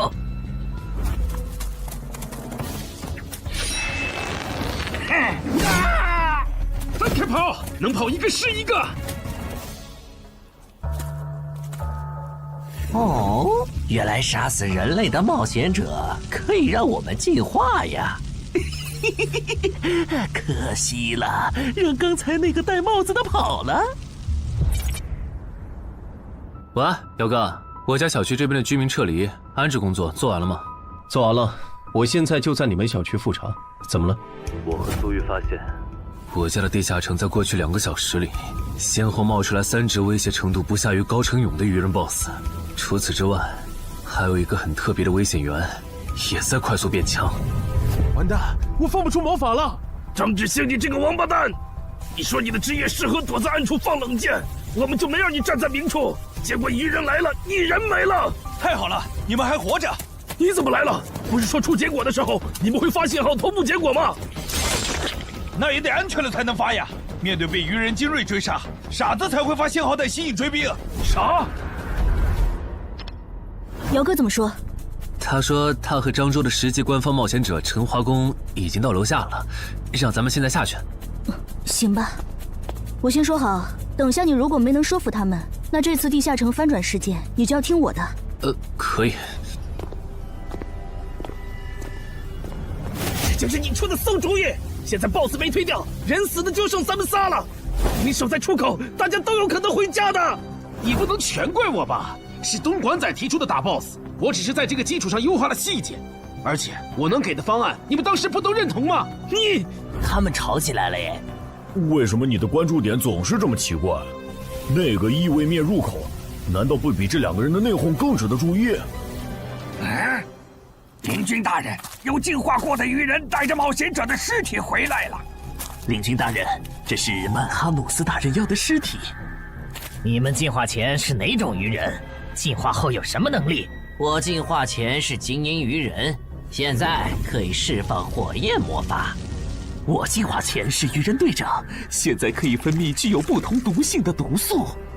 同样是击杀了人类冒险者，为什么最强的巢穴守卫没有进化？等等，最强？你去找一支鱼人哨兵过来。哈什么哈？让你去你就快去。领军大人，他行吗？可以，去把那个人类冒险者杀了。原来领军大人想要现场观摩进化的过程啊！他在测试进化的门槛，笨蛋。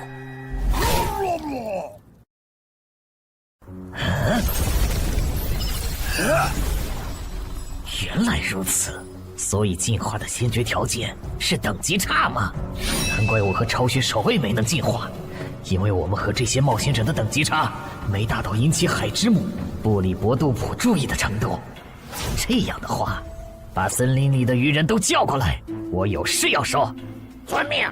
那边的，带着这些人类冒险者的尸体去找曼哈努斯大人。好的，领军大人。可惜那只英雄级鱼人不在这里，不然 bug 级地下城的任务的合并结算，说不定除了能拿到奇物升级券，还能掉落史诗级装备呢。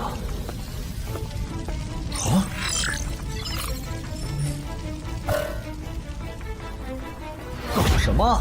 我刚完成通关任务，任务就被重置了，没这样玩的吧？还有这个重置后的通关任务，鱼人种英雄级个体的成长速度都这么快吗？这才多久就发育起来了？什么英雄级鱼人？我记得英雄级个体的实力比同等级 BOSS 强2到3个等级，怪不得东莞仔和王二回阴沟里翻船了。他怎么走了？不用管他，正好咱们接下来做的事不方便被别的冒险者看到。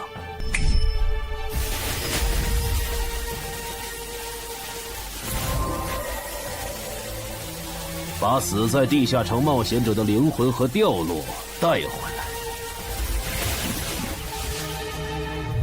啥情况呀？更新的通关任务是怎么回事？王二不是说英雄级个体的发育速度很慢，在翻转前他不会成为我们的威胁吗？怪不得他让咱们瞒下地下城有英雄级鱼人的事。之前他说帮湛江处理地下城翻转时，知道些不能公开的情报。你们说王二会不会知道干掉英雄级怪物能额外得到掉落物的消息？还真有这个可能。这么看，他说不定还藏了一些底牌没跟咱们同步，比如有可以帮他完成脱离或通关任务的奇物。对，正好湖里的鱼人现在都跑上岸了， BOSS 又在被东莞仔讨伐，我猜王二一定会趁此机会潜入鱼人巢穴，尝试通关。可惜地下城因为英雄级鱼人超前发育的原因，升级了任务内容，也跟着重置了，他白折腾了。就这个叫曼哈努斯的英雄级鱼人，能当9级生存类地下城的 BOSS， 王二根本就没法单干。他算计来算计去，结果把自己坑了，真是活该。这么看，我觉得张志兴、东莞仔和郎奇的心里多半也藏着事儿。既然任务都重置了，要不咱别回去了，省得跟他们耍心眼。也行。李军，都到齐了。好。就在刚刚，海之母布里伯杜普再次眷顾了我们。我们的族群出现了新的首领级鱼人，而他不久前还只是你们中的一员。不同以往的是，这次升级不用那么麻烦了，你们只要在这片森林里找到人类冒险者，杀死他们，就能成为和我们一样的首领级鱼人。我们还找到了通往冒险者世界的入口，那个世界肯定有能让咱们再次进化的目标。不过在此之前，你们得先把这片森林里的人类冒险者解决掉，让自己变强。所以去杀戮吧，去升级吧，去用冒险者的血来取悦我们的神明布里伯杜普吧。等一下，曼哈努斯大人，这片森林还剩7个人类冒险者，其中3个正在快速远离我们，还有1个落单的。如果你们想要狩猎人类冒险者，从而进化，建议先从这个方向的落单冒险者开始。不可思议，吃了这么多冒险者的曼哈努斯大人竟然变得平和了。要是曼哈努斯大人能一直保持现在这样，那培养出了曼哈努斯大人还有好多首领级鱼人的我们，说不定真能回到拜戈尔格陛下的鱼人国度。你哭什么？没哭，只是风大迷了眼睛。刚才说的那些，都是苏玉用称号检测过后的结果，所以我们怀疑我家的地下城翻转前，会有更多的鱼人成长为 BOSS。被那些鱼人吃到了规则红利吗？这算是比较冷门的规则了。郑仁君应该没跟你提起过，在探索地下城的时候，弱者击杀等级远高于自己的强者，会获得特殊奖励。对鱼人来说，这个奖励是进化；对咱们来说，就是属性点、超稀有称号和罕见掉落。那几个变成 BOSS 的鱼人，应该就是杀死冒险者的幸运儿。不过他们的挑战等级不会很高，顶多和地下城等级持平就是了，不用在意。但被困在地下城里的冒险者不是有15人吗？如果让鱼人大量进化，我们岂不是要同时面对15只鱼人 BOSS 的入侵？不至于，他们敢来找澄海的麻烦，说明他们比同级的冒险者要强很多。这些人聚在一起，不是一个小小的7级地下城能将其团灭的。当然，如果你实在不放心，可以用称号测一下我，看那几个新出现的 BOSS 鱼人和我比，谁更具威胁。激活技能，军力提升。好夸张的体魄！基础属性加职业带来的加成，不是最高只有20点吗？为什么我激活称号和职业技能的时候，没有这么大的体魄变化？现在的我和你感知到的3个鱼人 BOSS， 谁更强？你更强，而且要强很多。那没问题了。这次来的冒险者里，还有比我更强的。就算最坏的情况是跑出来15只鱼人 BOSS， 我们也能全部击破。啊，好吧。这次东山之行，没想到会这么一波三折。是啊，本来目标不在，咱们又完不成脱离任务，我都以为要白来一趟了。谁曾想，竟被咱们拿到了5个精英冒险者的掉落和灵魂，再加上咱们在上个地下城的斩获，这次应该可以和眼魔做一笔大交易了。怎么了，哈尼？还差一个，只要再吞噬掉1个等级不在我之下的人类冒险者，我就能脱胎换骨。什么？你说这片森林里最强大的鱼人，正带着几个实力仅比你差一点的手下向我们靠拢？8成是冲咱们来的。我问了朱球之眼，他们说这片森林里有一只靠吃人就能升级的怪物，应该就是通关任务里提到的吞噬者曼哈努斯。那怎么办？这个 BOSS 咱们肯定打不过，更别说他还带着一大批手下。只能先保命了。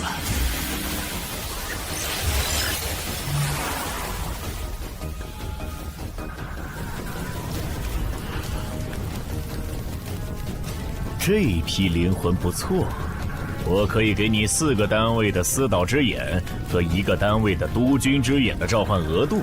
等一下，我这次不打算扩充召唤类目。那你要什么？我想请您帮我杀掉您身后这只英雄级鱼人。可以。要不咱们还是向漳州协会报备一下吧。不用，现在主职业进入第2阶段的我，真实战力少说也有12级，区区7级翻转地下城，在有我和散人联合吴龙兜底的前提下，你觉得不保险是有多看不起我们？好吧。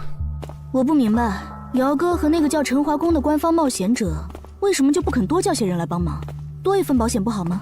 这也是没办法的事，毕竟别的地方也有地下城翻转，来这边帮忙的多了，去别处的就少了。那也不能。等一下，电话。喂，是我，徐茂。等下的翻转地下城，你参与吗？应该吧，他们说有需要了会叫我。OK， 那等这个地下城被搞定后，咱们聚一下。有段时间没看到你了。成。您好，您拨打的电话正忙，请稍后再拨。谁呀？半夜不睡觉给陈海哥打电话，真讨厌！你不也在打吗？哎，我这个妹子什么都好，就是这恋爱脑。怎么还有一个未接电话？吴护士打来的吗？你可真是个大忙人，都凌晨了，还有人排队找你呢。什么？你来东山了？我听说这边有一个等级7的地下城马上要翻转了，就把我哥拉过来帮忙了。等等，你哥哥也是冒险者？哦，对，我想起来了，咱们被拉进坟场那天你说过，你哥哥是10级冒险者。你哥哥现在在你身边吗？在啊。那能把手机给他吗？我有事，很重要的事跟他说。好。你要和我说什么？我听说东山现在很危险，甚至这边的地下城还没翻转失控，你赶紧带他回云霄。失控？具体怎么回事？你详细说说。如果电话里不方便，你来我这边，咱们当面聊。坚持住，我们得撑到曼哈努斯大人。小心，别被这家伙的视线扫到。他跑了。正常，使者可不是没到10级的英雄级鱼人能碰瓷的。想不通，那个眼球怪物，就算是蜕变后的我，应该也打不过。那些冒险者既然有这么强的帮手，为什么不早点召唤出来？陈海哥，这是你妹妹？不，是我朋友。同事。哦，那挺好。刚才在电话里说东山市的地下城要失控了，具体怎么个失控法？最坏的情况是，几个小时后会有15只鱼人 BOSS 来到我们的世界。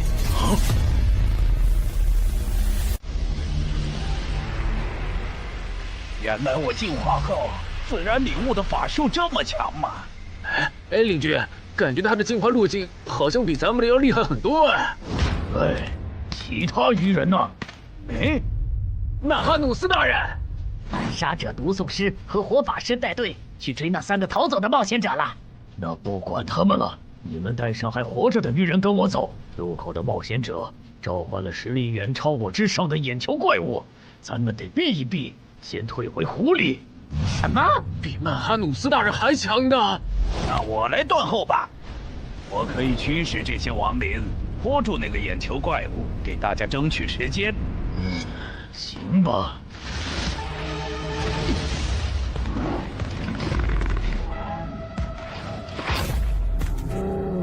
这个数量的亡灵，这里竟然还有掌握了死灵转化的部下。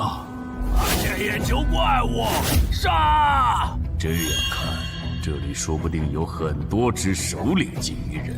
哼，那看来只用5个精英级人类冒险者的灵魂，就能买曼哈努斯的命，可真有点不值了。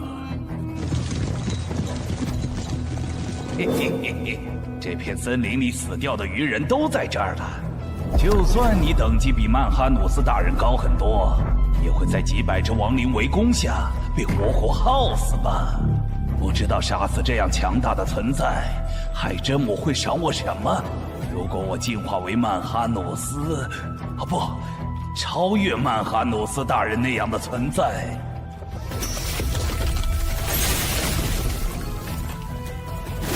那是什么法术？我的亡灵大军竟然这么轻易就被全灭了！别让狼骑在原来的基础上追加报酬。要追加报酬？委托难度和报酬不匹配，我要追加报酬很合理。当然，你也可以更改委托内容。如果换成保护我们直到该地下城翻转，那5个精英冒险者的灵魂够吗？够。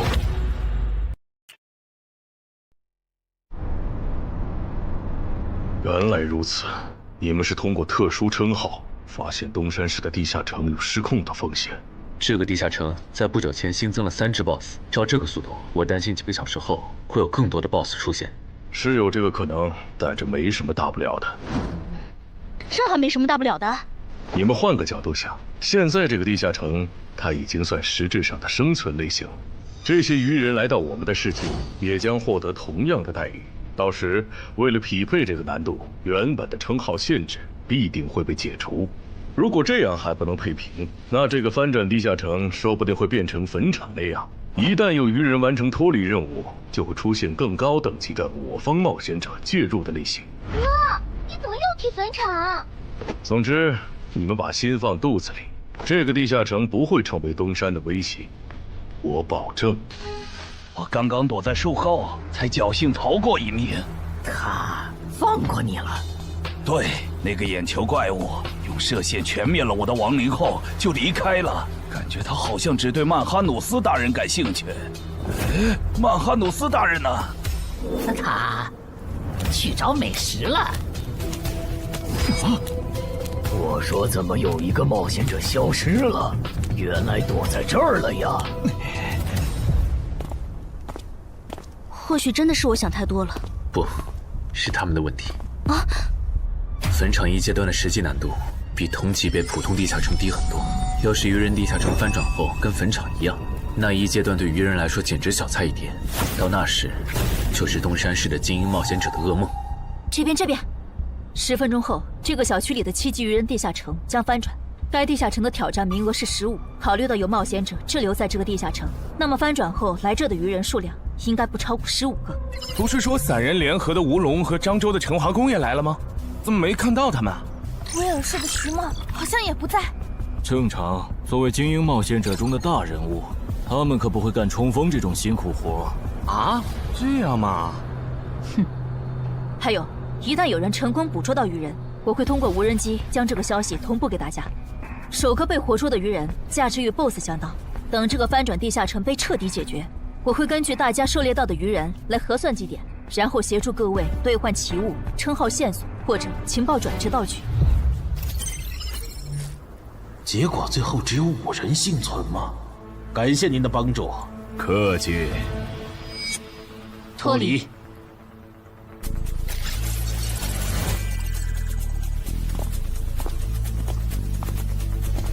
怎么是你们？我们3个活到最后，你很意外？不，只是没想到王二会死。王二死了，不应该呀！拥有潜行技能的他，就算被哪只英雄级鱼人逮到，应该也可以利用森林地形逃掉才对啊！力量源源不断的涌上来了。倒是你们，明明都逃出来了，为什么还堵在这儿？难道你们打算帮忙消灭攻入咱们世界的鱼人？那倒没有，主要是我们回来以后，发现称号竟然还能用，这和王二说的攻方有利原则对不上。我们怀疑王二耍了我们，所以才守在这里，等他出来给我们一个说法。谁能想到他竟然死在了这个鱼人地下城？这下好，白等了。只有你们几个幸存吗？对，只有我们。了解了，那跟我来吧。哎呀，我就知道干脏活有风险。等一下，严格来说，我们就是普通游客。听说周建明后人悬赏程海，就想着来凑凑热闹，不小心闯进了程海家，占了他家地下城的挑战名额。不过没和程海本人有过接触。按地下城入口勘探法案第27条，私人地下城因为攻略出了啥纠纷，当地协会不会直接插手吧？和那没关系。根据地下城翻转防卫法第14条，我代表东山市冒险者协会临时征召你们协助我们处理本次的地下城翻转事件，有异议吗？没，我们配合。配合。配合。好，那先同步一下情报吧。这个7级地下城里的怪物构成和 BOSS 大概是怎样的？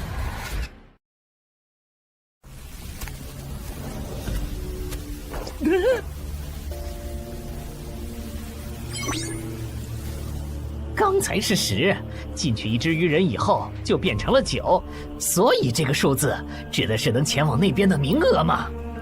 有名额限制的话，那岂不是说明我们可能会遇到和那些人类冒险者相同的困境？那不是问题，只要他们别再召唤出那种眼球怪物，这些人类冒险者就不足为惧。9级地下城，英雄级鱼人。不止如此，他也变成了死亡率最高的生存型。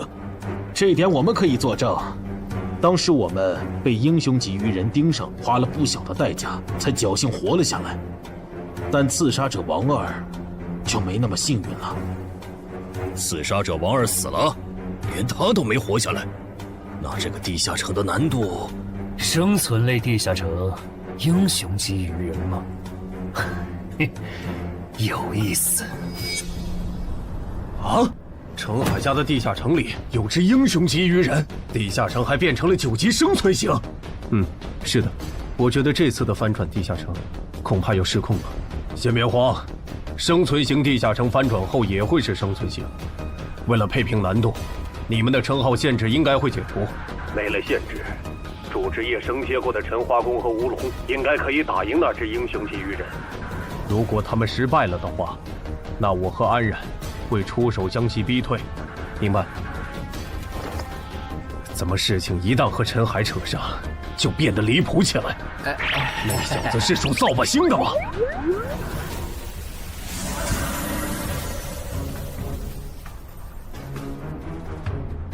人齐了，曼哈努斯大人。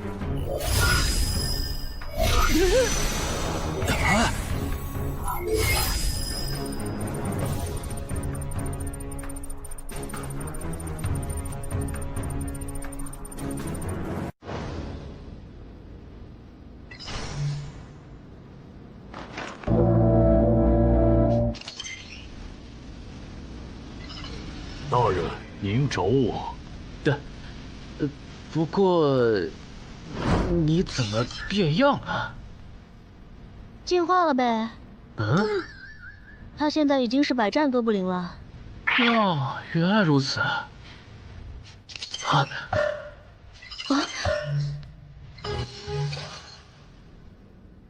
喂，你在哪儿？环城东路，怎么了？事情有变，东山的翻转地下城现在有英雄级鱼人坐镇，你随便找2只实力过得去的鱼人杀了交差，别去碰那只英雄级鱼人。行吧，还有别的要求吗？没了，注意安全。我懂了，红点是等级和我相差不过2级的人类冒险者，而黑点是等级比我高3级的人类冒险者中的首领。只有2个黑点，有点不够分呢。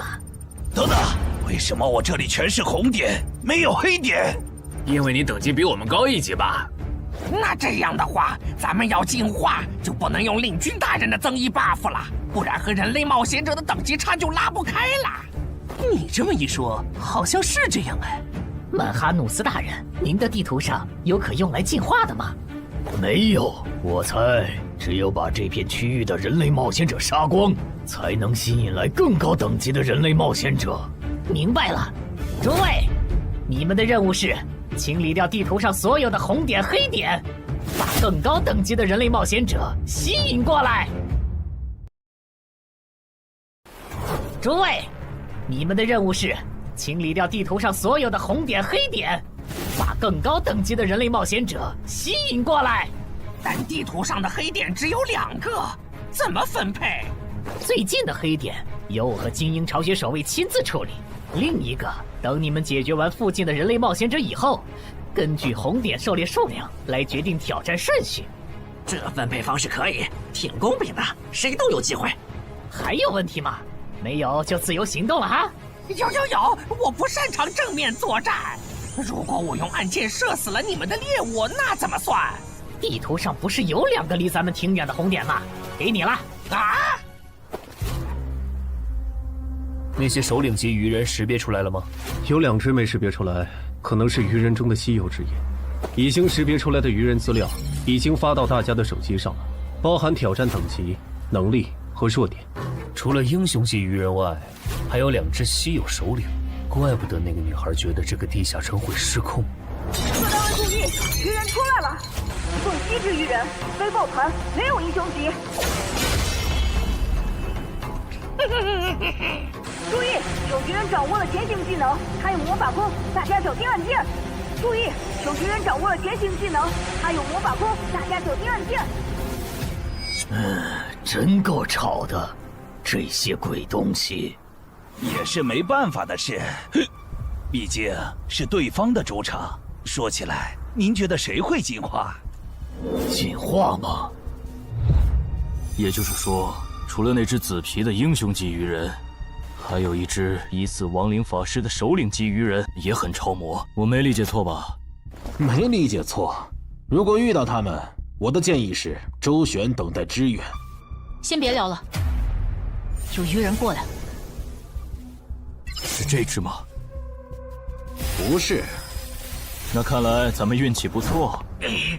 大美，竟然能召唤眼球怪物的人类冒险者，怎么偏偏是我碰上了？火法师遇到了眼球怪物的召唤者，正好去试一下进化后的我和那只眼球怪物谁更强。全体注意，英雄级鱼人现身了，他正在往西南方向移动。这只首领级鱼人不强，别让他跑了。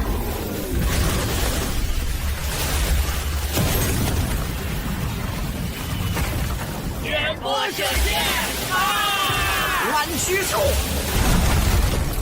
探边。幽暗地狱的王眼暴君啊！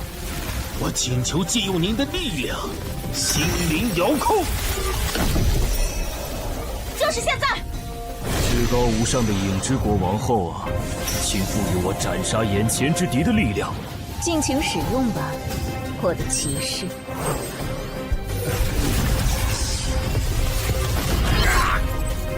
干掉了一只首领级鱼人，可以交差了。西门方向的冒险者请注意，有英雄级鱼人正在往这个方向移动。啊！英雄级鱼人，怎么来得这么快？怎么办？打还是跑？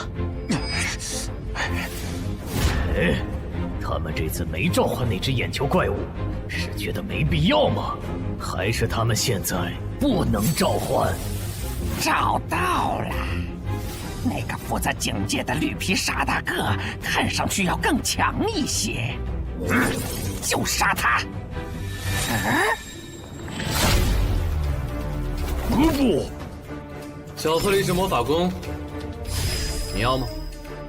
不要，长得太丑了。行吧，这些鱼人比我想的弱，我打算主动出击，找落单的杀。能帮我提供一下位置信息吗？可以。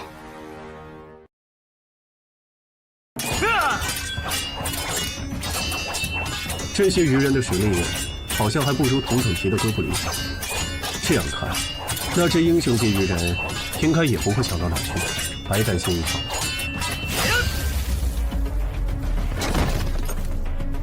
这些鱼人弱得很，我一个人就能搞定，去帮别人吧。好。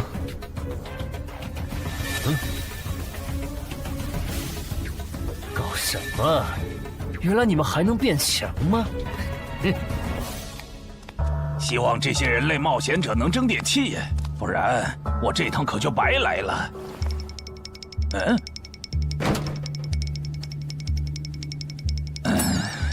都冻成这样了，你就不能换个地方藏吗？看你能跑到哪去！小心，他喷了强化药剂，我的元素护甲不一定能挡住他的细弓波了。小道，老二、老三，好的，大哥。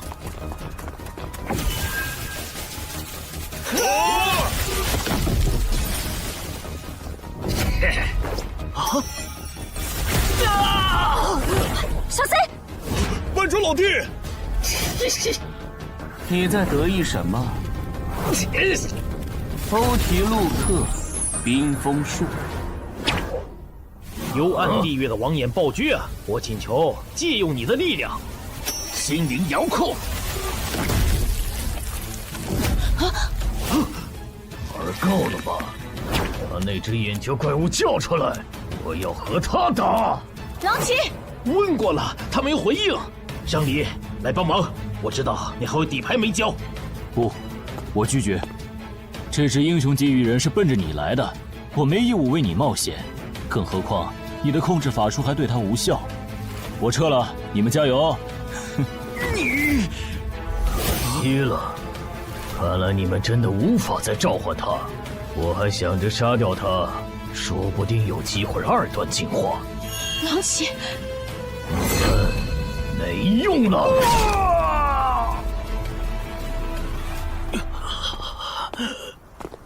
慢点，慢点！首次捕获的对应极点，等地下城结束后，会根据 BOSS 的强度核算给你。到时你可以来换取想要的东西。我很期待。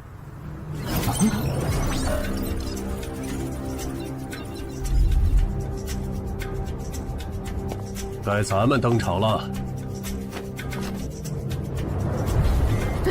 大意了。虽然对10级人类冒险者的强大有一定预期，但强化到9级的基因巢穴守卫，竟然这么轻松就被干掉了。这个高等级的人类冒险者和森林里遇到的那些完全不一样，不能再……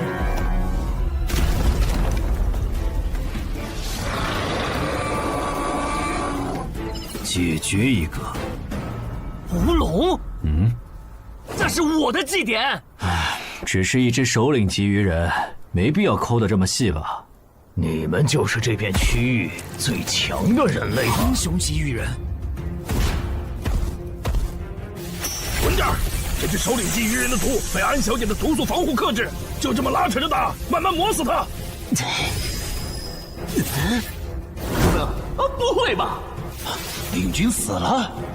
那火法师、毒素师和气功师那边是不是也？过来，去把死掉的同胞带回来，我来为他们做亡灵转化。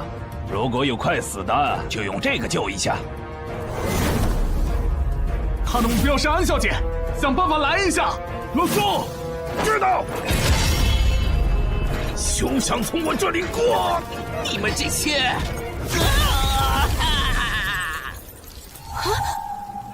天使，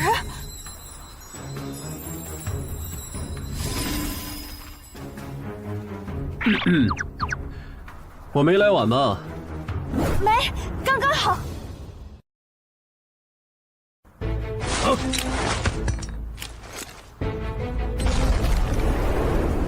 这谁扔的烟雾弹？不对，我感知掉了。正常烟雾弹没有这种效果，这是奇物化的烟雾弹。火法师和领军死了，主人让我喊你回去。别管我。我不奢求进化，等下我随便杀个红点就脱离。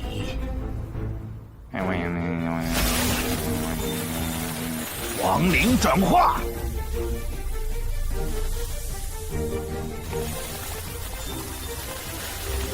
我变成亡灵了。对，主人，我回来了。啊！气功师和毒素师呢？气功师被人类的冒险者捕获了，毒素师他好像受到了打击，现在不想进化，只想尽快脱离这个地下城。这样吗？被那只首领级鱼人逃了。能找到他吗？已经找到了，他刚刚翻墙离开了小区，现在正在向西逃窜。帮我规划追击路线，还有通知就近的冒险者过去拦截。好，很好，那些人类冒险者没有追过来。我现在明白上位、中位、下位种族的不同了。像我们下位种族，要当上首领才有职业，可中位种族里的精英，每个人都有职业。这些人类冒险者，单看一个没多厉害，可数量多了，配合起来就特别难对付。我要赶紧杀一个人，完成任务，逃离这个危险的世界。喂，商里，有一只首领级鱼人冲出了第1封锁圈，现在离你只有100米，我们需要你拦截他，直至增援赶到。可我已经解决了一只首领级鱼人，按照翻转地下城防卫条例第7条，你们不能……我知道，但他现在离你只有20米，10米，他到你背后了。被发现了！该死，怎么竟让我碰上这种事？不管了，反正是下位种对中位种，但身为首领级的我，没理由会输给精英级。让开！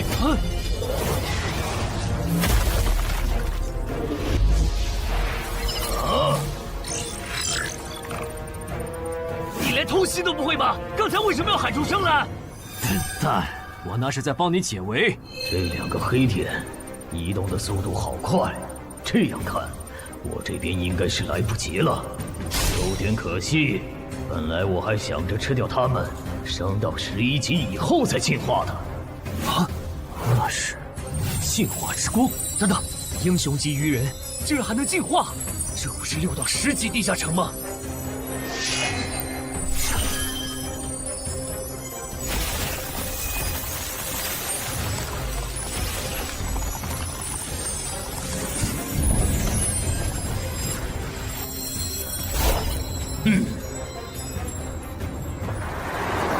师傅，能再快点吗？已经很快了。什么情况？明明刚才已经没剩几只鱼人了，怎么突然又冒出来2个危险源？苏玉这个表情，前线的形势这么不乐观吗？该死，我都拖了这么久，说好的增援怎么还没来？大意了。没想到这个人类冒险者的实力和我这么接近，差一点就阴沟翻船了。到此为止了吗？等等，这2个黑点，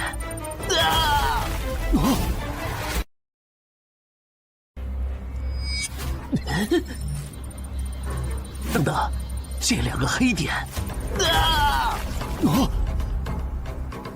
正人君，首领级的祭典怎么算？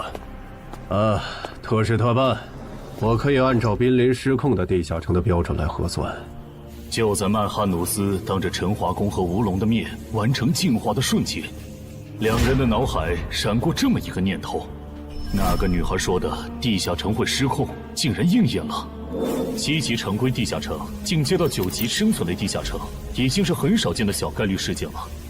在这个基础上，又出现了英雄级个体，并且还能主动进化，这种事简直闻所未闻。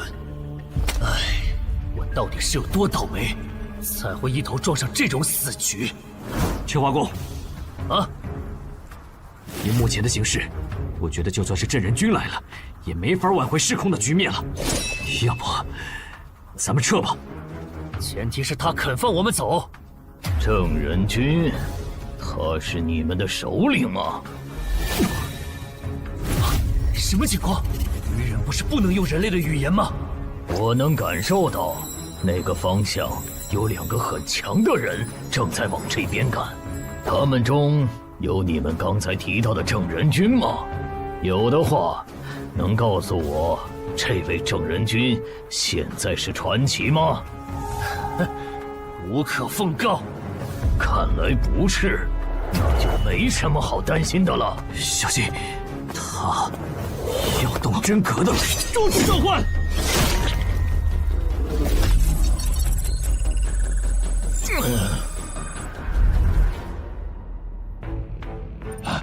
终于出现了黑点。不过保险起见，还是先完成脱离任务，先去解决一个红点吧。你不是去追那只毒素鱼人了吗？怎么又回来了？哦，那只首领级 BOSS 被郑仁君和他找来的帮手干掉了。倒是你们为什么都聚在这里？小区里的鱼人解决了？大部分解决了，除了吴龙和陈华宫负责的英雄级鱼人，现在只剩下陈海家里的鱼人没解决。但他们待在楼里不肯出来，在室内作战的话，我们的人数优势就没了。亡灵能快速穿过墙。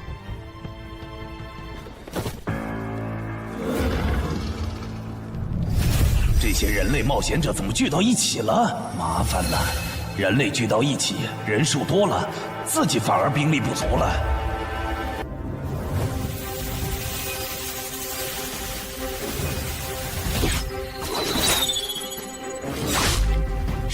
谁干的？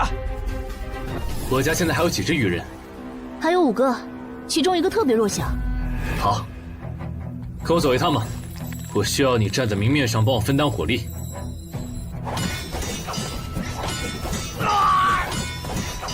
够了，我玩腻了。你个乌龙，机会我可是给你创造了，你给我好好把握！一铁贯穿，扼杀神枪，还有你！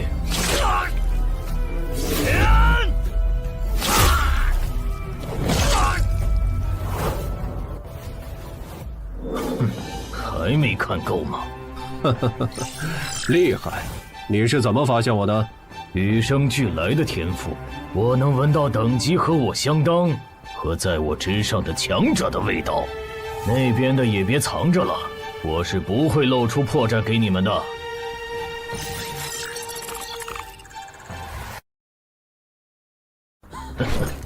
说起来，你们还真是冷酷无情呢。就这么看着我对你们优秀的后辈下杀手，如果我不叫你们出来，你们是不是还会继续看下去？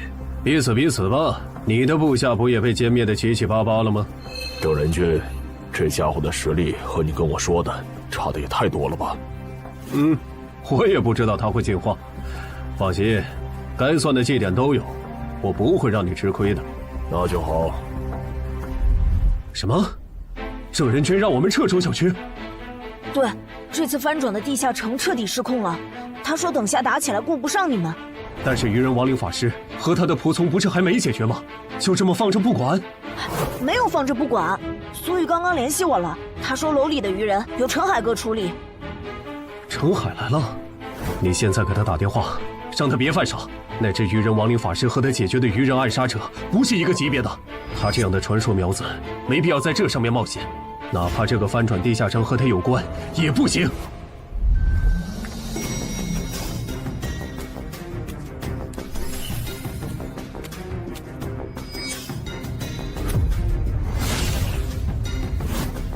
别回头，继续往前。又被瞬杀了，开什么玩笑？这可是7级精英种亡灵，没办法了。你们去给我干掉那个绿大个儿。好。他这样的传说苗子没必要在这上面冒险，哪怕这个翻转地下城和他有关也不行。小哥，不行啊，陈海哥关机了，电话打不通。关机了？啊？需要帮忙吗？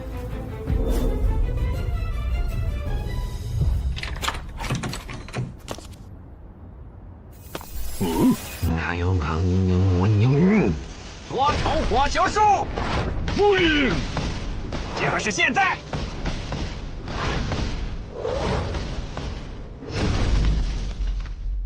和暗杀者有着相同技能的人类，怪不得那2个巢穴守卫会被瞬杀，这样就解释得通了。上一仗，走廊的愚人就交给你了。多重火球术，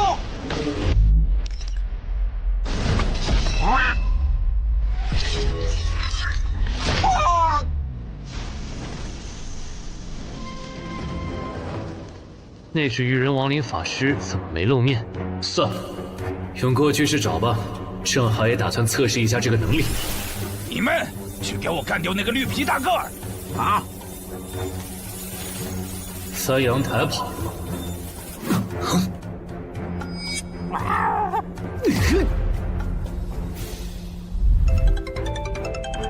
姚哥，我这边抓到了不用来探路的普通愚人。这个先放一放。你现在在哪儿？我当然在我家。你家现在很危险。你是说愚人亡灵法师和他的亡灵仆从吗？那些亡灵已经被我处理掉了，但那个愚人亡灵法师我没逮到，被他翻阳台跑了。什么？你提醒下小区里的冒险者，注意别被他抓。陈海，好久不见。徐茂，你怎么也来了？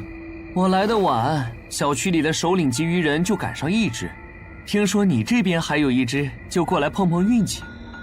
那你算白来了，大鱼已经跑了，他手下的亡灵也被我和我的哥布林随从清干净了。何不？那把武器，这些等等再聊，咱们得撤了。撤？不去帮吴龙和陈华攻吗？已经帮不上忙了。你和宗玄是对的，这个翻转地下城确实失控了。虽然回音受到的伤害不会同步给本体，但回音被毁是会消耗体力的，而且打到现在，我这边的牌基本都展示一轮了。安然，如果你的暗杀拳杀不了这怪物，那咱们今天都要交代在这儿了。再来一次，显现回音。啊！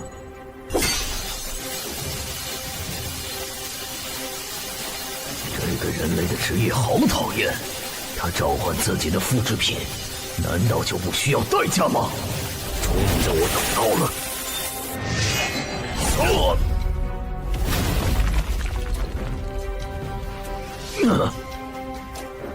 这都没死，看来他其他属性免疫很强啊。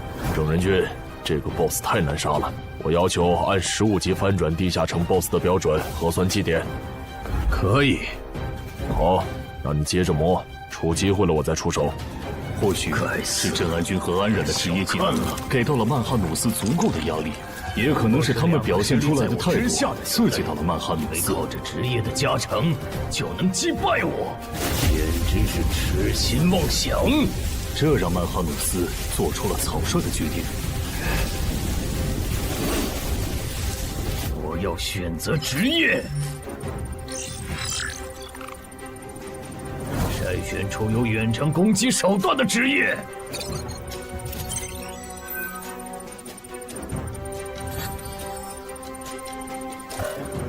少啰嗦，我选2。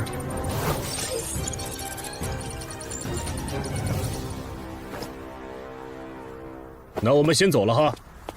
注意安全，有事给我打电话。喂，萍姐，那只鱼人亡灵师被陈海哥打跑了，我把他的逃跑路线发你，他现在落单了，应该比较好对付。镇人君竟然亲自下场了，看来这个翻转地下城应该会很快结束。虽然中间出了不少插曲，但好在是活下来了。啊！可算找到我的猎物了。是从什么时候开始的呢？我的人生走入了死胡同。等很久了吧？啊，没有很久，李博。这是我之前跟你提到的周畅，传说级冒险者周建明的孙女。这是云霄市的新兴冒险者商礼，她是咱们省唯一受到影之国王后青睐的冒险者，以后大有可为。你们认识一下。你好。你好。哦，是从那次李博介绍周畅给我认识的时候开始的。那又是什么时候，我的冒险者生涯正式步入坟墓了呢？早生贵子！好像是从我变成周家女婿，官方给我分配超出能力上限的攻略任务，而我的妻子却袖手旁观的时候。还没好吗？他快撑不住了！岿然不动。完了！五环法术，怪物定身术。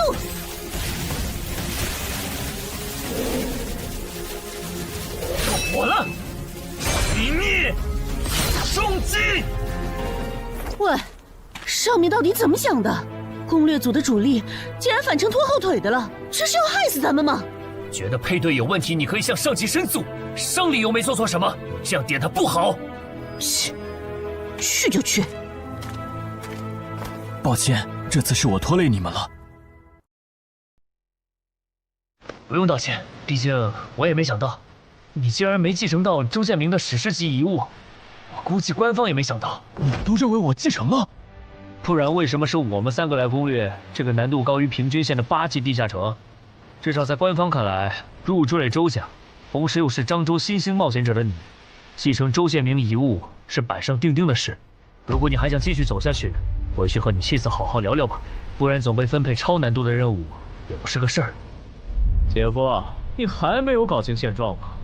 你只是入赘到我周家，但并不意味着我们一定要把全部的资源压在你这个外人的身上。再说，你又没有成为传说冒险者的权利，不如就走黄伯伯的路子，当个云霄市入口管理人算了。我觉得可以。你留在云霄，正好可以照顾周德，而且也不用照顾。如果那个时候我没有入赘周家，我的冒险者生涯会不会就是另外一种样子呢？要是能重来一次，我把他转化为亡灵吗？办不到，我只能转化同种族的鱼人。看到了，他们就在前面。这些人类来得好快，快有什么用？脱离任务已经完成了。脱离。喂？什么？伤离死了？对，并且那个亡灵法师已经……糟了，那只英雄级鱼人又进化了。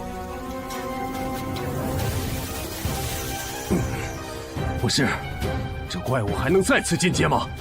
这就是实力业吗？我现在有点理解，实力远不如我的你们，为什么有了职业的加持以后，可以给我造成这么大的麻烦了。不过，也就到此为止了。鱼人流，不中弹。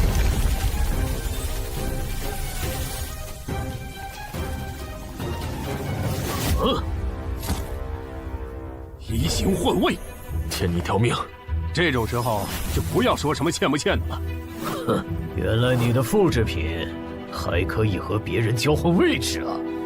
是啊，很方便嘛。那如果我同时攻击你和你的复制品，你该怎么躲呢？传奇下，好快，感觉好像躲不掉了。别闪大人了，那个进阶不了。让你的人联系黄泉，这怪物的实力就能摸到传说级的边了。咱们不是他的对手。无意义的挣扎。喂，那个大小的气弹可不是开玩笑的。去！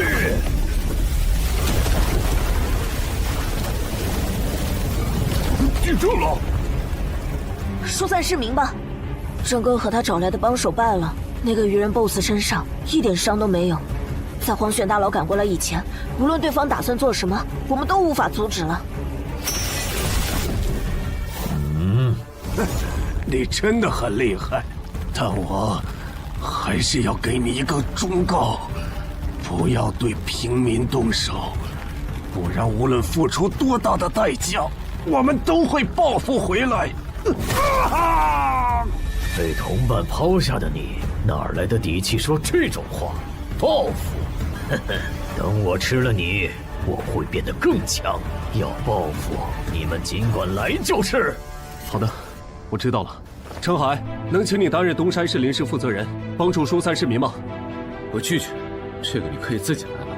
不一样，我和陈化工在这个翻转地下城上犯了致命错误，现在的我没有资格当这个临时负责人，而且总得有人站出来拖住 BOSS， 为大家争取时间吧。你赶紧逃命去吧，我尽量多为你们争取点时间。地下城失控，大家都有责任，你没必要把命搭上。不，我是官方冒险者，我不能犯了错以后还当逃兵。陈海，以后就麻烦你帮我照顾好小林他们了，东山市就靠你们了。这组织没白假，我申请，让我去挑战那个英雄级鱼人。别冲动，我知道有个能帮你越级挑战的隐藏职业。我也知道你在坟场和高成勇那里得到了强烈的装备和奇物，但那可是连郑仁君和安冉都束手无策的，半只脚踏出传奇的怪物。现在的你不可能是他的对手。你先听我说完，我这个称号可以自动检索附近最强的鱼人种，使我获得与对方相同的力、敏感。就算你们的基础数值完全相同，你和他仍有着无法弥补的战力差。这不是……但如果再加上这件能提供战斗意志和经验的史诗奇物——传奇亡灵库罗德的头盔，以及那边的史诗装备——黑骑士之剑，2件史诗级。哎呀，安教练，你这次可真是看走眼了。还有我的职业，死亡行者，我靠他先后和2位传奇级 BOSS 交过手，就算是19级的上位传奇，我也有自信在他的手下撑过3分钟。很抱歉，对你们隐瞒至今，但现在我想作为东山市民、东山市冒险者、东山市官方冒险者协会的一员，尽我的一份力，请不要拒绝我。你都这么说了，我还怎么拒绝？那就说定了，等下我当主坦，你从旁牵制。徐梦你呢？来不来？我就算了。等我吃了你，就去抓那个跑了的人类，到时候我就能和你们的传奇一战。如果我能侥幸击败你们的传奇，除非太阳打西边出来。到临头了还嘴硬，我看你是不想死痛快了。喂，杂鱼兄，我来打2番战了。我都已经大发慈悲放你一马了，为什么你还要不识好歹的回来送死啊？既然你不珍惜捡回来的这条命，去死去死，去死去死！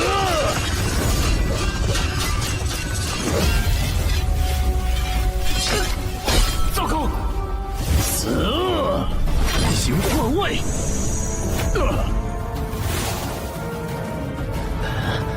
武器坏了，你那边有备用的重型武器没？有。竟然还在垂死挣扎！你们在聊什么？聊得这么起劲，也带我一个嘛。程海，他不是才6级吗？他来干什么？这个人类很强。有点意外啊！那个叫程海的冒险者，很有可能挽回局势的。这种可以白蹭基点的好事，你为什么要拒绝？彼此彼此吧，你不也没去吗？攻略团的攻城魔女，我不是说了，随便找2只鱼人杀了交差就可以撤了吗？怎么还没走？算了，不重要了，赶紧跟我走。这个翻转地下城失控了，东山市已经不安全了。凭借气功师带来的高级感知，曼哈努斯敏锐地察觉到，这位不速之客的实力和自己非常接近。这个人类很强，但诡异的是，天赋却告诉曼哈努斯，吃掉眼前之人并不能升级。显然，他和自己一样，也是族群中的特殊个体。人类，你现在多少级？我6级啊，怎么了？把我当傻子吗？就算你也有王者资质，也不可能6级就和我实力相当。想知道原因吗？那是因为……够了！我不管你是装腔作势，还是打心理战，接下来我会全力击溃你。求之不得！你弱，时间猛，那我也……又是这招！位置互换，郑哥你做的，你还好意思问？要不是郑哥出手，你现在已经死了。那个能召唤分身的家伙真是太麻烦了，得优先处理他。郑哥，你就信我一次，如果我没把握和那个鱼人一战，我是不会来的。你确定？他的黎明坎可都在20以上，就算你之前通关的都是高位地下城，也都拿到了 A 或者 S 评级。我确定。行，那你主攻，我辅助。不是，他上下嘴皮子一动你就信了啊？他才6级啊！先杀一个！光顾着说话，把他给漏了。移形换位，郑哥小心，他的目标是你。白痴的家伙，给我死！来不及放出回音再置换了，得手了。不是说好了要全力击溃我吗？对我的同伴出手是什么意思？程海有2件史诗级装备。不止如此，他的主职业也很特殊，而且他能靠着称号的效果，让自己的基础属性跟那只 BOSS 一样。我觉得加上你，就算杀不掉那只英雄级鱼人，也足够拖到黄选和五虎救场了。这次还要使用移形换位呢？混蛋！同样的招数都用2次了，你们以为这次我还会中招吗？竟然没有换位！用过2次的战术，当然不会继续用了。赢了！还早呢。这只英雄级鱼人的体应该在20以上，刚才那一下还不够致命。不过还真是惊人呢，明明是第1次合作，程海却能在不用我提示的情况下，完美适配我的战术。我记得他好像是写小说的，现在的小说家都是怪物吗？可恶，这小子得手后就退了，完全不给我出招的机会。体也在20以上，有点难搞啊。亏了，这2人搭配起来比没用技能的我强太多了。奇怪，这个鱼人 BOSS 难道打算撤了，还是说留着后招呢？本来想着不用技能杀掉那2个14级的晋升15级，然后再挑战这里的传奇。现在看，这已经不现实了，只能走一步看一步了。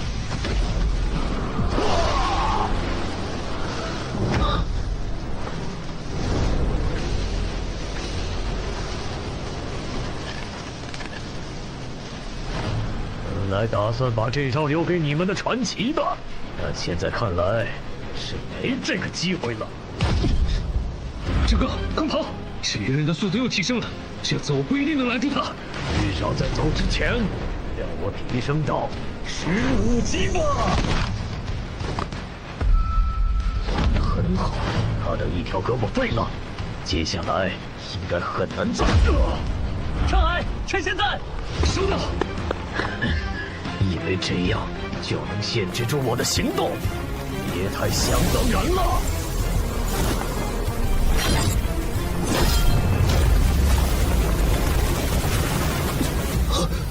闹剧就到此为止，去死吧，雕哥！这种速度的攻击都破不了他的防。神眷者吧。这次的援兵是召唤师吗？让我看看你藏在哪儿。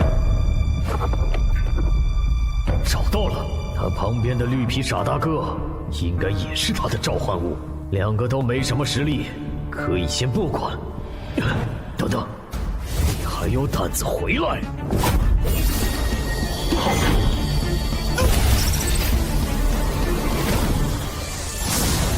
给我死！还能打吗？有点难。这是回血药剂，你和郑哥省着点喝。在增援赶到以前，咱们只能靠他撑时间了。我明白了，不杀掉你，我就不能对其他人出手。是这个意思吧？可以这么理解。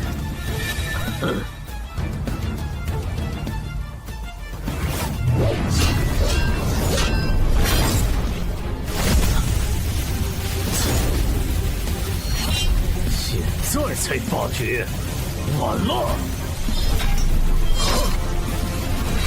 好奇怪的兵器，竟然能突然变化刺向我眼睛，得多加防范。还好他没和长莲对战过，不然刚才就只能硬接他的气功波了。但这么高强度对攻下去，他迟早会适应的。得换个打法了。用这个吧。啊，别喝太多，你一小口就能结痂了。这么阔气吗？3A 级教练就配备了回血药水，我还以为至少要馆主级才有。是程海借给咱们用的。哼，我估计他自己都没意识到，在6级这个阶段，找到这种级别的装备奇物有多难。我警告你，别打他的主意啊！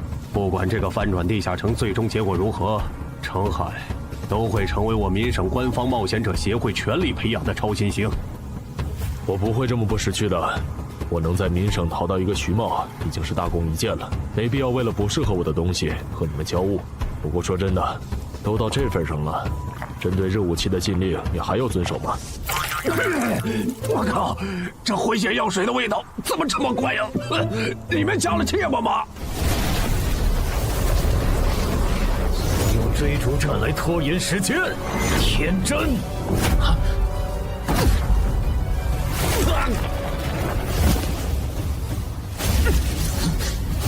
怎么不逃了？该死，怎么在这个节骨眼上崴脚？既然你逃不动了，那就去死吧！不得不说，你真的很顽强。像你这样能和我周旋这么久的对手，或许以后我再也不会遇到了。相关了，先救人！来不及了。我会记住你的，人类。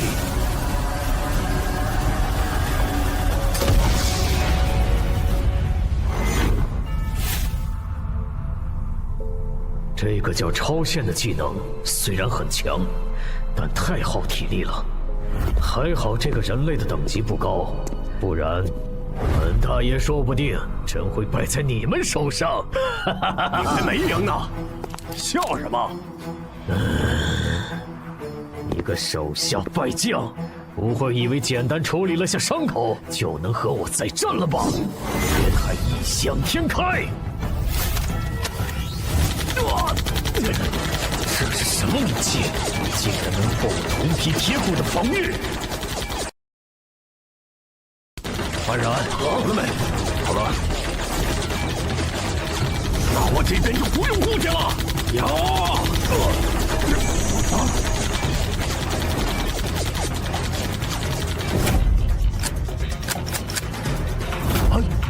为什么2把枪会同时卡壳？开什么玩笑啊！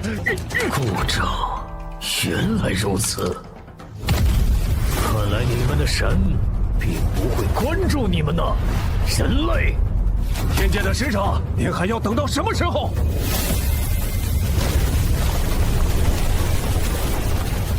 你怎么瞄准的？我刚才差点被你杀了。不会的，我有分寸。感激不尽，武神。不是，他这都没死。圣系会分进一切非传奇单位，你明明还不是传奇。那当然是因为海之母在注视我呀！哈哈哈哈！本来想着有限度的使用这武器，尽量控制地下城的失控的影响，但遇到这种打不死的怪物，蝼蚁们继续呀！再加把劲，你们差一点儿就能打过本大爷了。如果你不小心败在你所认为的蝼蚁手上，对你来说一定不亚于最终极的羞辱吧？就凭你痴心妄想！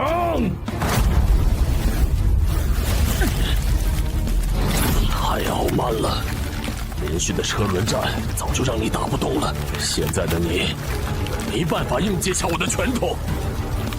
自己想要墓志铭吧？该想墓志铭的是你！再来一次，超限！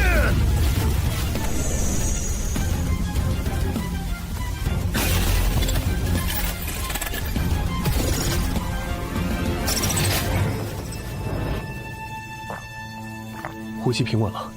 不，奇怪，澄海的冒险者面板怎么弹出来了？他都没醒。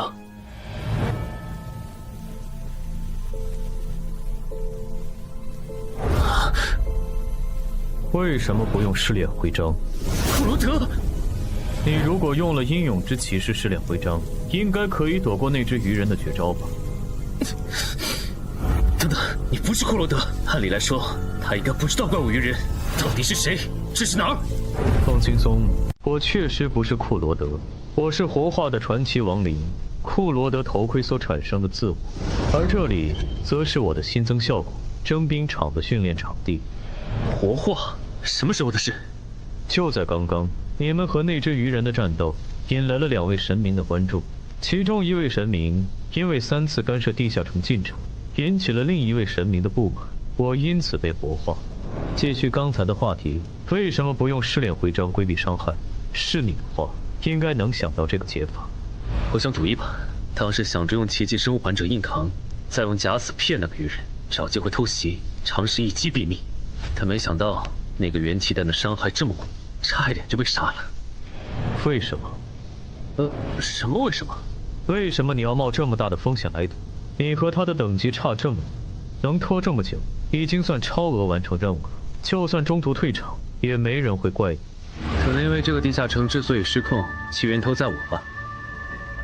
如果当初选择上交入口，而非自己攻略，说不定就不会演变成现在这样。万一你上交后，官方也没打通这个地下城呢？而且你成为冒险者后，不是也帮助过很多人吗？ 2件事，一码归一码。对了，我要怎么做才能离开这里？外面的战斗还需要我？已经不需要了。我不是说了吗？观战的神明开始下场了，这场闹剧很快就会结束。你醒了？不，只是孱弱的身体。打开冒险者面板，称号还可以，有几个能用的。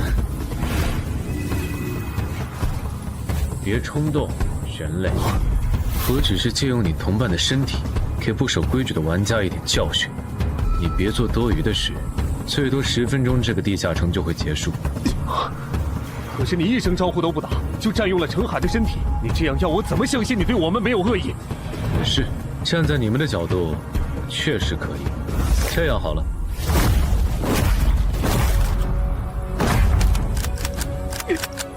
搞什么？怎么又卡壳了？死吧！死的人是你！暗杀拳！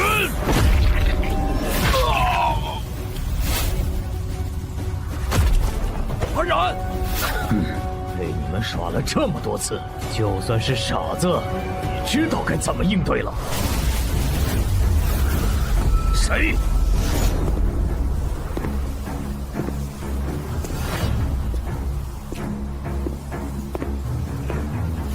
程海，你怎么又来了？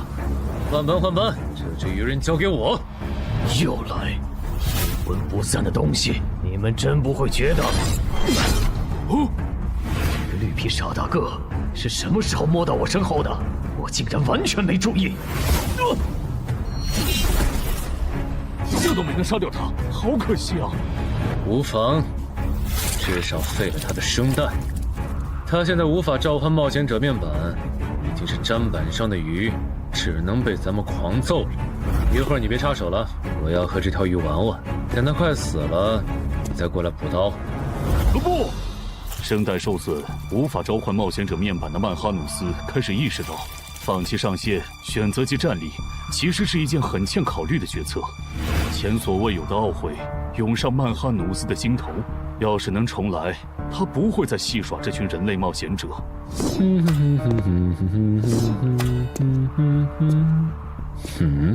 同样感到后悔的还有布里伯杜姆，连续违反 DM 协议的代价让他不得不孤注一掷，提醒曼哈努斯还有一线生机。感谢你，牧神。这都帮你几次了，你的神难道是你们的保姆吗？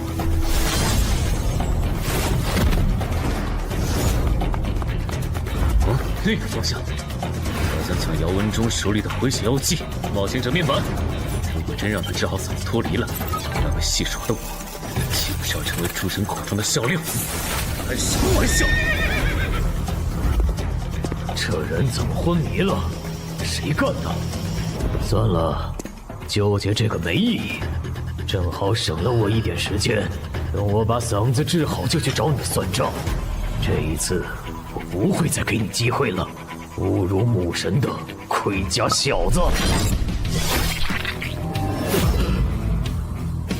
怎么回事？我怎么突然就……难得下来玩一次，结果那点雅兴全被你们给搅和了。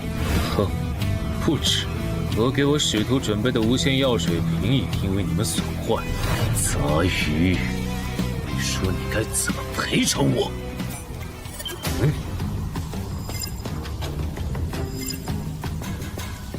赔偿可以，但这条鱼人必须死。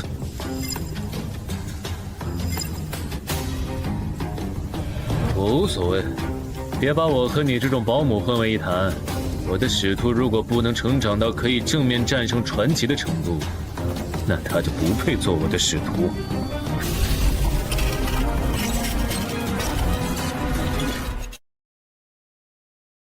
哥布，你来的再迟一点，这鱼人就死了。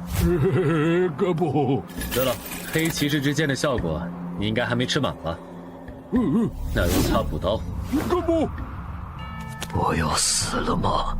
我不甘心，我还能战斗。母神啊，如果您还在注视我，我祈求您再给我一次。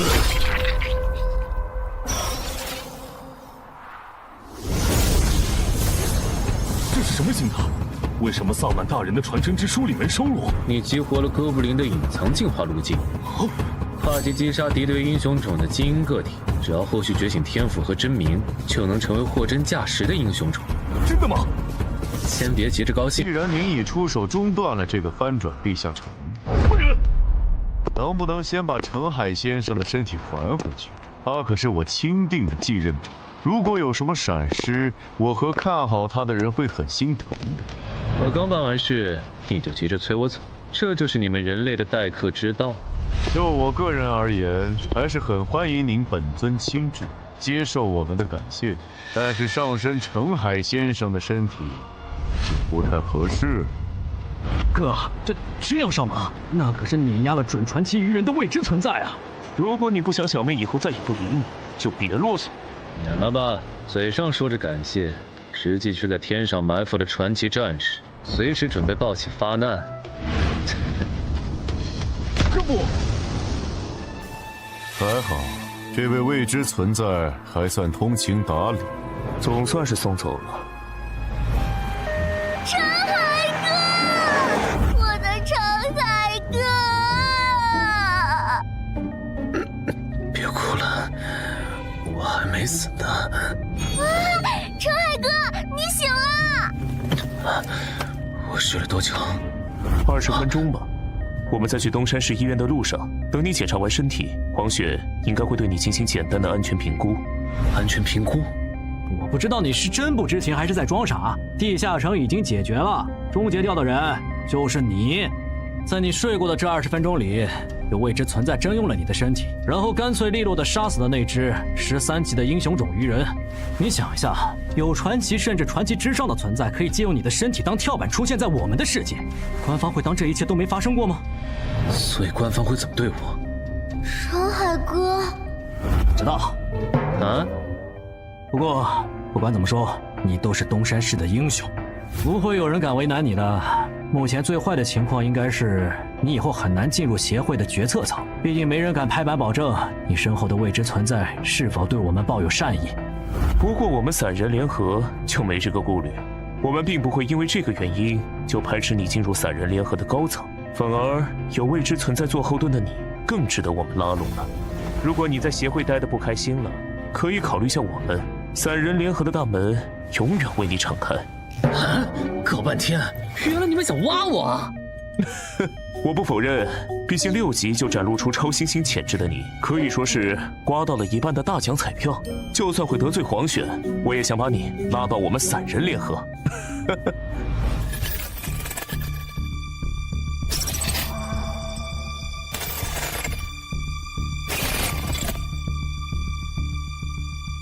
自救之船，程海先生什么意思？程海先生，程海先生。抱歉，刚才在想事情，怎么了？您的武器和隐身衣被您的哥布林随从带走了，我们在现场只找到了这件损坏的药剂瓶。了解，剑和隐身衣，我之后找他要。那我这边没有要聊的了。关于药水瓶的补偿方案，协会会在3个工作日内整理出来。好。这个人有点厉害，刚才的谈话，连我哪天成为冒险者和死亡主宰何时关注我都被他问出来了。他的副职业技能，该不会是强制对话，或者必须说真话吧？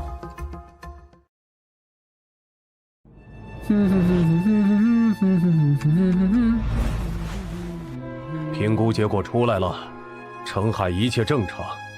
那个用程海身体神降的未知神明呢？5号有问吗？问了，但程海知道的也有限，目前只确认了对方称号“死亡主宰”。听起来似乎是亡灵系的神明。他是什么时候接触的程海？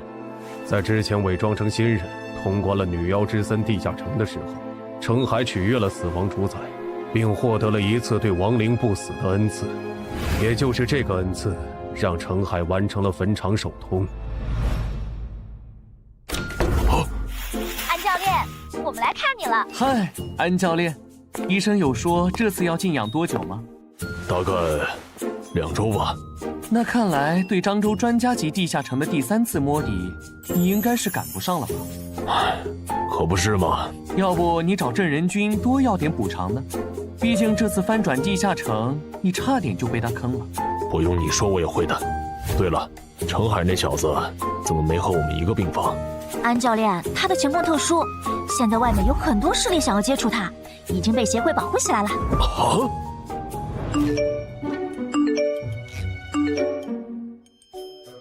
婉婉，不是吧？你如果担心自己的利益受损，那我可以通过散人联合的渠道帮你发声施压。毕竟啊，给协会上眼药这种事，大家都乐意搭把手。狗这么大，如果让姚哥知道了就……让我知道什么？姚哥，看来你已经想起来了。这样好了，有缘再见了，谁也是卷宗学者的人类冒险者。放心，我一点都不记恨这件事。毕竟打晕我的不是你，是你背后的未知神明。姚哥，但我怎么感觉你好像很在意这件事啊？好了，不跟你开玩笑了，你的安全评估过了，可以回家了。啊？现在吗？不需要再观察几天？怎么想留这儿白吃白喝吗？国内登记在册的神眷者就超过10个，他们背后的神明大多是守规矩的。说白了，只要你背后的神明没有展现出明显的反社会、反人类倾向，那协会这边就不会限制你的人身自由。反社会、反人类倾向？啊！你怎么又变样了？奇怪，我为什么要说又？算了，你和我简单说一下那位大人追问我身体的事吧。哥不。懂了。所以他是用我的身体打赢了那只鱼人，然后让你补了刀，你才进化成这个姿态的。不止如此，我还激活了隐藏进化路径，是连萨满大人的传承之书都没能收录的。那不错，正好你这个新形态蛮帅的，以后就叫你豪杰吧。对了，我的隐身衣和黑骑士之剑是不是在你那儿？在的。没别的事了，黑骑士之剑你拿好，等以后击杀强敌没提升了再还我。哥不。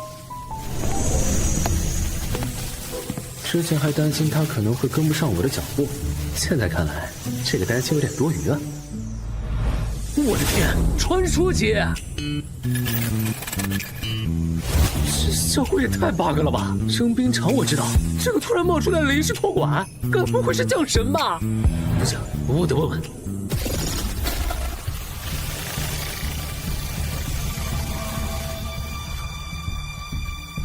你找我？对。我有事想问你，讲。临时托管的效果是什么？还有征兵场的待解锁功能，怎么解锁？临时托管，你不是已经体验过了吗？什么？还真是降神？这也太犯规了吧！至于完整的征兵场的解锁方法，干什么？打败我，你就能解锁了。服了。一个是传奇亡灵库罗德的战斗意识和经验的巨献，一个是比他还强的英勇之骑士。我才6级啊，你拿头和他俩打？哼！程海老弟来了。那个女冒险者不是地下城翻转的时候来帮助协助防守的吗？她怎么也在？哎，过来坐。就是他吗？看起来不太像啊。是啊。没想到这位国家级超新星的气场竟然这么普通。王老哥，一阵子没见，你瘦了不少啊。有吗？陈海先生，恭喜你成为名声唯2的国家超级新星。按照这个步调发展，你未来将会成为1省负责人呐。正戏来了吗？曹先生您言重了，我就是运气好。你就别谦虚了，到了我们这个位置，哪个不晓得好运难求？更何况，你能成为国家级超新星，可不只有运气好这一种因素啊！我这人不喜欢弯弯绕绕，所以就开门见山了。您说，处理过一次翻转地下城的你，应该能意识到，一个优秀的入口负责人对于当地的生产和安全有多大保证了吧？负责人人选确实很重要。黄选会在明年卸任明省负责人一职，去挑战时隔多年重现人间的18级地下城。恐惧之墓，所以你应该能理解我们现在有多焦虑吧？恐惧之墓，18级地下城恐惧之墓。我知道这个地下城 ，BOSS 不是被传说级冒险者周建明带队击杀了吗？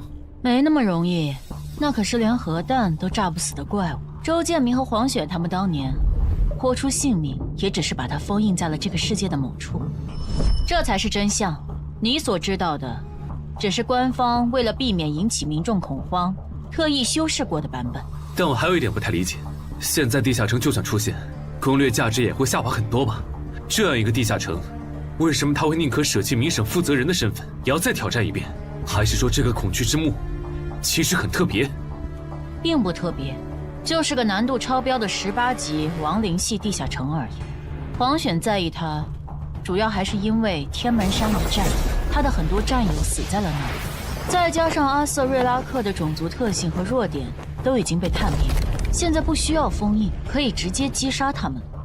这种情况下，你觉得黄选会眼睁睁地看着仇人被别人手刃吗？肯定不能。但我现在才6级，黄选卸任后谁当民审负责人的事，我好像帮不上忙吧？怎么帮不了？以你目前表现出来的潜力和成长速度，只要搭配合适的攻略团队，再加上我们的大力支持，1年时间足够你冲击负责人候补的位置。代价呢？你们付出的资源，就算是传说级冒险者也会感兴趣吗？如果只是为了在高等级地下城翻转时照顾一下你们的产业和家人，我想这点小忙，应该换谁来都没理由拒绝吧。所以，你们到底想要我做什么？陈海先生，你误会了，我们投资你不需要你付出任何代价，我们只是单纯不想让某个人成为民审负责人。某个人？在你横空出世之前，明省只有1个国家级超新星，如无意外的话，他将是黄选的接班人。但这个人性格过于恶劣，在他的崛起之路上，许多冒险者和普通人都成了他变强的食粮。据我们推测，他成为民审负责人后，必然会把手伸向我们，和他未来会向我们索取资源相比，我们为你投入的这些其实不算什么。那请容我拒绝。啊！虽然我确实很想接受你们的投资，但如果因此惹到实力强横、性格恶劣的前辈，那不管怎么算都是亏的。抱歉。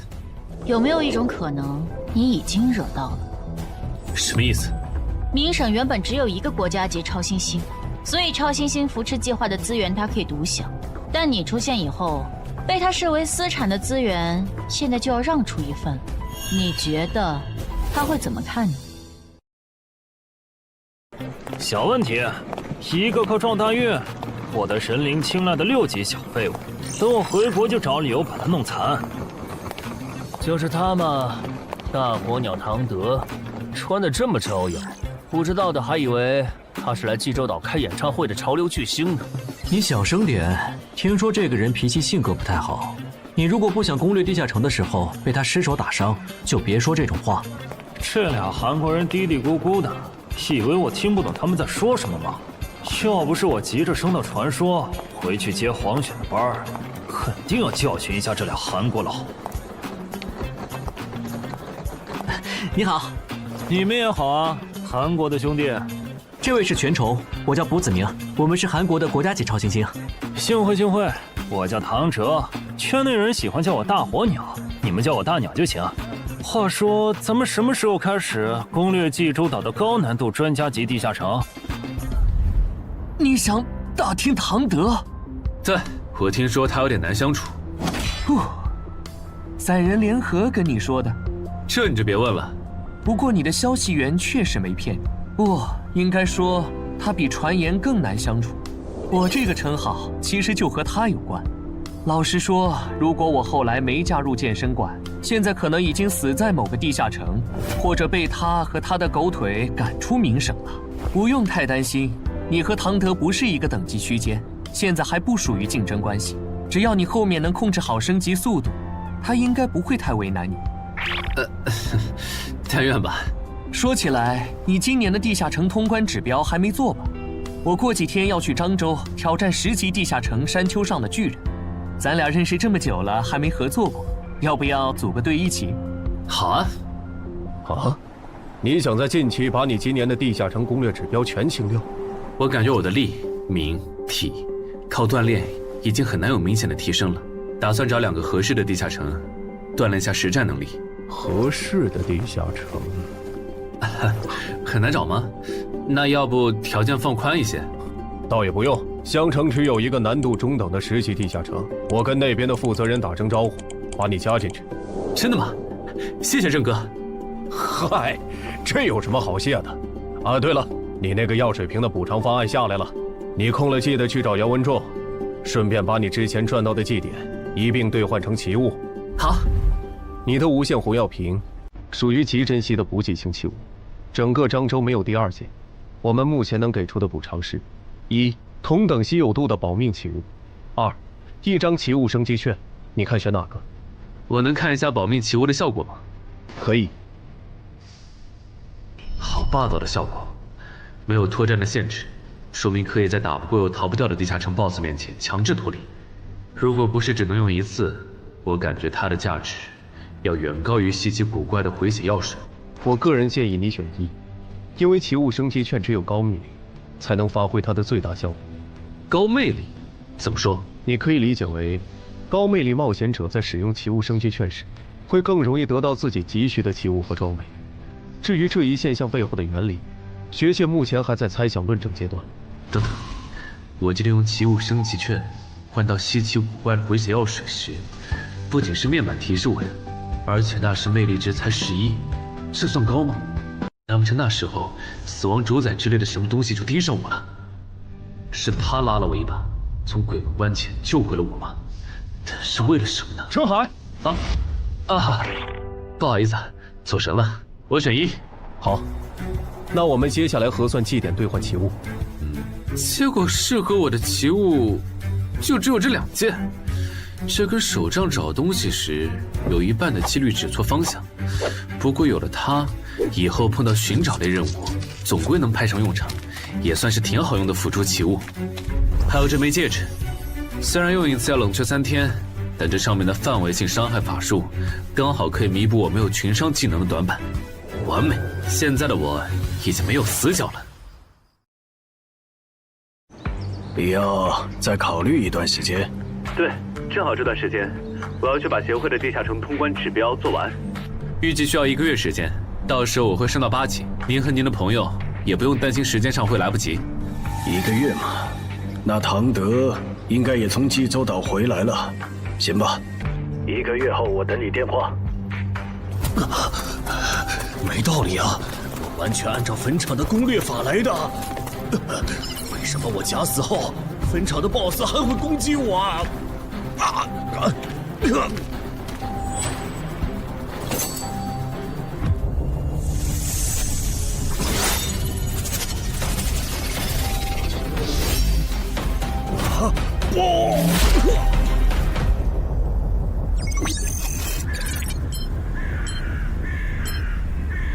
你这次怎么一个活口都没留？如果连续3次无人生还，坟场就要触发 GM 协议，重新评估挑战等级了。这次特殊，挑战者里没有1个初心冒险者。啊！等等，不会是上次靠假死从你手上溜掉的那个新人，把他的通关经验分享出去，导致那些人类冒险者觉得这就是坟场的通关秘籍了吧？不是说好的下午3点集合吗？你们怎么来的这么早？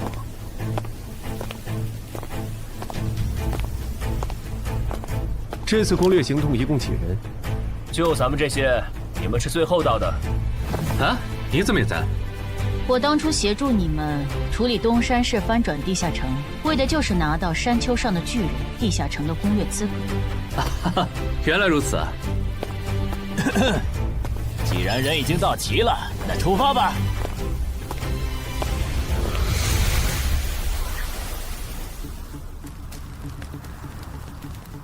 那头暴龙怎么死了？可惜了，我原本还打算驯服它，来当我的坐骑来着。打开任务面板。等等，恐龙？这不是和巨人相关的地下城吗？这恐龙是打哪儿冒出来的？地下城里原本就有恐龙的吗？不止恐龙，有一些地下城里还有人类和人类的国度。这样吗？哦，对了，我看通关任务需要我们击杀独眼巨人，来维护当地的生态平衡，所以这个地下城里的恐龙是巨人的捕食对象吗？倒也没那么绝对。根据情报组的资料，这里等级最高的是一只雷克斯暴龙，它偶尔也会捕食巨人。这已经是过去式了，那头暴龙死了。死了？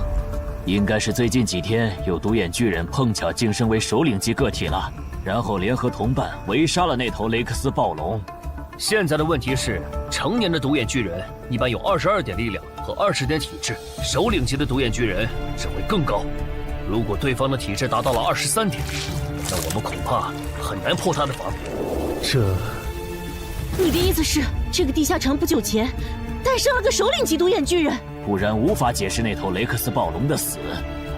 我记得独眼巨人的进化路径不多，其中最常见的是冠军独眼巨人。冠军独眼巨人的体质大概多少？23，加上巨人族普遍皮糙肉厚，冠军独眼巨人更是这个亚种里的佼佼者。我觉得就算解禁弱武器，咱们也未必能给对方造成多大伤害。那只能先送一个人回去，跟入口负责人说，山丘上的巨人地下城难度上调，急需针对性奇物和帮手了。咱们之中我实力最差，送信的工作交给我吧。好，我知道这附近哪有恐龙，我带你去做脱离任务。我带了无人机，寻找首领级独眼巨人的工作可以交给我。和可靠的队友一起攻略地下城，感觉如何？怎么说呢？我感觉或许会成为我通关的最轻松的地下城了吧。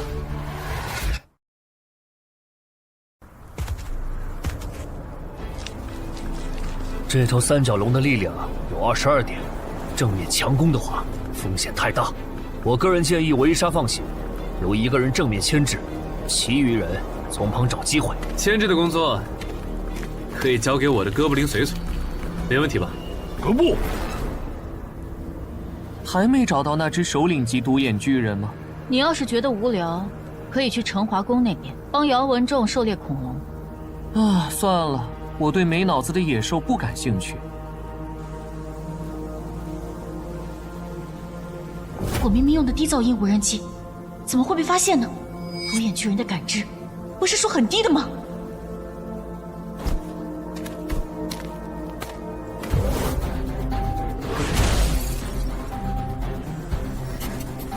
确认了，这群巨人的首领就是冠军独眼巨人。不，来了。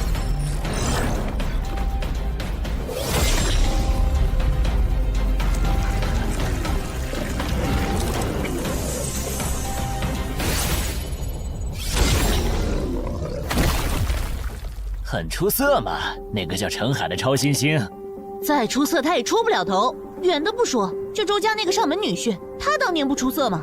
最后还不是被唐德针对到心灰意冷，给周家姐弟当保姆去了。散开！你的有限次天界召唤魔导书已经不能再召唤我了。之后如果还想找我帮忙，记得准备有价值的卷宗或古物。好的。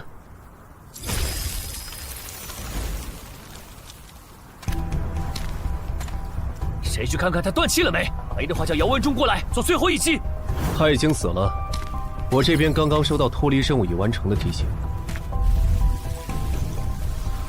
已经确定了 BOSS 就是冠军独眼巨人。你出去以后，记得让入口负责人做针对性的人员补充。明白。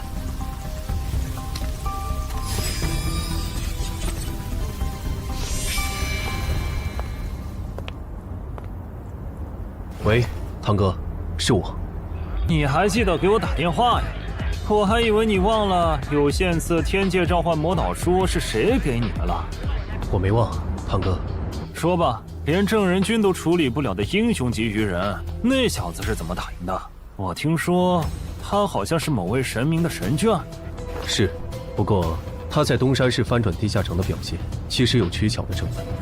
哦，他在初心冒险者阶段获得的称号是我与超级鱼人五五开，这使得他在立敏感上能和英雄级鱼人打平。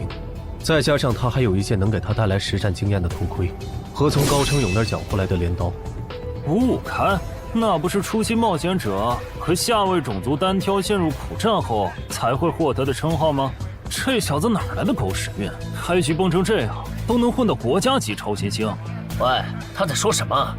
好像涉及到中国的另一位国家级超新星，他说话方言味太重，我听不懂。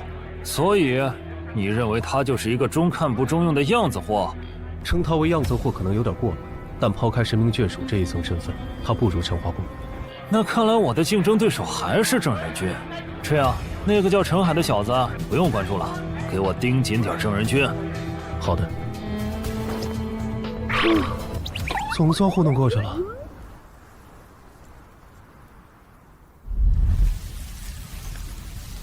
陈哥，白天的时候明明时间很充裕，咱们为什么不顺便也把脱离任务做了？只杀掉一只三角龙，还不至于引起巨人的警惕。如果大量猎杀的话，这片区域的独眼巨人会因为领地被入侵而陷入疯狂。咱们人手不足，现在还没到和他们起冲突的时候。哦，原来如此。哎，你别听他瞎说，其实是因为杀的恐龙越多，通关时所需要杀的巨人就越多。他和杨公藏不想增加通关难度，所以你们就只能选常驻脱离任务。哎，不是，你别拆我台啊！哼，就许你扯谎骗新人，还不准我跟人家说实话？臭女人！不过这么看的话，这个地下城的轮换脱离任务其实很坑啊。一般来讲，在杀死一只恐龙和记录一种恐龙的习性之间，只要实力够，没人会选择更耗时间的后者。但殊不知，这样反而导致了通关难度的上升。看来我要学习的东西还很多呀。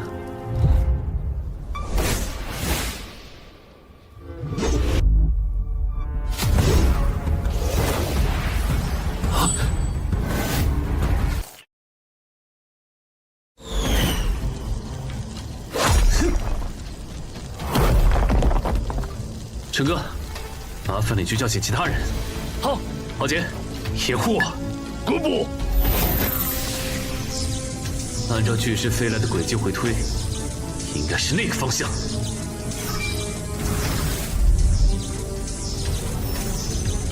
找到了。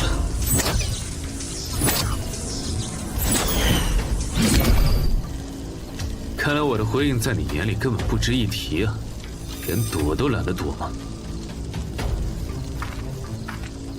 那些巨人是怎么找到我们的？应该是篝火。不过陈海说他只感知到10只独眼巨人，就算攻过来，目前占据有利高低的我们也能打退他们，就是咱们很难下去做脱离任务了。这吗？那听起来倒不是很严重。你们可以用我的无人机去记录恐龙的习性。你怎么看？部落的老哥布林说，独眼巨人非常讨厌外人进入他们的领地，一旦发现就会致时驱逐。所以刚才那一下是他们发出的警告。如果对方不听劝告，那他们就会发狂，不把入侵者捣成肉酱，绝不罢休。陈海，你们先去休息吧，接下来我们守夜。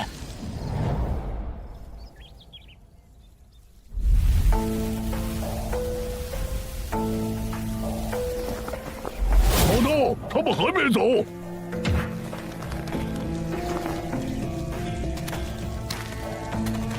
山丘上的人类不肯滚，我准许你们砸烂他们的营地，把他们的血肉倒烂了下锅。怎么感觉最近 level 11到 level 15的地下城难度都这么高啊？这要是处理不当，岂不是会出现大规模地下城翻转事件？官方那边有对策吗？这个，你还是别问了，官方的计划不好透露。没什么不能说的。其实官方早就做准备了，前年提出的超新星计划就是对策。难怪官方突然花这么大精力在各地招募精英冒险者，原来是想利用他们来对抗这些失控的地下城怪物。哎呀，憋死了，憋死了！哦，痛快。什么声音？巨人爬上来了！精力提升，想偷袭门都没有。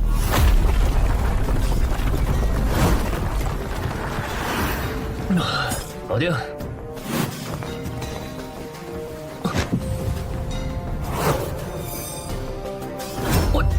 完蛋了！杨公曹，你们怎么让独眼巨人打上来了？我没想到巨人会这么聪明，竟然会绕一大圈从背后爬上来偷袭。跑不掉了，得想办法把他们赶下去。欧提路克冰封术，冰封术撑不了太久，你们还有什么办法？除了硬碰硬，还能怎么办？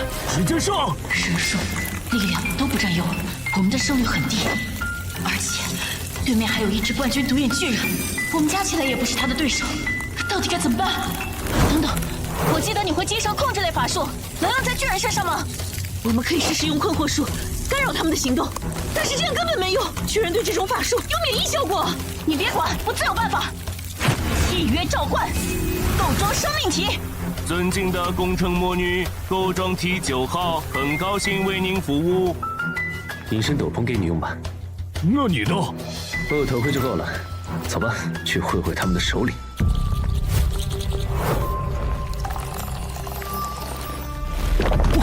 他们要冲过来了，怎么办？亚人种独眼巨人限定法术瘟疫药剂已调配完毕，请验收。辛苦了。我的荣幸。准备法术。迷惘之灵，请聆听我的召唤。快往后退！接下来，看我的！击沉，快对独眼巨人施法！好，四皇法术，困惑术。没用，看来这次只能靠咱们俩了。先说好，实在拼不过的话，打歪，最好打在其他巨人的身上。困惑术竟然变成了指使术，巨人强制执行了我的指令。我明白了，在人类区域，独眼巨人的法术抵抗性会大幅度降低。没错，而且我的药剂还能让你的指挥术感染其他巨人。阳光草、橙花宫，趁现在能杀多少杀多少。收到。不，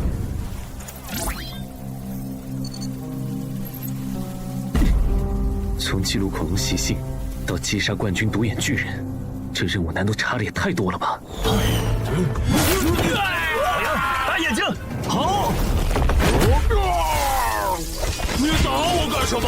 我不知道，诅咒，我只是想帮忙。人类对我们施加了自相残杀的诅咒。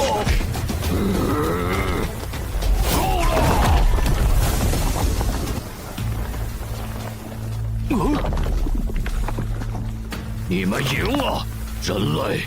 我承认这一片是你们的领地。带上受伤的同胞，我们离开。可是这是命令。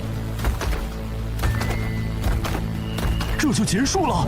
我都准备要拼死抵抗了。独眼巨人的生育周期很长，所以都很惜命。他这是为了避免死战损失才退让的。我要回去睡回笼觉了。嗨，好姐妹，你的法术瘟疫药剂卖不卖？等一下，陈海不见了啊！陈海，人呢？陈海，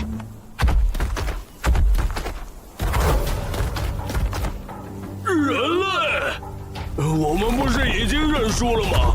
为什么还来？真要闹到不死不休的地步吗？人类，我也不想这样。但今天你我只能活一个，你要怪就怪那个逼着我们决斗的混蛋神明吧。就在这儿打，我都行，第一头你挑。找到了，等等，陈海要单挑冠军独眼巨人，在哪儿？他在独眼巨人的决斗场里。这应该是队友的无人机，本来不想暴露战斗细节的。看来不行了，人类。你说你是被神明逼着来和我决斗的，那你们能进入我们的领地，也是因为他吗？具体我也不清楚，不过10年前我们那边就已经开始出现入口了。要是不按规定完成任务，像你一样的怪物们就会冲出来反杀我们。原来如此，那就没办法了。是啊，不可调和的矛盾，只能你死我活了。考虑到我和巨人的身形差距，他的攻击路线应该只有4种，分别是向下砸、低空扫、凌空踩，以及直接抓。无论哪一种，拥有未来视野的我都能在第一时间预判、避并反击。只要抓住机会弄瞎他的毒瘾，管他什么模式，我他妈耗死他！是财。接下来轮来，快结束了！原来还有第5种变化吗？皇烈！刚才那一下是错觉吗？手感竟然和我打暴龙时相差无几，他区区一个人类。老大小心！这样也不行吗？你还真是强的可怕，一点死角都找不到。彼此彼此，你也比我想象的更难对付。麻烦了，解决不了他的阵脚，近战就只能被动挨打。中远距离武器、魔法弓又很难对他造成威胁。现在称号也爆了，接下来可不好打了。再想想，我还有一个底牌，远距离武器，只能先躲了。好快！不用看了，差距太大了，陈海必输。这个决斗场离咱们有多远？你想救人？不可能！万军独眼巨人有多强，你也看到了。就算我们都加起来，也不是他的对手。此路不通，区区下位种族，谁给你的胆子敢拦着我？大意了，这个万军独眼巨人除了力量和体质，冥界竟然也有接近20的水平，不好！这个小人很耐打呀，这样都没死。放开我！小心点，他好像还能攻击。怕什么？上次那头暴龙挨了老大2棒子后，都任人宰割了。这个小人类还能翻起什么浪花呀？那就让你见识一下！老大，不离必杀！那个人类还没死，你也感受一下吧！不！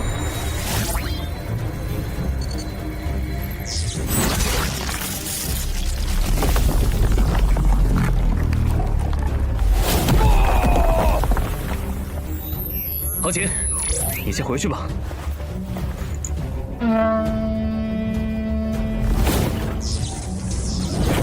狡猾的人类！我发誓，我一定要毁了你的家乡，杀光你的族人！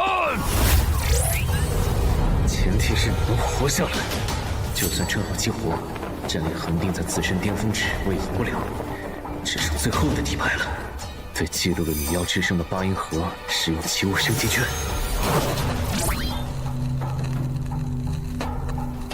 只要撑过绝望之音的3分钟，就有机会。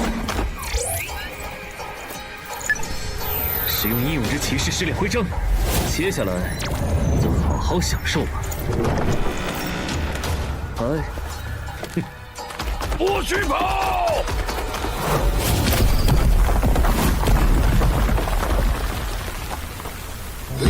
竟然完好无损，可恶！有一阵子没见了，别急，要不咱先聊聊呗。人还在，说明那个混蛋应该只是暂时躲在里面了。哼，我就守在这儿。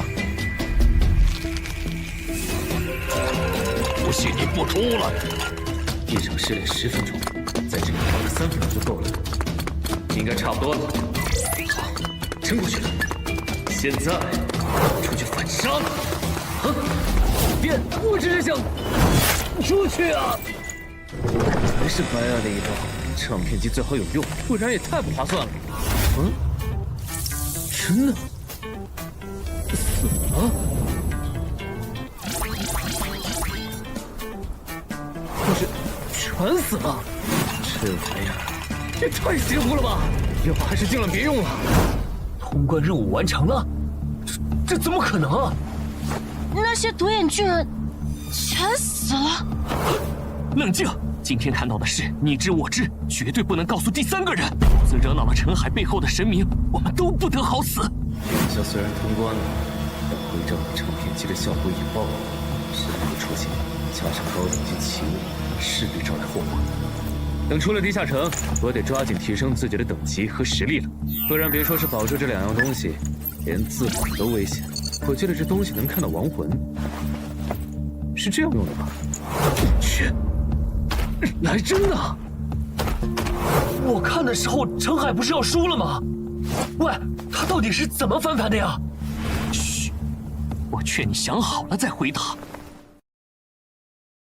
啊，这涉及陈海隐私，我不方便说。你要想知道，可以去决斗场根据他的战斗痕迹反推。那算了，我就好奇问问。既然大家都通关了，那就不等后援了，早点做脱离任务回去。怪不得叫幽魂画框，把亡魂变成画面主角，作为艺术品，它确实有够特别，但是完全想不到有什么用啊！哼，这个力量灵药竟然能突破自身极限值，厉害啊！这个戒指看起来是某种控制法术，正好我需要，戴上。至于这根能提问的笔，最近这些事都太奇怪了。趁这个机会好好问一下。使用斯芬克斯的芦荟笔。怎么回事？这就是智慧与知识的象征。斯芬克斯。求知者呀，请说出你的问题。我想知道神明为什么不惜代价也要更改我的脱离任务。因为你杀了神明仅有的英雄级信徒，他要你死。英雄级，鱼人，所以他是鱼人的神明。快点，第2个问题。死亡主宰之前提醒我，要小心特修斯之船是什么？你的头盔用多了会被内置人格替换记忆。我去！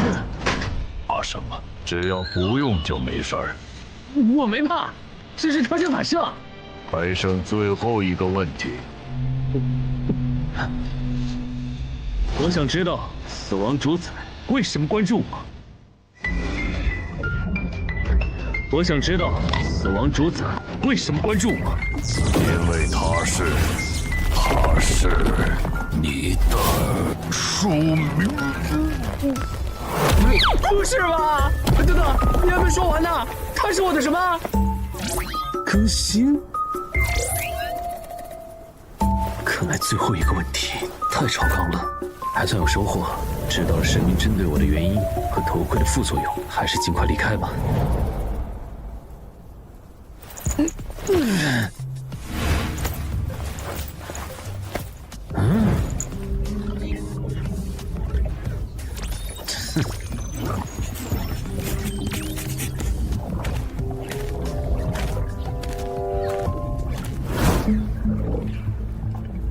不是说有冠军独眼巨人要支援吗？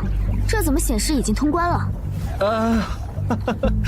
可能我走后，里面又有了什么突发状况。有人出来了。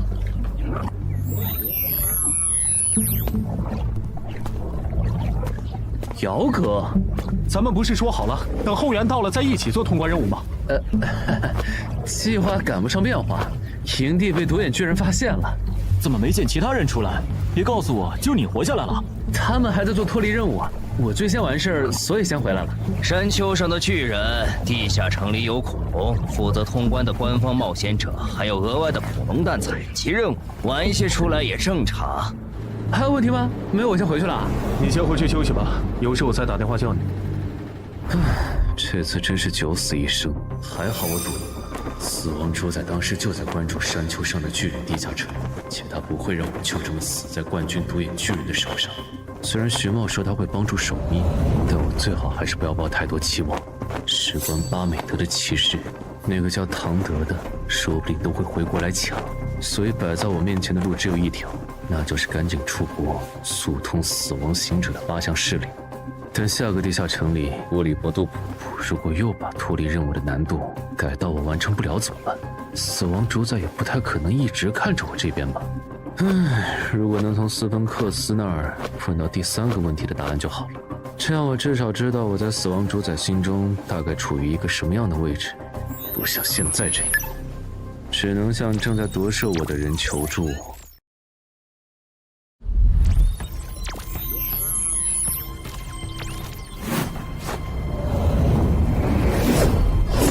我不是来打架的。你已经知道了使用我的代价，不从我这夺回你的记忆和部分人格，那来干什么？果然，我已经有一部分内在被替换。按他刚才说的，似乎只要打赢了他，我就能夺回自己被替换掉的部分。我来问几个问题，问完就走。咱们在上一个地下城的遭遇你也看到了，你应该不想我就这样被坑死在某个地下城，然后陪着我一起腐烂生锈吧？你想问什么？你觉得我和布里伯杜普的恩怨有没有大到让他在之后的地下城继续做手脚，不把我坑死不罢休？如果有，你觉得下次遇到类似的情况，死亡主宰还会帮我吗？这破头盔坑我啊！还这么找死亡主宰求情，让他饶了英雄级鱼人的事儿不和我说。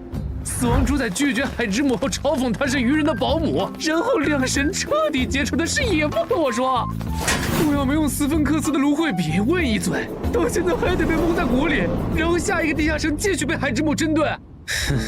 这样看，斯芬克斯的芦荟笔说不定和唱片机一样，是死亡主宰给我用来抹平信息差的。下个地下城海之母如果还针对我，他应该不会坐视不管。不过英勇骑士的试炼徽章和刻录了绝望之音的唱片机，在下个地下城可能不会很好用。海之母毕竟是神灵，不可能想不出针对他们的招。考虑到我手上没有奇物升级券，我也先做最坏的打算，囤积能撑到地下城翻转的物资。去国外的机票出票了。啊，你要出国旅游啊？对啊，最晚可能要下个季度才回来。啊，是唐哲的小弟威胁你了吧？没有，没那回事儿。不用解释，我懂。王选大佬明年卸任，宁省负责人的位置，姓唐的志在必得。在这个节骨眼上冒出来的国家级超新星，难免会被他视为眼中钉。你不想得罪他，我理解，但不至于躲出国吧？真和他没关系。不想说就算了，你是假我批了，年底记得回来，把没做完的通关指标清了。你又没有这个地下城的开采许可，佛里任务做完了，为什么不回去？因为咱们在这个地下城多待几天，陈海就有更充足的时间来决定要不要把关注他的神的倾向上报。要不是亲眼所见，我还真想不到从来都见死不救的你，竟然会为别人着想。如果有的选，我也不想要见死不救这个称号。中国人，嗨，你真的是陈海？我到了，你在哪儿？我在2号出口等您。老王是用了变声器吗？怎么听起来不像中年人？好年轻啊！你好，陈海先生，我是您的导游刚果老王，您叫我阿达泽就可以了。哎，等等，你是刚果老王？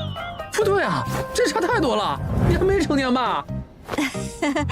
在网上跟您联系的是我的父亲，但他没有导游证，请不要换掉我，我很专业的。我有好几个兄弟姐妹，需要赚钱补贴家用，拜托了，陈海先生，救救孩子。好吧，但有言在先，只要我发现你不合适，我一定会换人。谢谢陈先生。谢就免了，我现在要买一套激流滑艇用的装备，我想明天就挑战刚果河，你来安排，可以吧？没问题。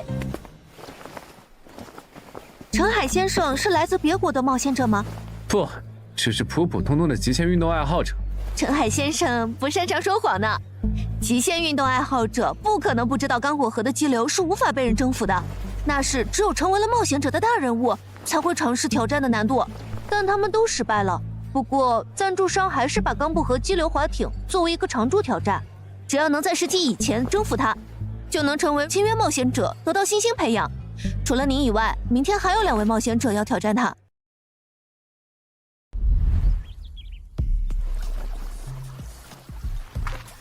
就是他们吗？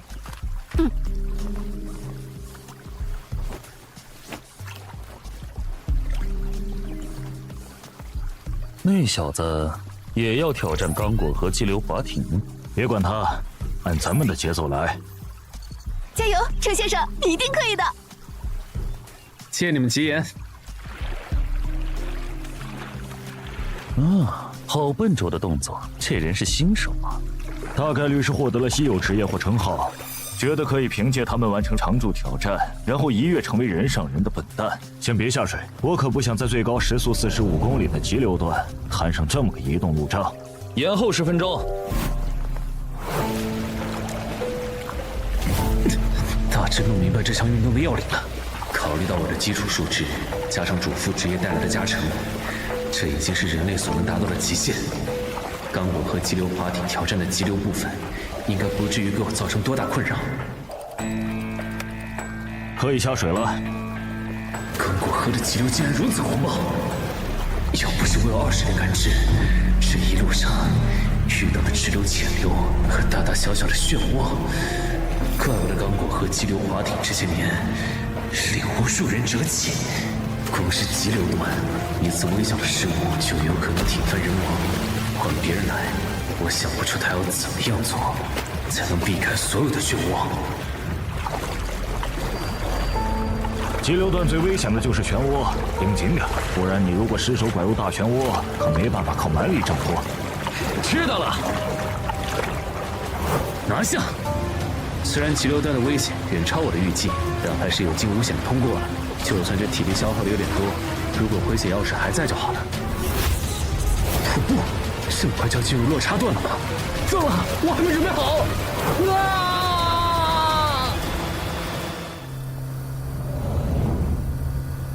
程海先生好像平安通过第一个瀑布了。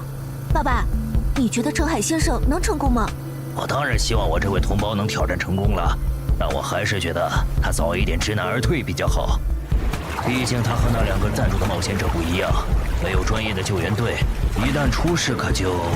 白痴，别往那边滑！什么？肯挑战失败，放软蹄吧。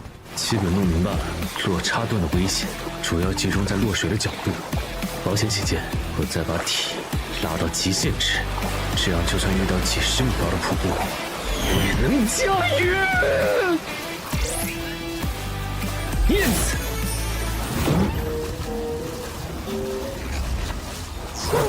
等一下，等一下，等一下！我知道你想我死，但不至于这么急吧？地下城的出口呢？我那么大的地下城出口呢？虽然对这一次地下城的难度早有预料，但出口都不给我留，是不是有点太过分了？本想耗到地下城反转，结果海之木根本不给机会。就算这次活下来，以后的地下城也都是玩命了。不是，这个地下城的脱离任务是找到沙漠里的一艘船，这任务正常情况下谁完得成啊？亏得海之木能找到这样一个让绝望唱片机毫无用武之地的地下城。他有这本事，为什么不顺便限制一下我没用完的斯芬克斯芦荟笔呢？他不知道手账的事能理解，可我还有一次问斯芬克斯的机会啊！难道上回地下城他没看到最后？算了，不纠结了。既然这事儿他可能不知道，那这次就用寻物手账来找幽灵船吧。虽然它的准确度只有50%。黑珍珠号在哪个方向？那边吗？再来一次，黑珍珠号在哪个方向？连续8次都指向同一个方向，果然地下城的漏洞没那么好钻啊！卡波，我在周边埋了一瓶水，你用这个帮我把它找出来。啊，卡波，卡波。也就是说，错误的指向也会找到具体的东西吗？卡波，不用找了，你可以回去了。那根手杖留下。说起来，死亡主宰上我身那次曾吹响过梦魇笛。既然死亡主宰已经走完流程了，那我现在应该可以直接用它来代步。试试。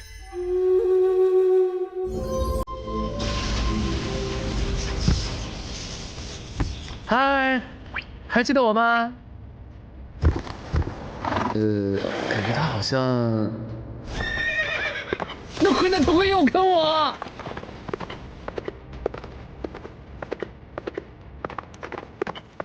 就是这里，但周围什么也没有啊。那艘幽灵船该不会埋在地下吧？如果真是这样，那我的工作量可就大了。提示：触发死亡行者专属技能“死亡预兆”。快躲开！咱们的脚下有东西啊！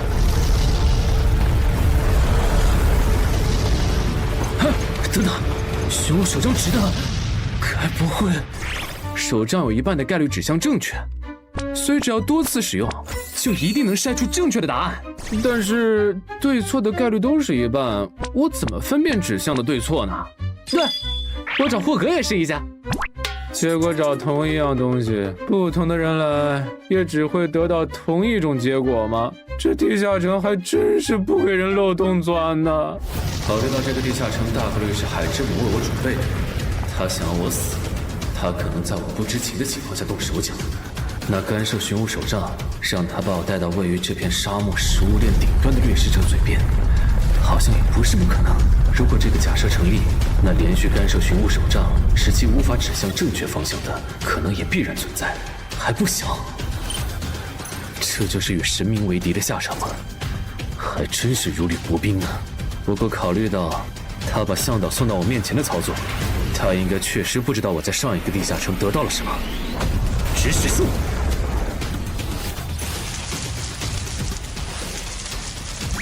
这些够吗？他说可以，那就按照咱们约定的，你吃饱了要带我们去找埋葬在这片沙漠里的幽灵船。什么东西？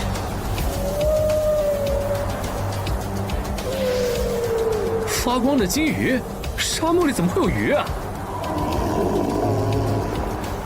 他说那是远古的幽灵，看到幽灵就说明我们快到了。远古的幽灵，所以这片沙漠曾经是海洋。那就是幽灵船黑珍珠号吗？他让咱们小心，那艘船里有一位非常强大的幽灵，他打不过。多谢告知。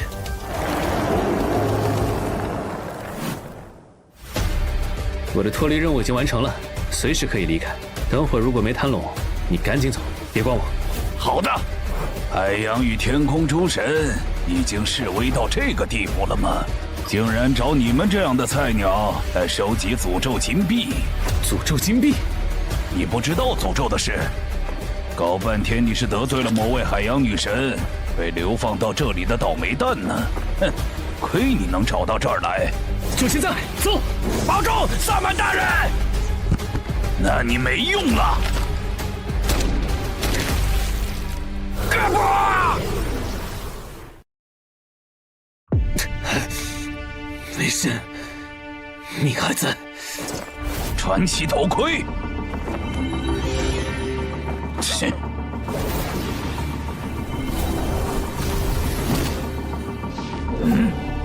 试炼之门。那小子不会躲进门里了吧？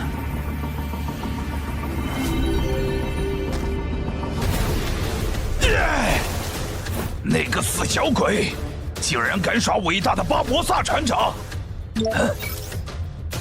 ！10分钟，是要我在10分钟内打败这个叫莱拉的家伙吗？还是存活10分钟？好快！巴博萨的储金匣在哪个地方？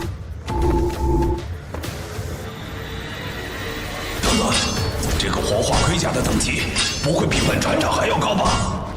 这么离谱的试炼之门，谁完得成啊？就在这里面吗？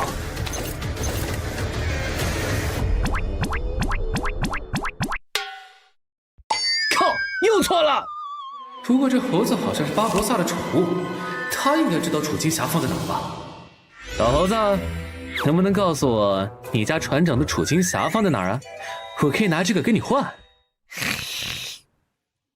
不同意，那没办法了。指使术，带我去找巴博萨的储金匣。很好，就剩最后1分钟了，只要再坚持一会儿。哇！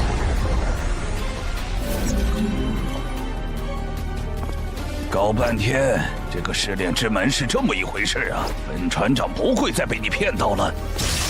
等等，我的储金匣！这就是巴博萨的储金匣吗？脱离和延续任务都做完了，我这边可以随时备案。正好巴博萨还没回来，要不……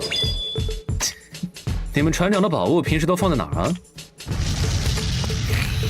指使术的法术效果已经结束了吗？你别以为我只有指使术这一种对付你的法子。不想被我关到幽魂画框，成为独眼巨人的口粮，就给我乖乖听话。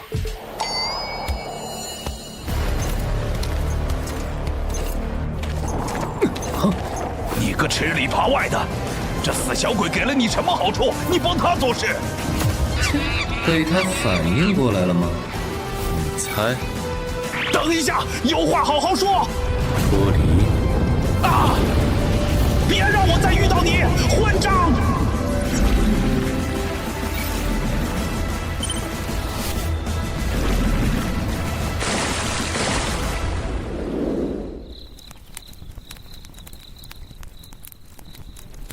通关山丘上的巨人，地下城时事情太多，没来得及看。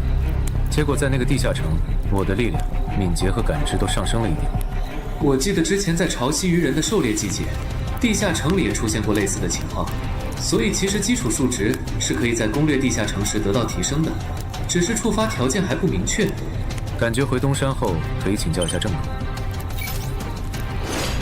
虽然得到了2件史诗级奇物，但他们一个是用来寻找阿兹特克金币，一个是储金匣，装满以后开启下一阶段的地下城。对现在的我来说都没什么用。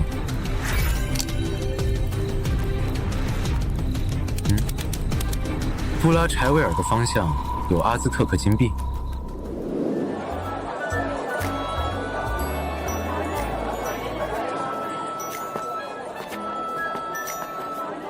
程海先生，您为什么不早点打电话叫我们开车去接您呢？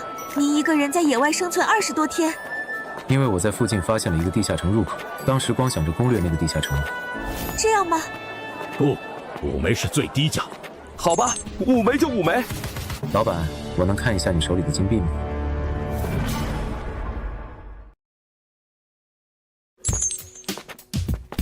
老板，我能看一下你手里的金币吗？可以。真的假的？结果搞半天，阿兹特克金币就是黑市金币。这是黑市金币，越高等级的冒险者就越认它。你要吗？我可以算你便宜一点。不用了，谢谢。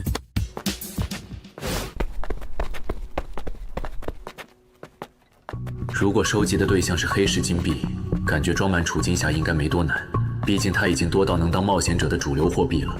这样看，永恒指针在我这里反而没多大用处，之后可以考虑用奇物置换券换成别的史诗级奇物。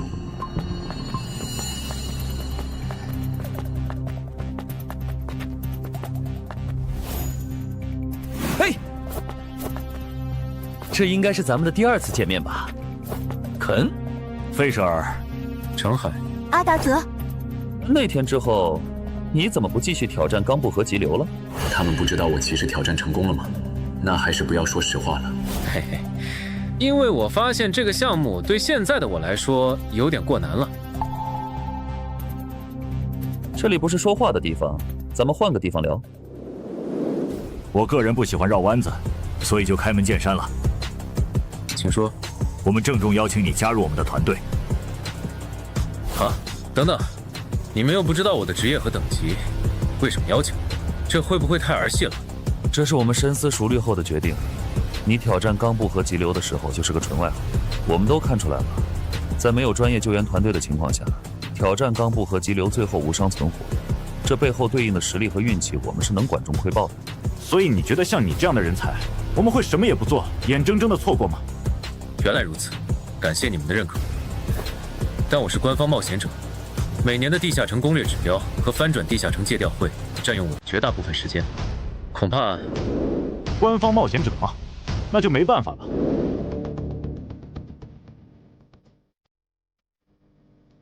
在珠峰上跳伞，喂，这难度也未免太超纲了。陈海，嗨，你们好巧，你们也坐这个航班？是啊，我们挑战了10几次钢部和激流，结果都失败了，只能暂时先放弃这个项目，换相对容易的珠峰伞降。他们也要去珠峰？等等，我的前2项试炼和他们的行程完全重合，这2个人的职业不会也是死亡行者吧？试探一下。珠峰伞降也是 Yellow Bull 的常驻挑战项目吗？不是。那你们为什么要？因为我们的副职业是极限运动员，它的其中一个效果是职业者可以靠完成超高难度的极限运动来永久性提升自身的基础属性。竟然还有这样的副职业，那你们的基础属性岂不远远高于同等级的冒险者？没你想的那么好，只有几乎无法完成的极限运动才能带来属性上的提升，比如攀登珠峰。这个项目放在20年前绝对够格，但随着当地的下巴人推出了针对有钱人的向导服务以后，登顶的人就越来越多了。这就导致我们为了凑难度，不得不额外追加疾风伞降的部分。这样吗？那还真是辛苦。喂，1月之期已到，你考虑的怎么样？我想了想，还是不掺和黄选大佬的接班人选拔了。你可以不参加。但你觉得唐国会放过同为超新星的潜在竞争对手吗？大不了在结果出来以前，我先在省外待一段时间呗。我都这样了，他总不能赶尽杀绝吧？陈海，该出发了。好的，我马上来。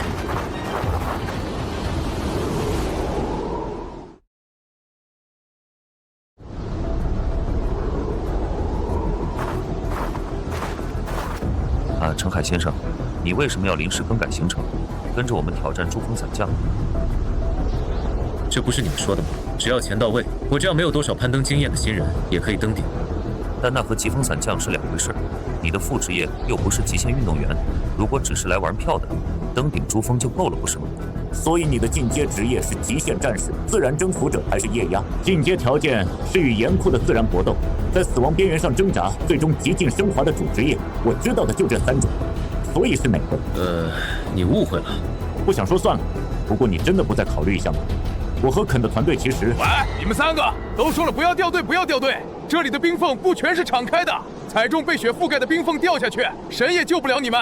不想永远留在山上，就给我遵守登山纪律。Sorry。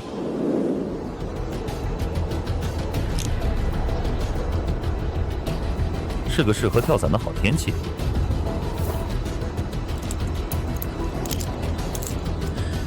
之前有人成功过吗？珠峰伞降，其实很少有人挑战这个项目。我知道的上一个挑战者是一个叫瓦列罗的冒险者，他成功了。费舍尔，该出发了。好，先走一步。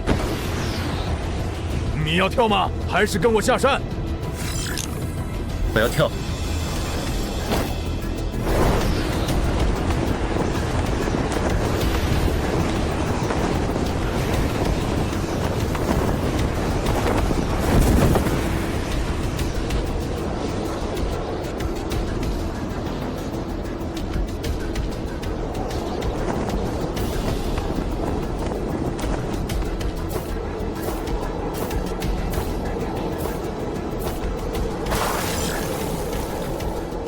怎么样，你的主职业进阶了吗？没。这样吗？那看来难度还是不够。要不你试试科尔特斯海冲浪，或者阿尔卑斯山翼装飞行。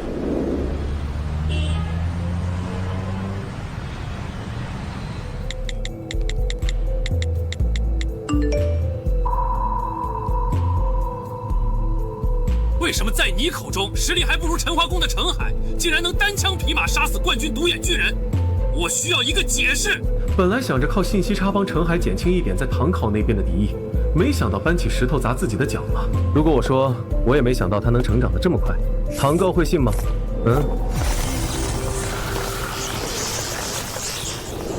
从轮廓上看，这应该是一个雨林地形的 LV9级地下城。上面为啥要派人过来？往常发现地下城入口，不都是咱们自己看着处理吗？还不是因为你们的负责人在不久前的愚人地下城翻转事件中违规使用热武器，东山市的守方评级上升，与之对应的，以后出现在东山的地下城入口必定变得更难完成。上面就是因为这个，才派我们来调查这个地下城，评估其难度提升幅度。我们这边可以评估地下城难度的同事被借调去外地帮忙了，要过几天才回来。我觉得让他用称号先测一下更保险。没必要，我们走。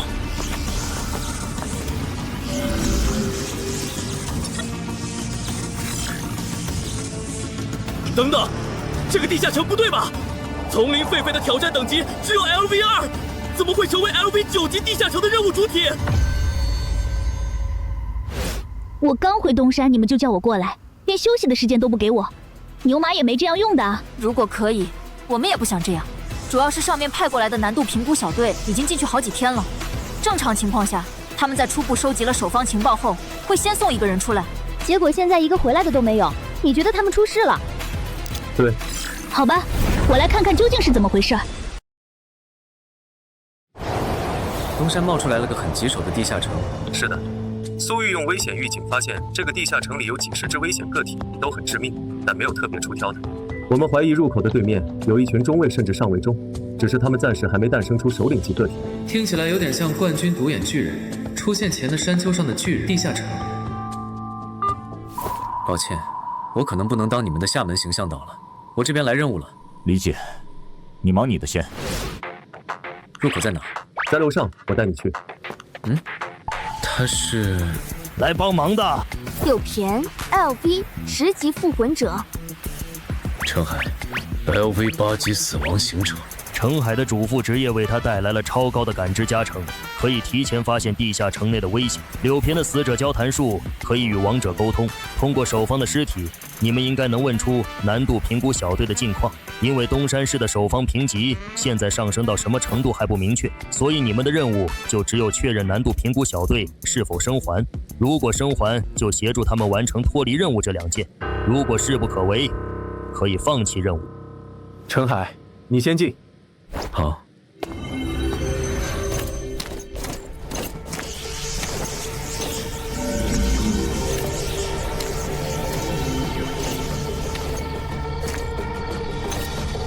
雨林地形吗？这对守方来说确实很有利。找出离我最近的能够威胁到我的个体。那边吗？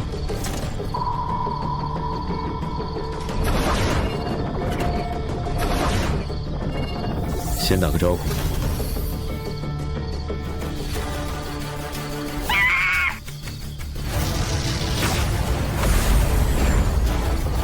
郑哥不是说这个地下城的怪物都很强吗？怎么被我一剑秒了？还是说这个地下城的怪物都是攻强守弱的类型？你来的正好，我刚才好像射杀了一只守方怪物，一起去看看。可以，这么快，他的感知到底有多高？用冲锋枪的狒狒，那我明白风险评估小队为什么一去不归了。坐起来，回答我的问题。好的。比我们早几天进入这个地下城的冒险者，现在还活着吗？死了，就在他们踏入我们家园的当天。死了？是的，死了。别瞎问，我的死者交谈术只能提5个问题。哦，不好意思。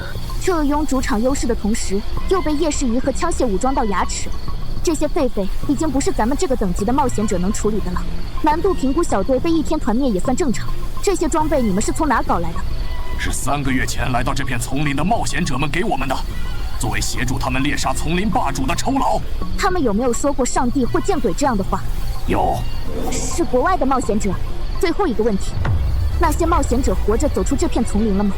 没有，他们和丛林霸主两败俱伤后，我们用他们给我们的武器把他们杀光了。我要回去了，一起吗？你不试一试通关吗？风险太大了。如果这些狒狒有着不止1个夜视鱼，那我们极有可能步入难度评估小队的后尘。有道理，那我也回去。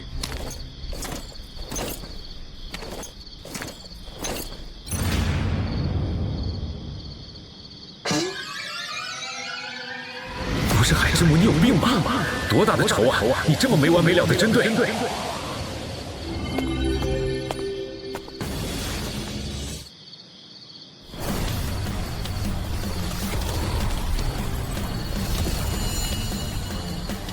虽然缴获了叶世仪以后，我找狒狒的难度会下降很多，但有叶世仪的狒狒，也能看到披着隐身衣的我。四舍五入下来，我还是亏的。毕竟火力上的劣势实在是太大了。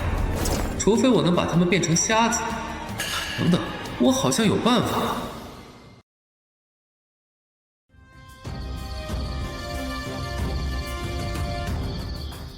来了。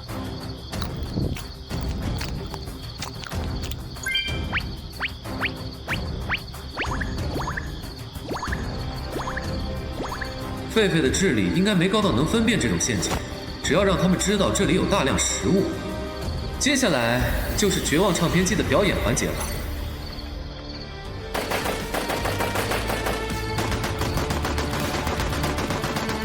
19、20，不错啊，这一轮下来就能完成2/3的脱离任务。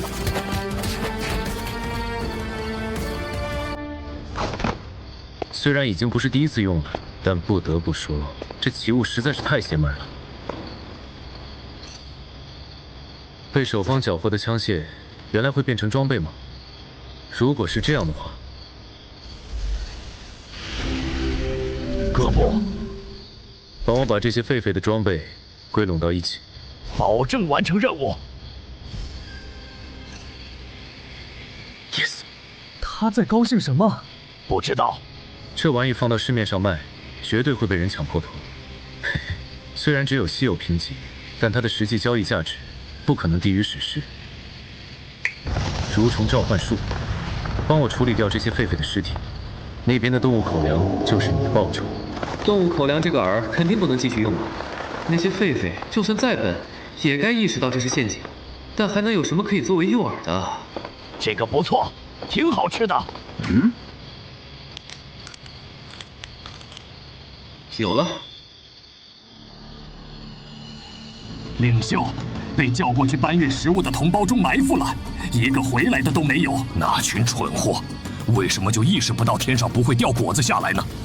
领袖，族群里有同胞在抱怨，说咱们不该杀那4个冒险者，这会引来强大的敌人。不杀他们，难道要任由他们杀我们吗？叫上族群中敢战的勇士，跟我去会会入侵者。是。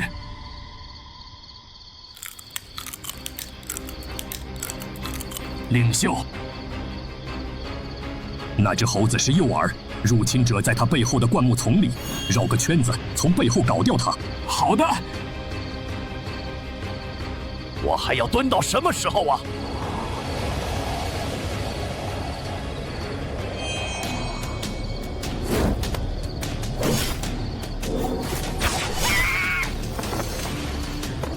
哎，怎么还没动静？按理来说，派出去的同胞应该已经……不对，灌木丛里的也是诱饵，真正的入侵者用眼看不到，我们中计了。什么？能跑几个是几个。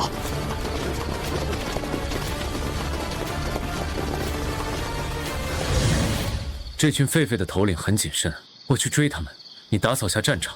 这些狒狒的武器很厉害，你注意别被他们打到。好的，萨满大人。连眼都看不到，那这次的入侵者岂不是死后的灵？不，我觉得应该是和我们用的眼、吐火器差不多的，能够将人藏起来的隐形衣。入侵者应该不强，不然他不至于用诱饵这种卑劣的手段来对付我们。这说明他也在忌惮我们。我们其实有胜算，可是我们根本就看不到他呀，这也能有胜算？是看不到，但如果我们激怒他，让他忍不住主动显形呢？激怒一位战士的最好方法，就是侮辱其族人的尸体。同为入侵者，你肯定也有眼。我不信你看到族人的尸体被当成诱饵用时，能忍得下去。只要你被我们激怒了，开始犯错了，我就会用这杆吐火器爆掉你的脑袋。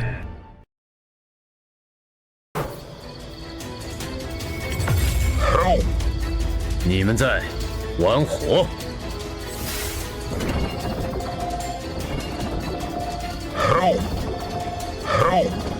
怎么只有一只？按理来说，诱饵附近应该必有埋伏，那些埋伏起来的狒狒不会都躲在水下吧？这样的话，死亡蠕虫召唤术来了，把你肚子里没消化完的狒狒吐到河里，然后你就可以回去了。这是在向我示威吗？该死的入侵者！什么？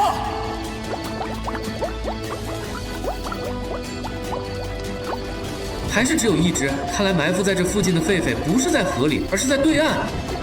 对方用的武器可能是精确步枪或者狙击枪。卖个破绽把他们引出来。找到你了，入侵者！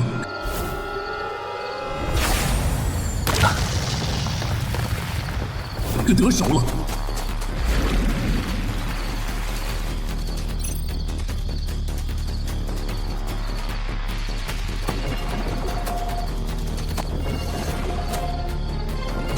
搞半天，埋伏起来的狒狒只有一只啊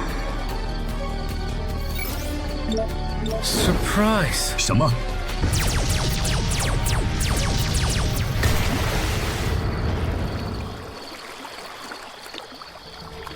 这都没死，真够顽强的。现在能听清了你刚才说什么？别以为你赢了，总有一天，你也会遇到像你对待我们一样对待你们的其他种族的冒险者。你这就没道理，明明是你们先动的手，不然我根本不会来这个地下城。到底是谁先出手的？你问问自己的心。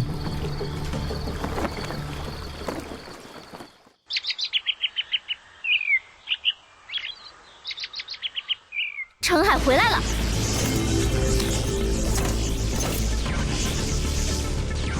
这个地下城里面的情况，柳偏已经跟我说了。你不该不跟我们商量，就对不起。倒不用说对不起。这个地下城我通关了，按照规定，今年我是不是不用再进地下城了？没有特殊情况的话，是。那郑哥，我想请个长假，我可能要休息一段时间。他怎么了？我还是头一次看到他这么没精神。战后心理综合症吧，从鬼门关前捡回一条命是这样的。不过能在荷枪实弹的狒狒们的追杀下活过3天，这个叫陈海的冒险者的天赋，就算和唐杰比，也完全不成多让。明年的民审负责人之争要有趣起来了。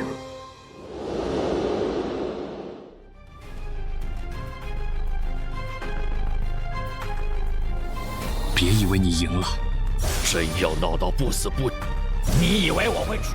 别得意。结果我这1年的所作所为，和我写的小说里的反派有什么区别？来了啊，姚老弟，老哥，也不知道我做错了什么，自家亲戚现在胳膊肘往外拐，明明他的冒险者名额和依仗的魔导书都是我张罗的，结果他对我还没有对才认识没多久的外人亲。老哥，你误会了。但你得证明这是误会，我不难为你。你把程海的职业和装备情报给我，这事就翻篇。作为东山市的负责人候选，别告诉我你接触不到这些。但现在我想作为东山市，谁会为了别人拼命啊？别笑死人了！这些情报，您自己就能要到吧？你有胆再说一遍啊？你有事想找我当面聊？对，哥，你有时间吗？好低落的语气，他那边是遇到什么事了吗？我在健身馆，你过来吧。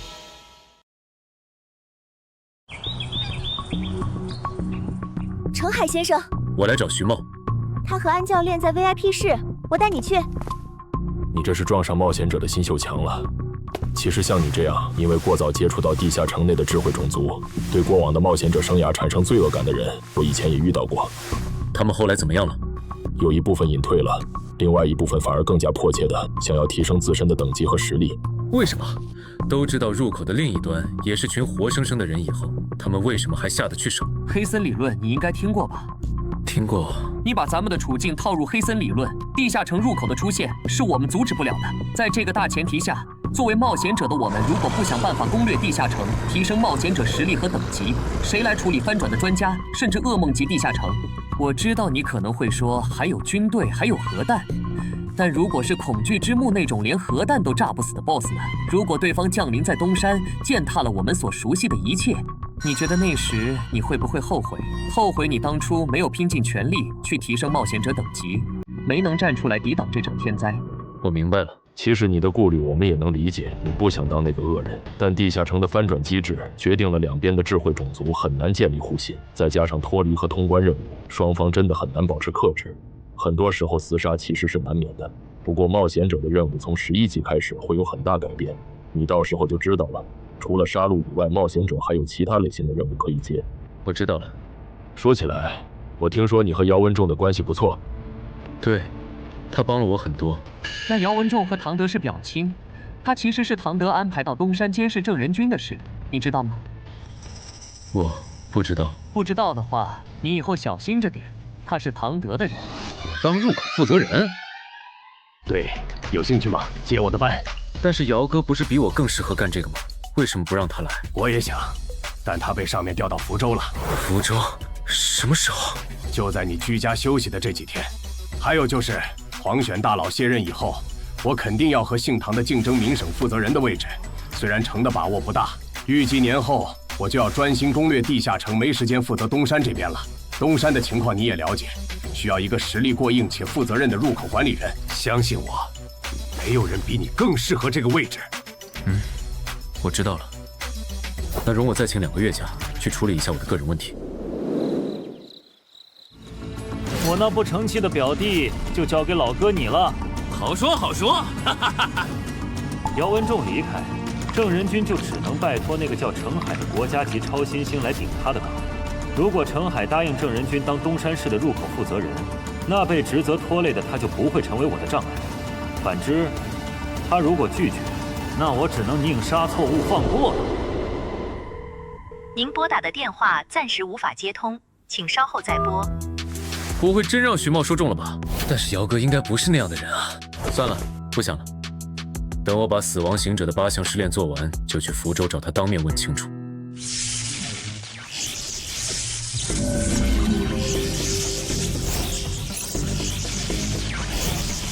面板，这次的门开在哪里？回母亲是没有被记录在氏族手册上的未知国度。哦，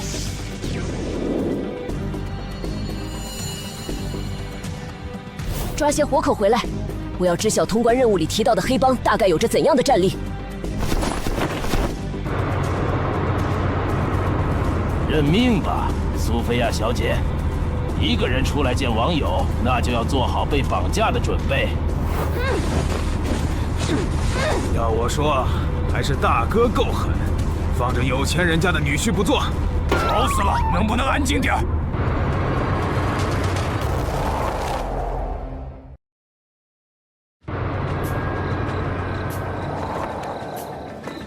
好怪，明明没有魔力的波动，这个铁盒子为什么能在地上跑？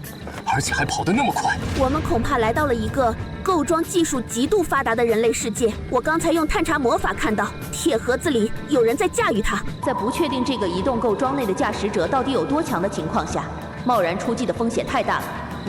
还是支付代价，让野魔们出手吧。何事？能帮我捕捉下面的移动构装和构装内的驾驶者吗？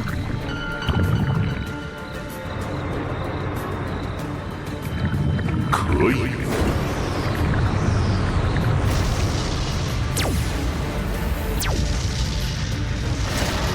你开稳点！不是我。这是什么东西？外星人！100个恶人的灵魂，别忘了。不会忘的。这个构装的表面没有做抗魔涂层吗？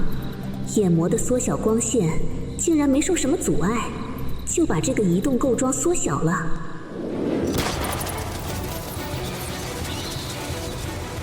好厉害的武器！就算是乳臭未干的孩童，拿着它应该也能威胁到2阶段的职业者吧？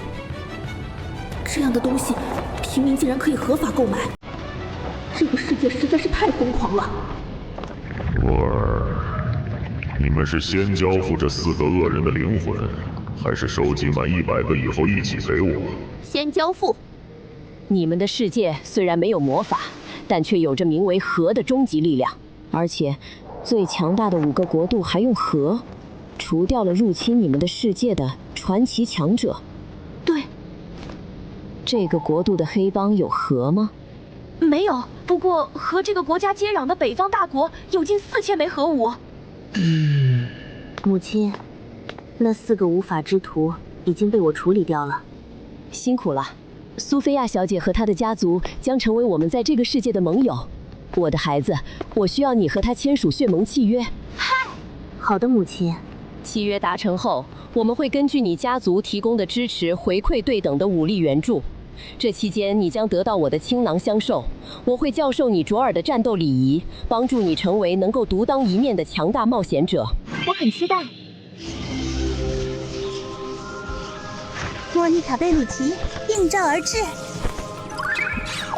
谁要签署血盟契约？我们。在9域的见证下，你们签署的血盟一旦有人违背，被盟者将堕入阿弗纳斯，从最低等的猎魔做起。血盟契约规定，苏菲亚女士需要为埃尔普拉氏族的卓尔冒险者提供身份、物资、武器和情报。琼·埃尔普拉先生和他的兄弟姐妹需要为苏菲亚女士和她的家族提供武力援助，帮助苏菲亚女士成为国家级超新星。在埃尔普拉氏族的冒险者回归幽暗地狱以前，琼和苏菲亚小姐将作为一致行动人，双方和其背后家族的目标与计划必须如实相告彼此，不得隐瞒。此外，契约存续期间，双方性命相连，任何直接或间接伤害对方和其族人的行为，都将受到阿弗纳斯之主扎瑞尔大公的惩罚。以上即为契约的全部内容，还需要调整吗？不用了，谢谢。我也不需要。那么，契约成立。好神奇，手臂在发光。这是契约印章，我们的身上出现这个，就意味着契约有效。非常荣幸能成为双方血盟的见证人，希望以后我还有机会为诸位服务。程海又走了？对，前天走的。他有说什么时候回来吗？没说。怎么，你有急事找他？我想跟他约个时间组队探索地下城。你如果是来给曹火旺做说客的，那就免了吧。我已经答应郑仁君当东山市的入口负责人了。和曹火旺无关，这次是我个人邀请你临时加入魔女攻略团，和我们组队探索3亚市的专家级地下城。专家级？为什么找我？因为你通关山丘上的巨人地下城时用到的那个咒杀类奇物，我们团有个人的称号能和他完美契合。我大概2个月后回东山，到时候面谈，可以吧？可以，你回来时call我。程海不是才9级吗？怎么就和专家级地下城扯上关系了？我查过了，他是中国的国家级超新星。这些被国家重点培养的精英冒险者，会提前规划下阶段的地下城，其实也在情理之中。也对，可惜他明年就要成为家乡的入口管理者，不然咱们完全可以拜托他帮忙攻略。你们在聊什么？在聊你只请了2个月假，咱们不能组队攻略地下城，有点可惜。以后会有机会的。我们到了，最后确认一次降落伞包。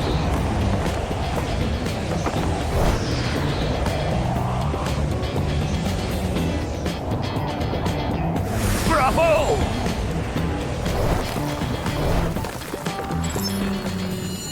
我现在力量17，敏捷18，体质16，接下来还有5项试炼，只要奖励的属性点别全是。怎么又是加敏捷的？哎，这里怎么有辆车？我记得墨西哥燕子洞有1400英尺深吧？谁这么无聊，大费周章把它搬来这儿？这个厚度的积灰，这辆车应该才被放到这里没几天。费舍，你觉得把它弄到这里的人到底是怎么想的？其实没你想的那么麻烦，别忘了冒险者的物品栏，11级以后的冒险者的物品栏是可以容纳车子这样的大体积物品的。对哦，还有这招，但他为什么把它丢在这里不管了？好浪费啊！不知道，不过费舍尔，肯过来一下。怎么了？这里死过人，从地上的血迹和弹壳数反推，死了4个，而且是最近发生的事儿。那你找到尸体了吗？没。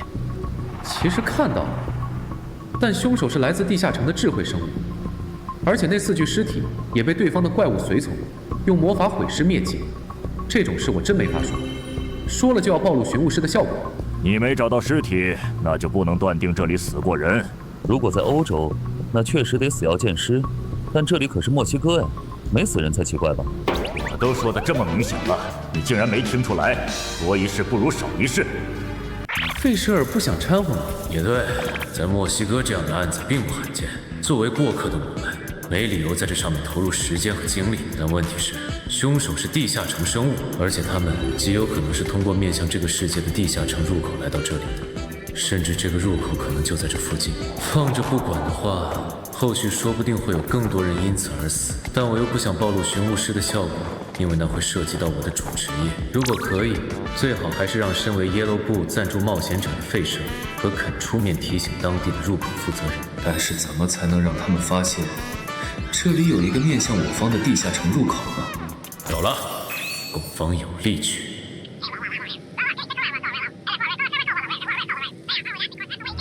本土的人类冒险者，不应该啊！那个叫苏菲亚的人类女性，不是说这里地处偏僻，不会有人来吗？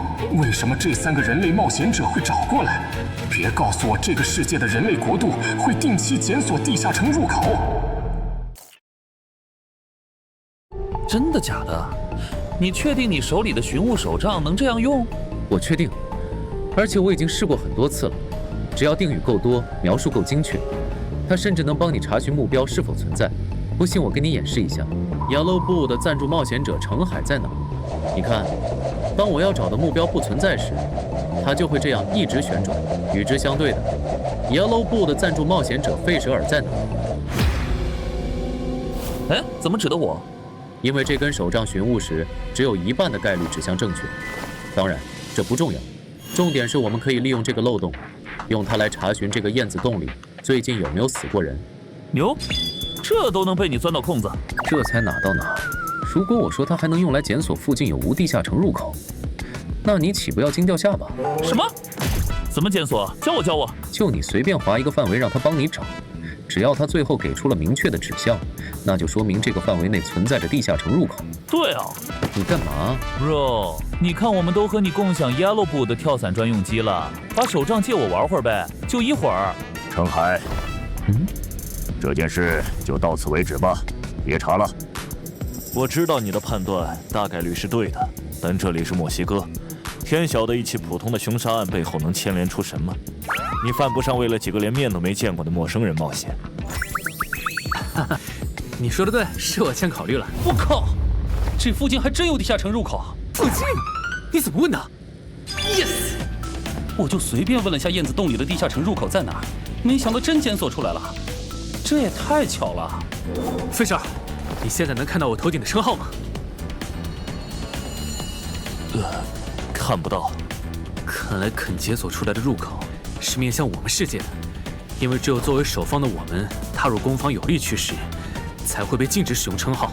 这种入口不能放着不管，咱们要不要联系维韦兰特的入口负责人，还是说先上报给你们的赞助商耶罗部？我建议让耶罗部的交涉专员和维韦特兰的入口负责人谈，这样才能利益最大化。但咱们得先找到入口，不然耶罗部那边我没法解释。OK， 不过行动前，我建议再加个保险，让肯用我的寻物手杖查一下这附近现在有无地下城生物。还真有！嘘，闭嘴！你是想提醒敌人我们已经察觉到他了吗？原来他们手中的奇物不光可以寻找地下城入口，还能侦测附近有没有敌人。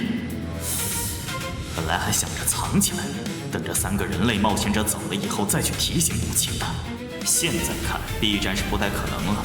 好在我用鉴定术看过了，这3个人类冒险者的等级都不高，只需要小心那种名为枪的武器。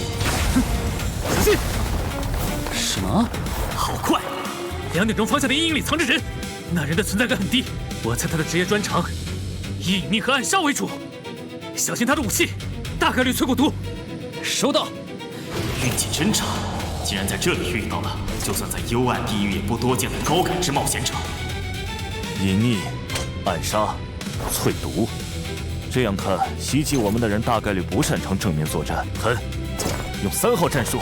好，程海，2点钟方向的敌人交给我们，你用寻物手杖检索周围有没有其他敌人。螺丝在上。这些人行动前都不用鉴定书确认一下我的职业和等级吗？看来这个世界出现门户的时间不长，本土冒险者实战经验严重不足，这都是个好消息。加上他们没有在第一时间使用枪，双重好消息。今天是我的幸运日啊！平平无奇的一击，这个人如果没有故意示弱，那可以基本排除决斗士是进阶战职的可能了。喂啊！你在看哪里？这是收回前言。这些本土冒险者虽然缺少和异域冒险者实战的经验，但不代表他们缺乏战斗的智慧。好机会！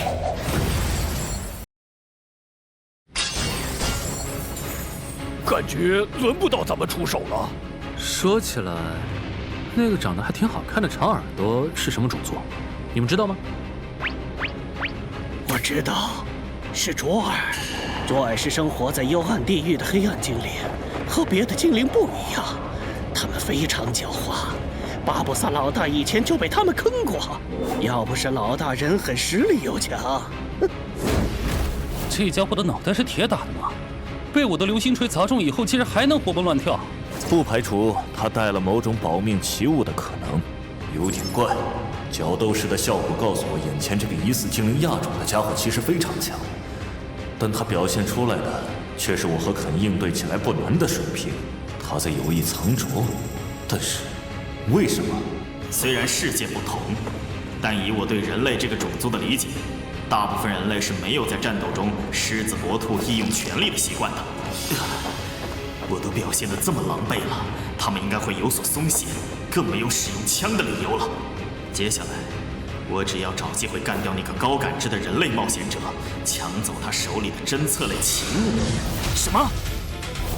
等一下，保险起见，这一次就不留活口了。我靠！国内不是禁枪吗？他从哪儿弄到的 MP5啊？还是镀金的？你的关注点错了吧？据我所知，国内的官方冒险者在应对翻转地下城问题时，一般会极力避免使用枪械。但这里又不是国内。靠！虽然很不想承认，但肯这种单线程思考的笨蛋，有时候反而会意料外的正中靶心。真是白痴！示弱博弈了一通，结果还是被人拿枪追着杀。不逃了。不逃了，以你射离，对他使用女妖见效。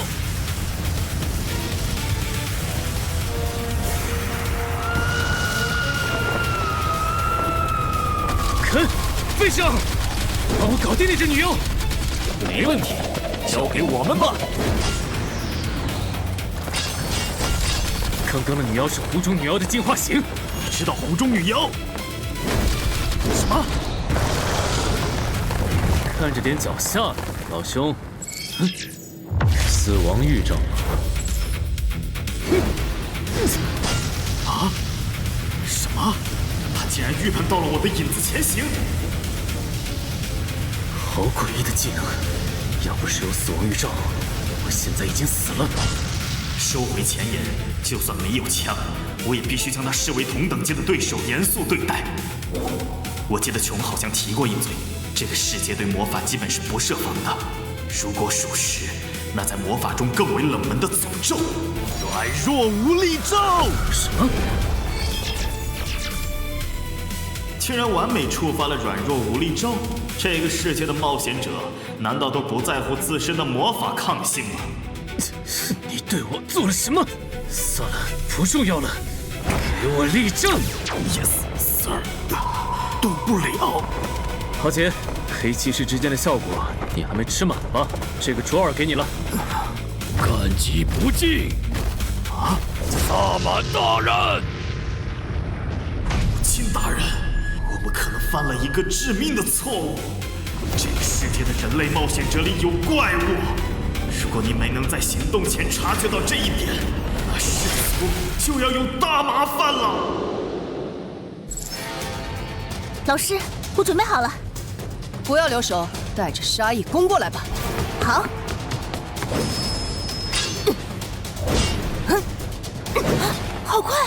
记住，遇到摆出防反架势的对手，没有一定的把握，别贸然出击。